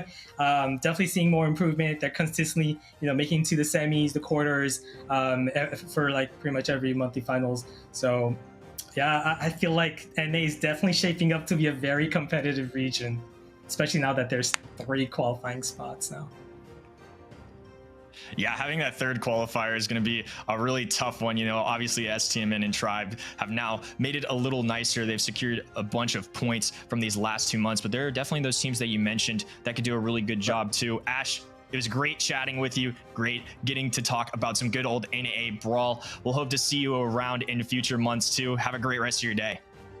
Thank you so much. It was my pleasure. All right, fellas. Let's talk a little bit about the day, you know, how the regional point leaderboard is shaping up. You know, now that STMN got a much needed monthly finals win, and just to think too, you know, they faced off against Avengers in the first round. That was a semifinalist last month. Things could have gone really south for them today if they hadn't won early. Ready? How are you feeling about this leaderboard right now? Do any teams particularly stand out to you for that third spot? It is a really narrow one between teams like Avengers and Chasmic Gaming right now.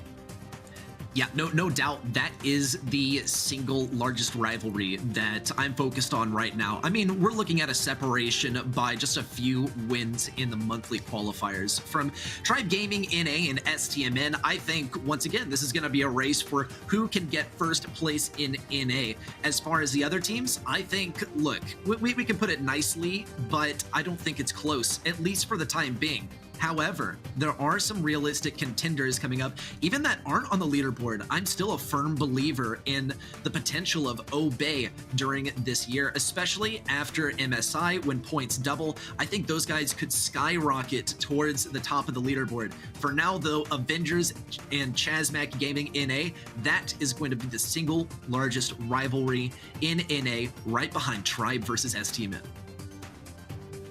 I think that's a fair observation. It's looking very heated for those first three spots. Teddy, guide me through these leading teams right now. Things are getting really insane. Are there any teams that have stood out to you from this region or other regions that are really strong candidates going into later down the line in the year?